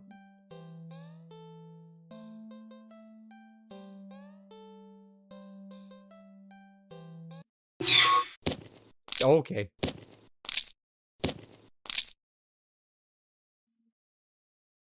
You kill the cat.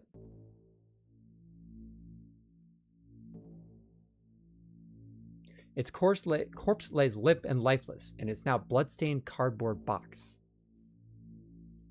What would you like to do?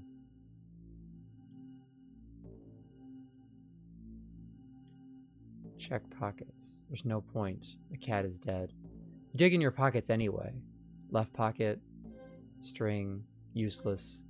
Right pocket, chocolate. You eat the chocolate.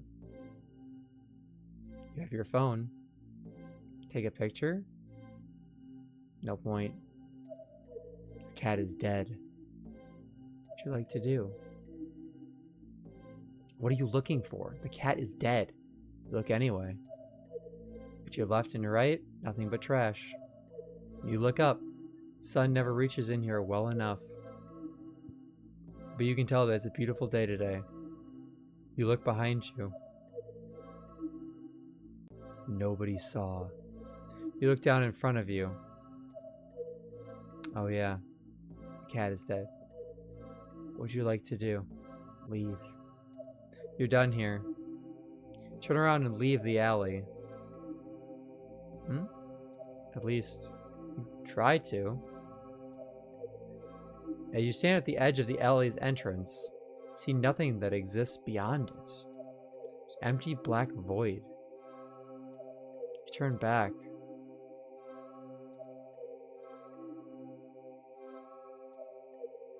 See that the back of the alley has also become shrouded in darkness.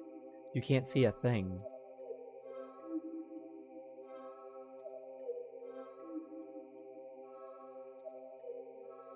There's nothing there. Okay, I really can't do much. With no other options, you step towards the darkness. Closer. And closer. And closer. Splash.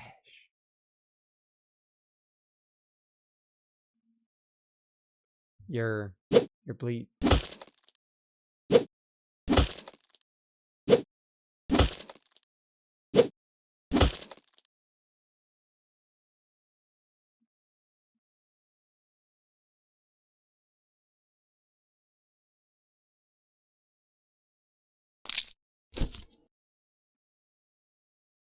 You collapse to your knees. The front of your body is slashed open, leaking blood and guts and organs down your torso and over your lap. Don't you know cats have 9 lives? Wait.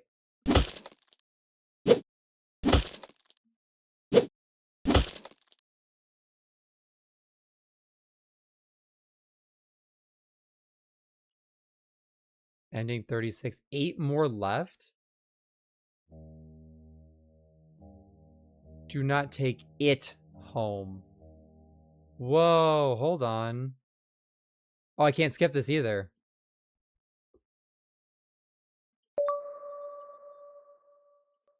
I never believed in unconditional love. Not even as young as I was in the day that changed my life forever. Still, I assumed that they would come the closest to granting it to me. It's what they always say, right? That a parent's love is unconditional. The wounds they'd inflicted on my skin and in my heart had long since scarred over the day they dealt the final blow. And all it took were 2 little words. Get out. The day they finally turned their backs on me, abandoned me, was the day it found me. It offered me an unfathomable kind of love. A love that could be limitless, endless, powerful, all-consuming. A love unmatched.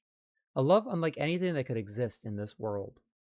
But there was one thing the love it offered could never be. Unconditional.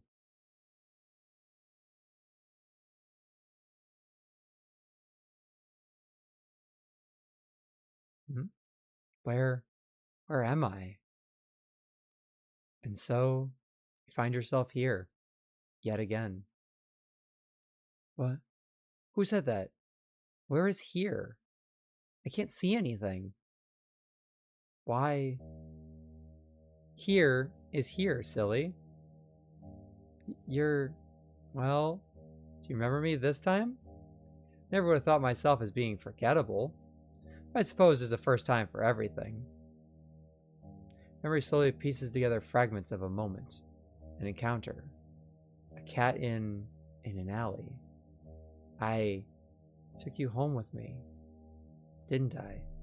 Correct. You were daydreaming so long you even had me worried. Can you imagine that? Here I am indulging a little playing with my prey, only for you to completely zone out on me.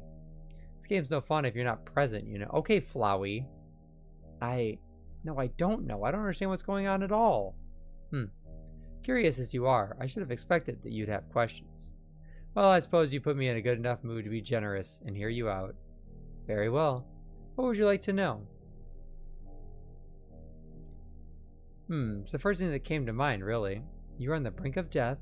Instead of watching your life flash before your eyes, you got stuck reliving the moment we met, subconsciously coming up with scenarios in which you managed to survive. Well, maybe you would have, but I couldn't resist messing with your imagination a little bit. You did just start ignoring me out of nowhere, after all. You know by now how much I love attention. Your little thought experiments were rather amusing. But, if I might say, you must have had a pretty dull life to forego indulging in precious memories of bygone days, in favor of daydreaming about a single encounter. Over and over and over again. I've heard of having regrets on one's deathbed, but this has been ridiculous. Ridiculously intriguing, that is. Or perhaps rather than regrets, I was what you found intriguing? Am I still dreaming? You're lucid, I'd say, since you finally remembered me and all. Seems you're finally ready to end this farce, assuming it has been. What would you like to know? Inside your head, silly. The real versions of ourselves are halted in time back in your reality. I doubt much time has actually passed. These things tend to happen in the blink of an eye, after all.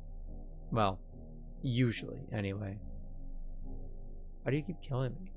Oh, don't be so dramatic. I don't keep killing you. I haven't even killed you once yet. Those are just thoughts and ideas floating around in your head that I admittedly had a little fun with. Can you blame me? I would have gotten bored just waiting for you to wake up. You made me kill you in the end. Yes, I suppose I was curious to see if you actually would. You certainly didn't hold back. You must have been quite angry with me. It's fine though. You know what they say about curiosity, yes? It was my own choice. And besides, I got you back, didn't I? But what do you mean? I've been talking to you all along. Intriguing as your imagination is, it would have run wild without my help. I was guiding you the whole time. Did you hear me in your thoughts? Like this? You're a cat. I'm quite powerful, yes, but also not so much. What does that mean? Besides, what makes you so sure I'm a cat? My appearance. I doubt I resemble any cat you've seen before, right?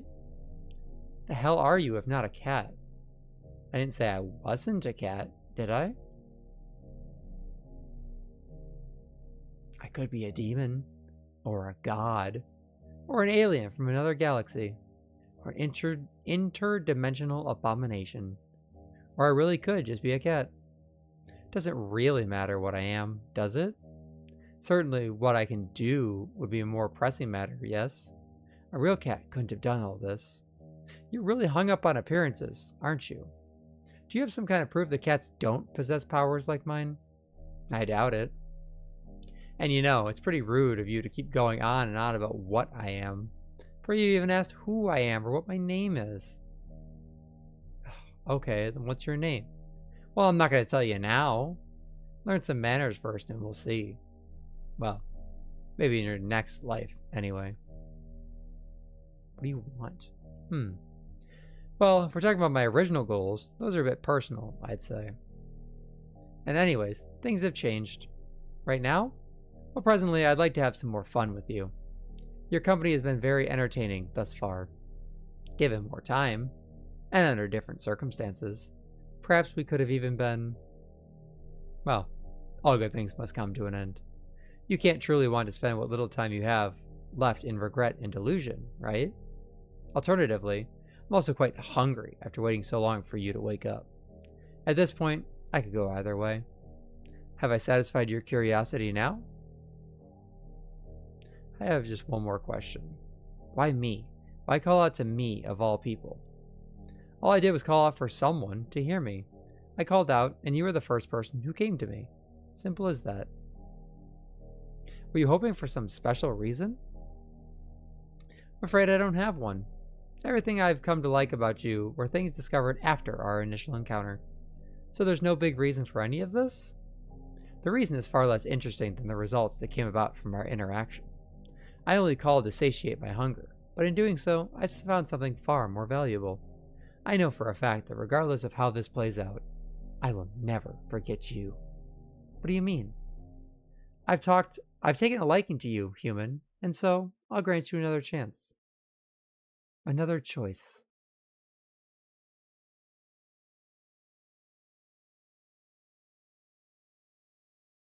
Oh, we're back at the beginning. This place is... You remember this place. Being chased, being hunted, being afraid. So afraid. The fear that so attracted me to you. That instinctive desperation to survive. I craved it all. To have the origin of those delectable emotions. You are already mine. But I will still permit you the chance to accept the reality of your fate. Human, join me or perish.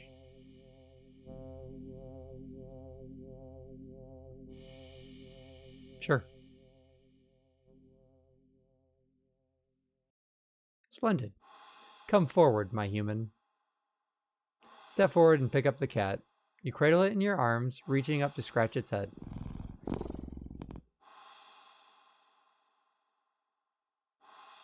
Suddenly, what? You start to feel sleepy. The sudden wave of fatigue doesn't cause you to sway on your feet or stumble at all. What's happened? Shh. Don't worry. You no longer need to worry about anything anymore. Just sleep and dream those sweet, sweet dreams from me.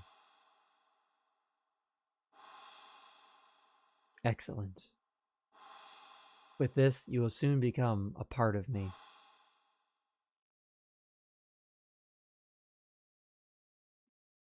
Ending 37 forever. So wait, there's 2 more endings left. I'd rather die? I see, and there's nothing left to say.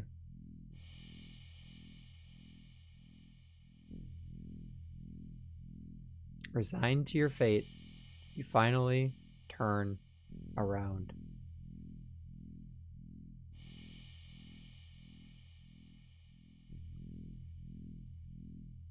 It's enormous, shapeless, billowing like thick smoke in the wind. The shadow-like entity towers above you, so high it looks like the sky poured it down to earth. It's still pouring it even. It's unfathomable that your tiny world is even able to stand under the weight of the reality of such a being's existence, and that you and your fragile mind haven't fallen to ruin as well.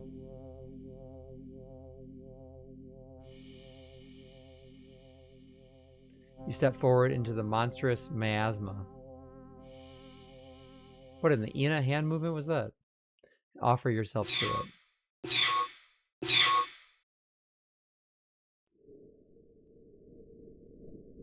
Darkness. Surrounded by pure and absolute darkness, you are very suddenly hit with the feeling like you've stepped into an unbearably, impossibly crowded space. Your ears even start to ring with the sensation of countless conversations. Words, whispers, screams. All overlapping. But you don't actually see or hear anyone or anything. You're alone. Even as your senses lie to you, try to make you think otherwise. You're more alone than you've ever been. Lies. Lies, lies. Listen. Listen, please. Is someone really... I can't see you. Where are you? Nothing. Nothing left to see. Only here. Hear us. Listen, please. Are you all trapped too in this place? No place. Us, all you see, hear, feel, is us. Us and it. We are victims, prey, like you. We are many, beyond counting. Our bodies gone with time. Wills left behind. Us. Us. We became what you see. This place is us. Need you. Need your help. Help. But what can I do? It too greedy. Make mistake. Ate too many. We are many. Now strong. We are strong. Made it strong, but make mistake. Mistake, error, flaw. Weakness. Then why not escape yourselves? Too long here. Too long. One. We are one with it. Bodies lost. Minds. Wills. Us. All corrupted. No body. Can't escape. You too. You. We. It. One. All of us are all now one. But you, new, fresh, body,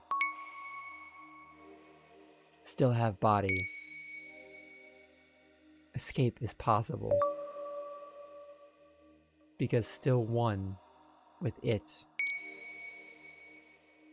Even just you, if escape. With mind, with body. It would unravel. Lose power, lose strength, lose us. Us, set free, forever, finally, escape, help. How do I do that? Remember, it lies, hidden in truths, lies, lies. Escape, push forward, it lies. Persist, persist, persist.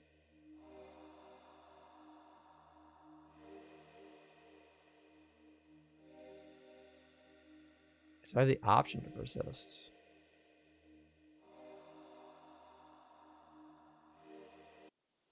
You ignore their words. Deep down, you know there's no way someone like you could win against something like it. The cat, trying to be pointless. A pointless effort. The hopes of those words, their wills, it would all be wasted on you. So, you accept your fate and choose to perish.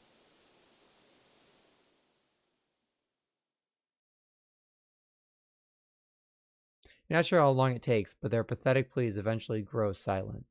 You almost wish they would simply turn to insult and threats. Their endless silence, it bears the weight of your guilt and shame. Long after your body fades away, it becomes one with me. Ending, question mark, perish the thought. No, this is another daydream, isn't it? You're lucid again? In here? But how did you... Well, when you've been dreaming about the same day over and over, you kind of start to notice the patterns. Listen, I'm nothing special. I don't really have any friends. I don't like crowds or going out most of the time. And more often than not, I'm alone. Even in my home. One bedroom, one bathroom, and one me living alone inside of it. It'd be pretty easy to say I don't have much to lose. My life is admittedly pretty boring. But it is my life. And if this is my dream, then you're not calling the shots anymore. I don't think you understand what's going on here. No, you're the one who isn't getting it. You called me. You're the one who needs me. Whether it's to eat me or kill me or make me yours forever, it doesn't matter. I'm done here. I'm going home. You forget yourself, human. You ungrateful little creature. I gave you my patience, my attention, my love, and you think you could just leave? I didn't have to, you know. I could have just eaten you whenever I liked, but instead, I gave you time to understand, time to accept what was happening. I gave you a choice. You, an unremarkable little nothing of an existence whom no one would even notice was missing if I'd just taken you as I pleased, dreaming away about endless possibilities. Never having to worry about permanent consequences ever again, about choosing wrong. A little world all inside your own head. I offered it all to you. I gave you the choice to join me and have it all. And you refused. You said you'd rather die, didn't you? And yet here you are trying to go back on your choices. Only to continue to reject me. To reject my love. So foolish. So ungrateful. Just like the others, you don't even know what you want. Another bundle of contradictions. You wish for solitude, yet you fear being left alone. You fear being forgotten, undesired, unloved. Yet, even though I love you and desire you, even though I promise to never forget you, even though I am the only one willing to never leave you, you still reject me. Stupid little child. I'm done waiting. You do not get a second chance. You made your choice, and you will accept the consequences of that choice. You are going to stay here with the rest of those ingrates. Forever. Haven't you heard of changing your mind? Sure, a thing doesn't erase your original decision. It's been permanently etched into reality. Do you think yourself so important that you are above facing the truth of that reality? No, but that doesn't mean I can't do my best to make things right. I'm still here, aren't I? That means I can always make more choices, better choices. You gave yourself to me. You are already a part of me. This might be your pathetic little delusion, but don't forget I'm the one in control here, human. Oh yeah, that's right. Those twisted choices in my dreams were all you, weren't they? We help. Help. Running enddream.exe. What's... Persist! What are you doing, you useless traitors? Stop. I think it's about time I started making my own choices.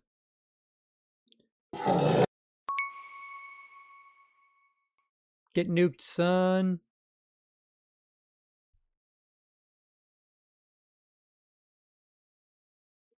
I'm back in the alley.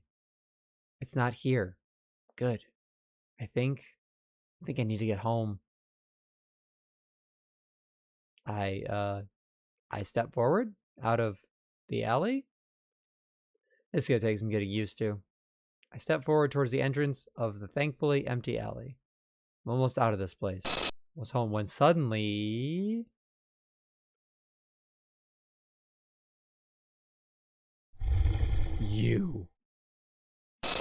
You're not going anywhere. Go back. Go right. Go home. It overrode my choice. Where the hell do I go? Movie. Anywhere over here? Left. Right. Left. Right. A dead end. Go right. Left. Am I supposed to go back? Get back here. Carnival. This is actually kind of cool.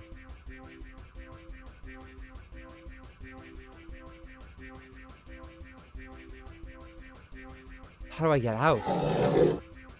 No escape.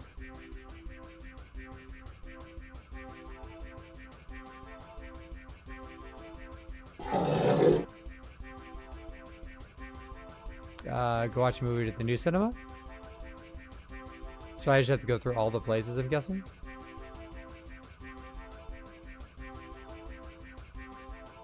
I have a feeling I'm gonna mess this up. Damn it, where do I... Go back. Go left. Go right. Doggo Park.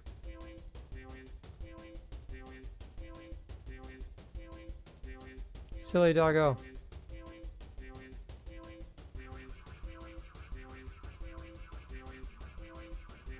It's hard to see with some of the backgrounds.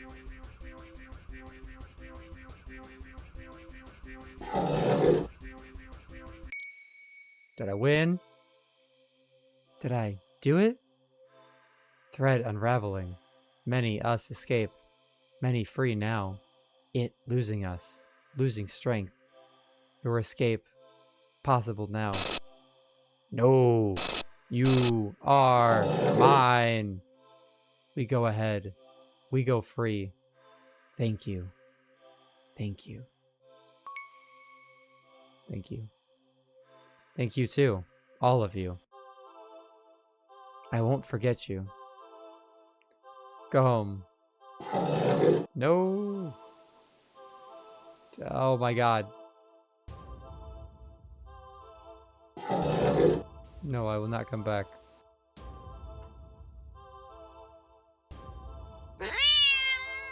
Told you meow at me, you son of a bitch.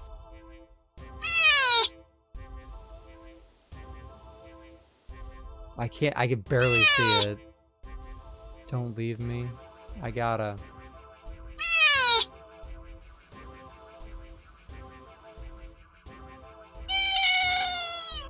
I'll die.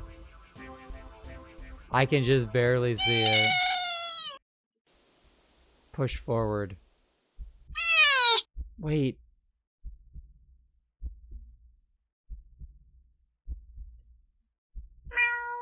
Wait.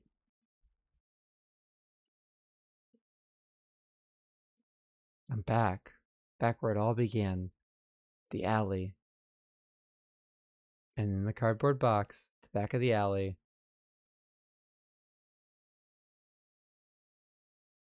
There you are. Look nothing like the impossibly cute cat I met. Well, that felt like a lifetime ago. After escaping and releasing the wills of all your victims, all that's left now is an inky black blob seething up at me. The endless hatred pouring out of your singular eye doesn't scare me at all. Do not take this cat home. Don't leave. You're mine. No, I'm not. You took them away. They were mine. And now they're gone. You took them away. You took everything from me. They weren't yours either. Alone. You never had to be. If you were lonely, you could have just been their friend. But you didn't want friendship. They left because you tricked them, kidnapped them, hurt them. You stole their lives, their time, never to get any of it back. You brought this on yourself. Do not take this cat home. You are perfect. I'm not. You are. Don't need the others. Just need you. Stay with me. I won't. I'd give you anything. Could be everything for you. No, you can't. You couldn't even before. You definitely can't now. And even if you could give me everything I ever wanted and more, I'd still never stay. Do not take this cat home. I love you. No, I do. So much. I love you. I love you. I love you. I love you. Stop. Maybe you do love me in some strange, screwed up way I'll never understand. But even if that's the case, it's not enough. Please, don't go. I'll be good. I don't believe you. I promise. This is sound like a really toxic ex type situation. I can't trust you. I promise. Just don't leave. Don't leave me alone. Please. I'll die. I'll die without you. Do not take this cat home. It says it in the title of the video.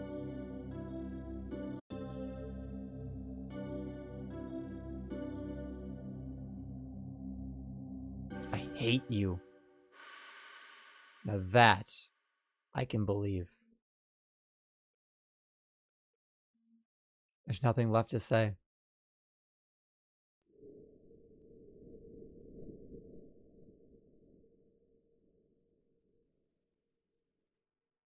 I watch in silence as the cat, as it fades away into nothing.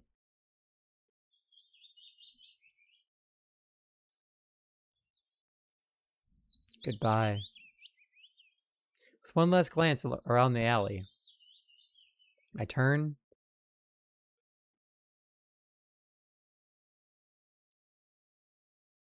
and leave. Ending 38. Do not take this cat home.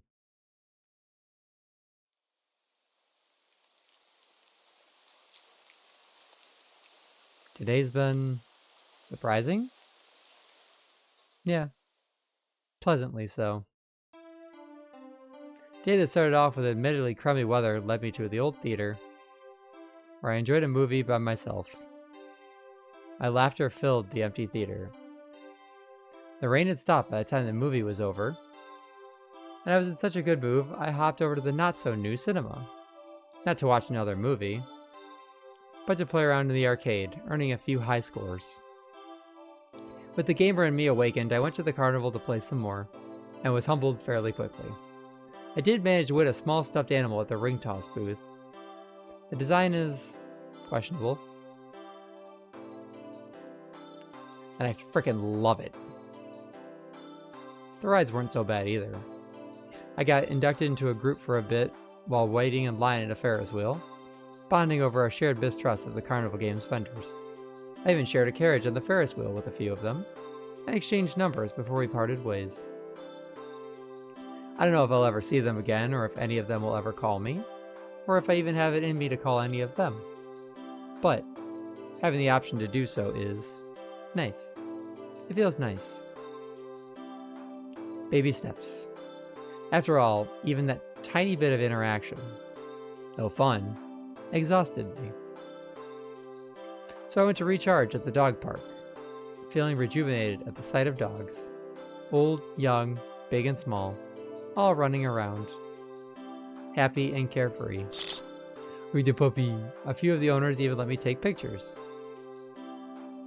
Yeah, today was a good day. I don't think about the cat, or it, I guess, all that much these days. It was hard at first. In the immediate days and weeks that followed, what happened to me was all I could think about. There were days I blamed myself, days I questioned my choices. I went back to the alley more times than I want to admit. A feeling always went through me at the sight of that empty cardboard box. It was so indescribable, so overwhelming. I'd sometimes break down and cry right where I stood. It took a while, but eventually that strange emotion became clearer and clearer, till I had the courage to recognize it for what it was. Relief.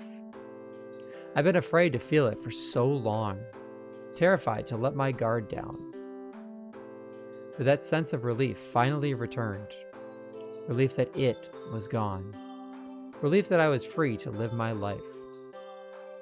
However simply or extraordinarily I wished. The ones it had imprisoned, I never heard their voices again either. But that's for the best. Living here and now, never forgetting what they did for me, and what I did for them too. For now, I think that's enough. At least, I hope so. And that wherever they are, they're finally at peace. I'm fighting for my own peace, too.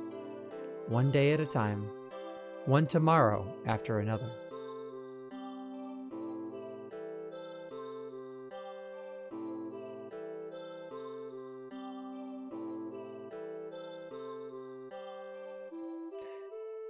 Just for a moment, think about the entirety of this story, especially the ending, from the perspective not of a lonely person with a cat, but of a person with an abusive partner.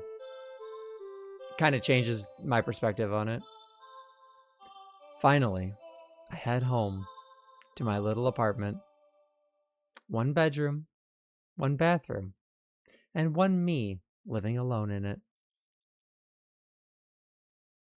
Well, almost, anyway. I'm home, baby.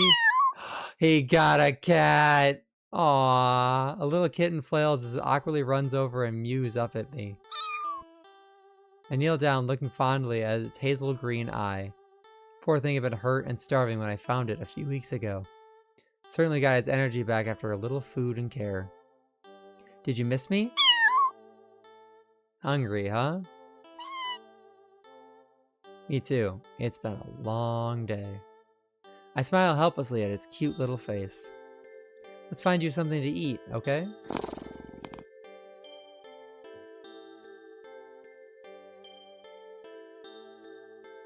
I guess there is one more thing living in my home. And, at least for now, I wouldn't have it any other way. Ending NA, another day. And that's the game! I really liked that! That was cute, it was a little spooky. Lots of fun, though. Can I skip the credits? Let's see. Thank you for playing. You are welcome. That's all of them. Ending 40 of 40.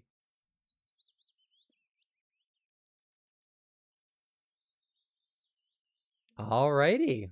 Hell yeah. So that was Do Not Take the Cat Home, or Do Not Take It Home. That was a ton of fun. I'm glad we went through and did all of it. I'm not going to rate anybody since this was such a late stream, but I will be back on Thursday for some more fun games. And I hope you guys had fun with this one. I like these little games. There's gonna be a lot more of these coming. So get excited for that. Other than that, I hope you all have a great rest of your night. Thanks for hanging out with me tonight. And yeah, I will see you Thursday. Bye-bye.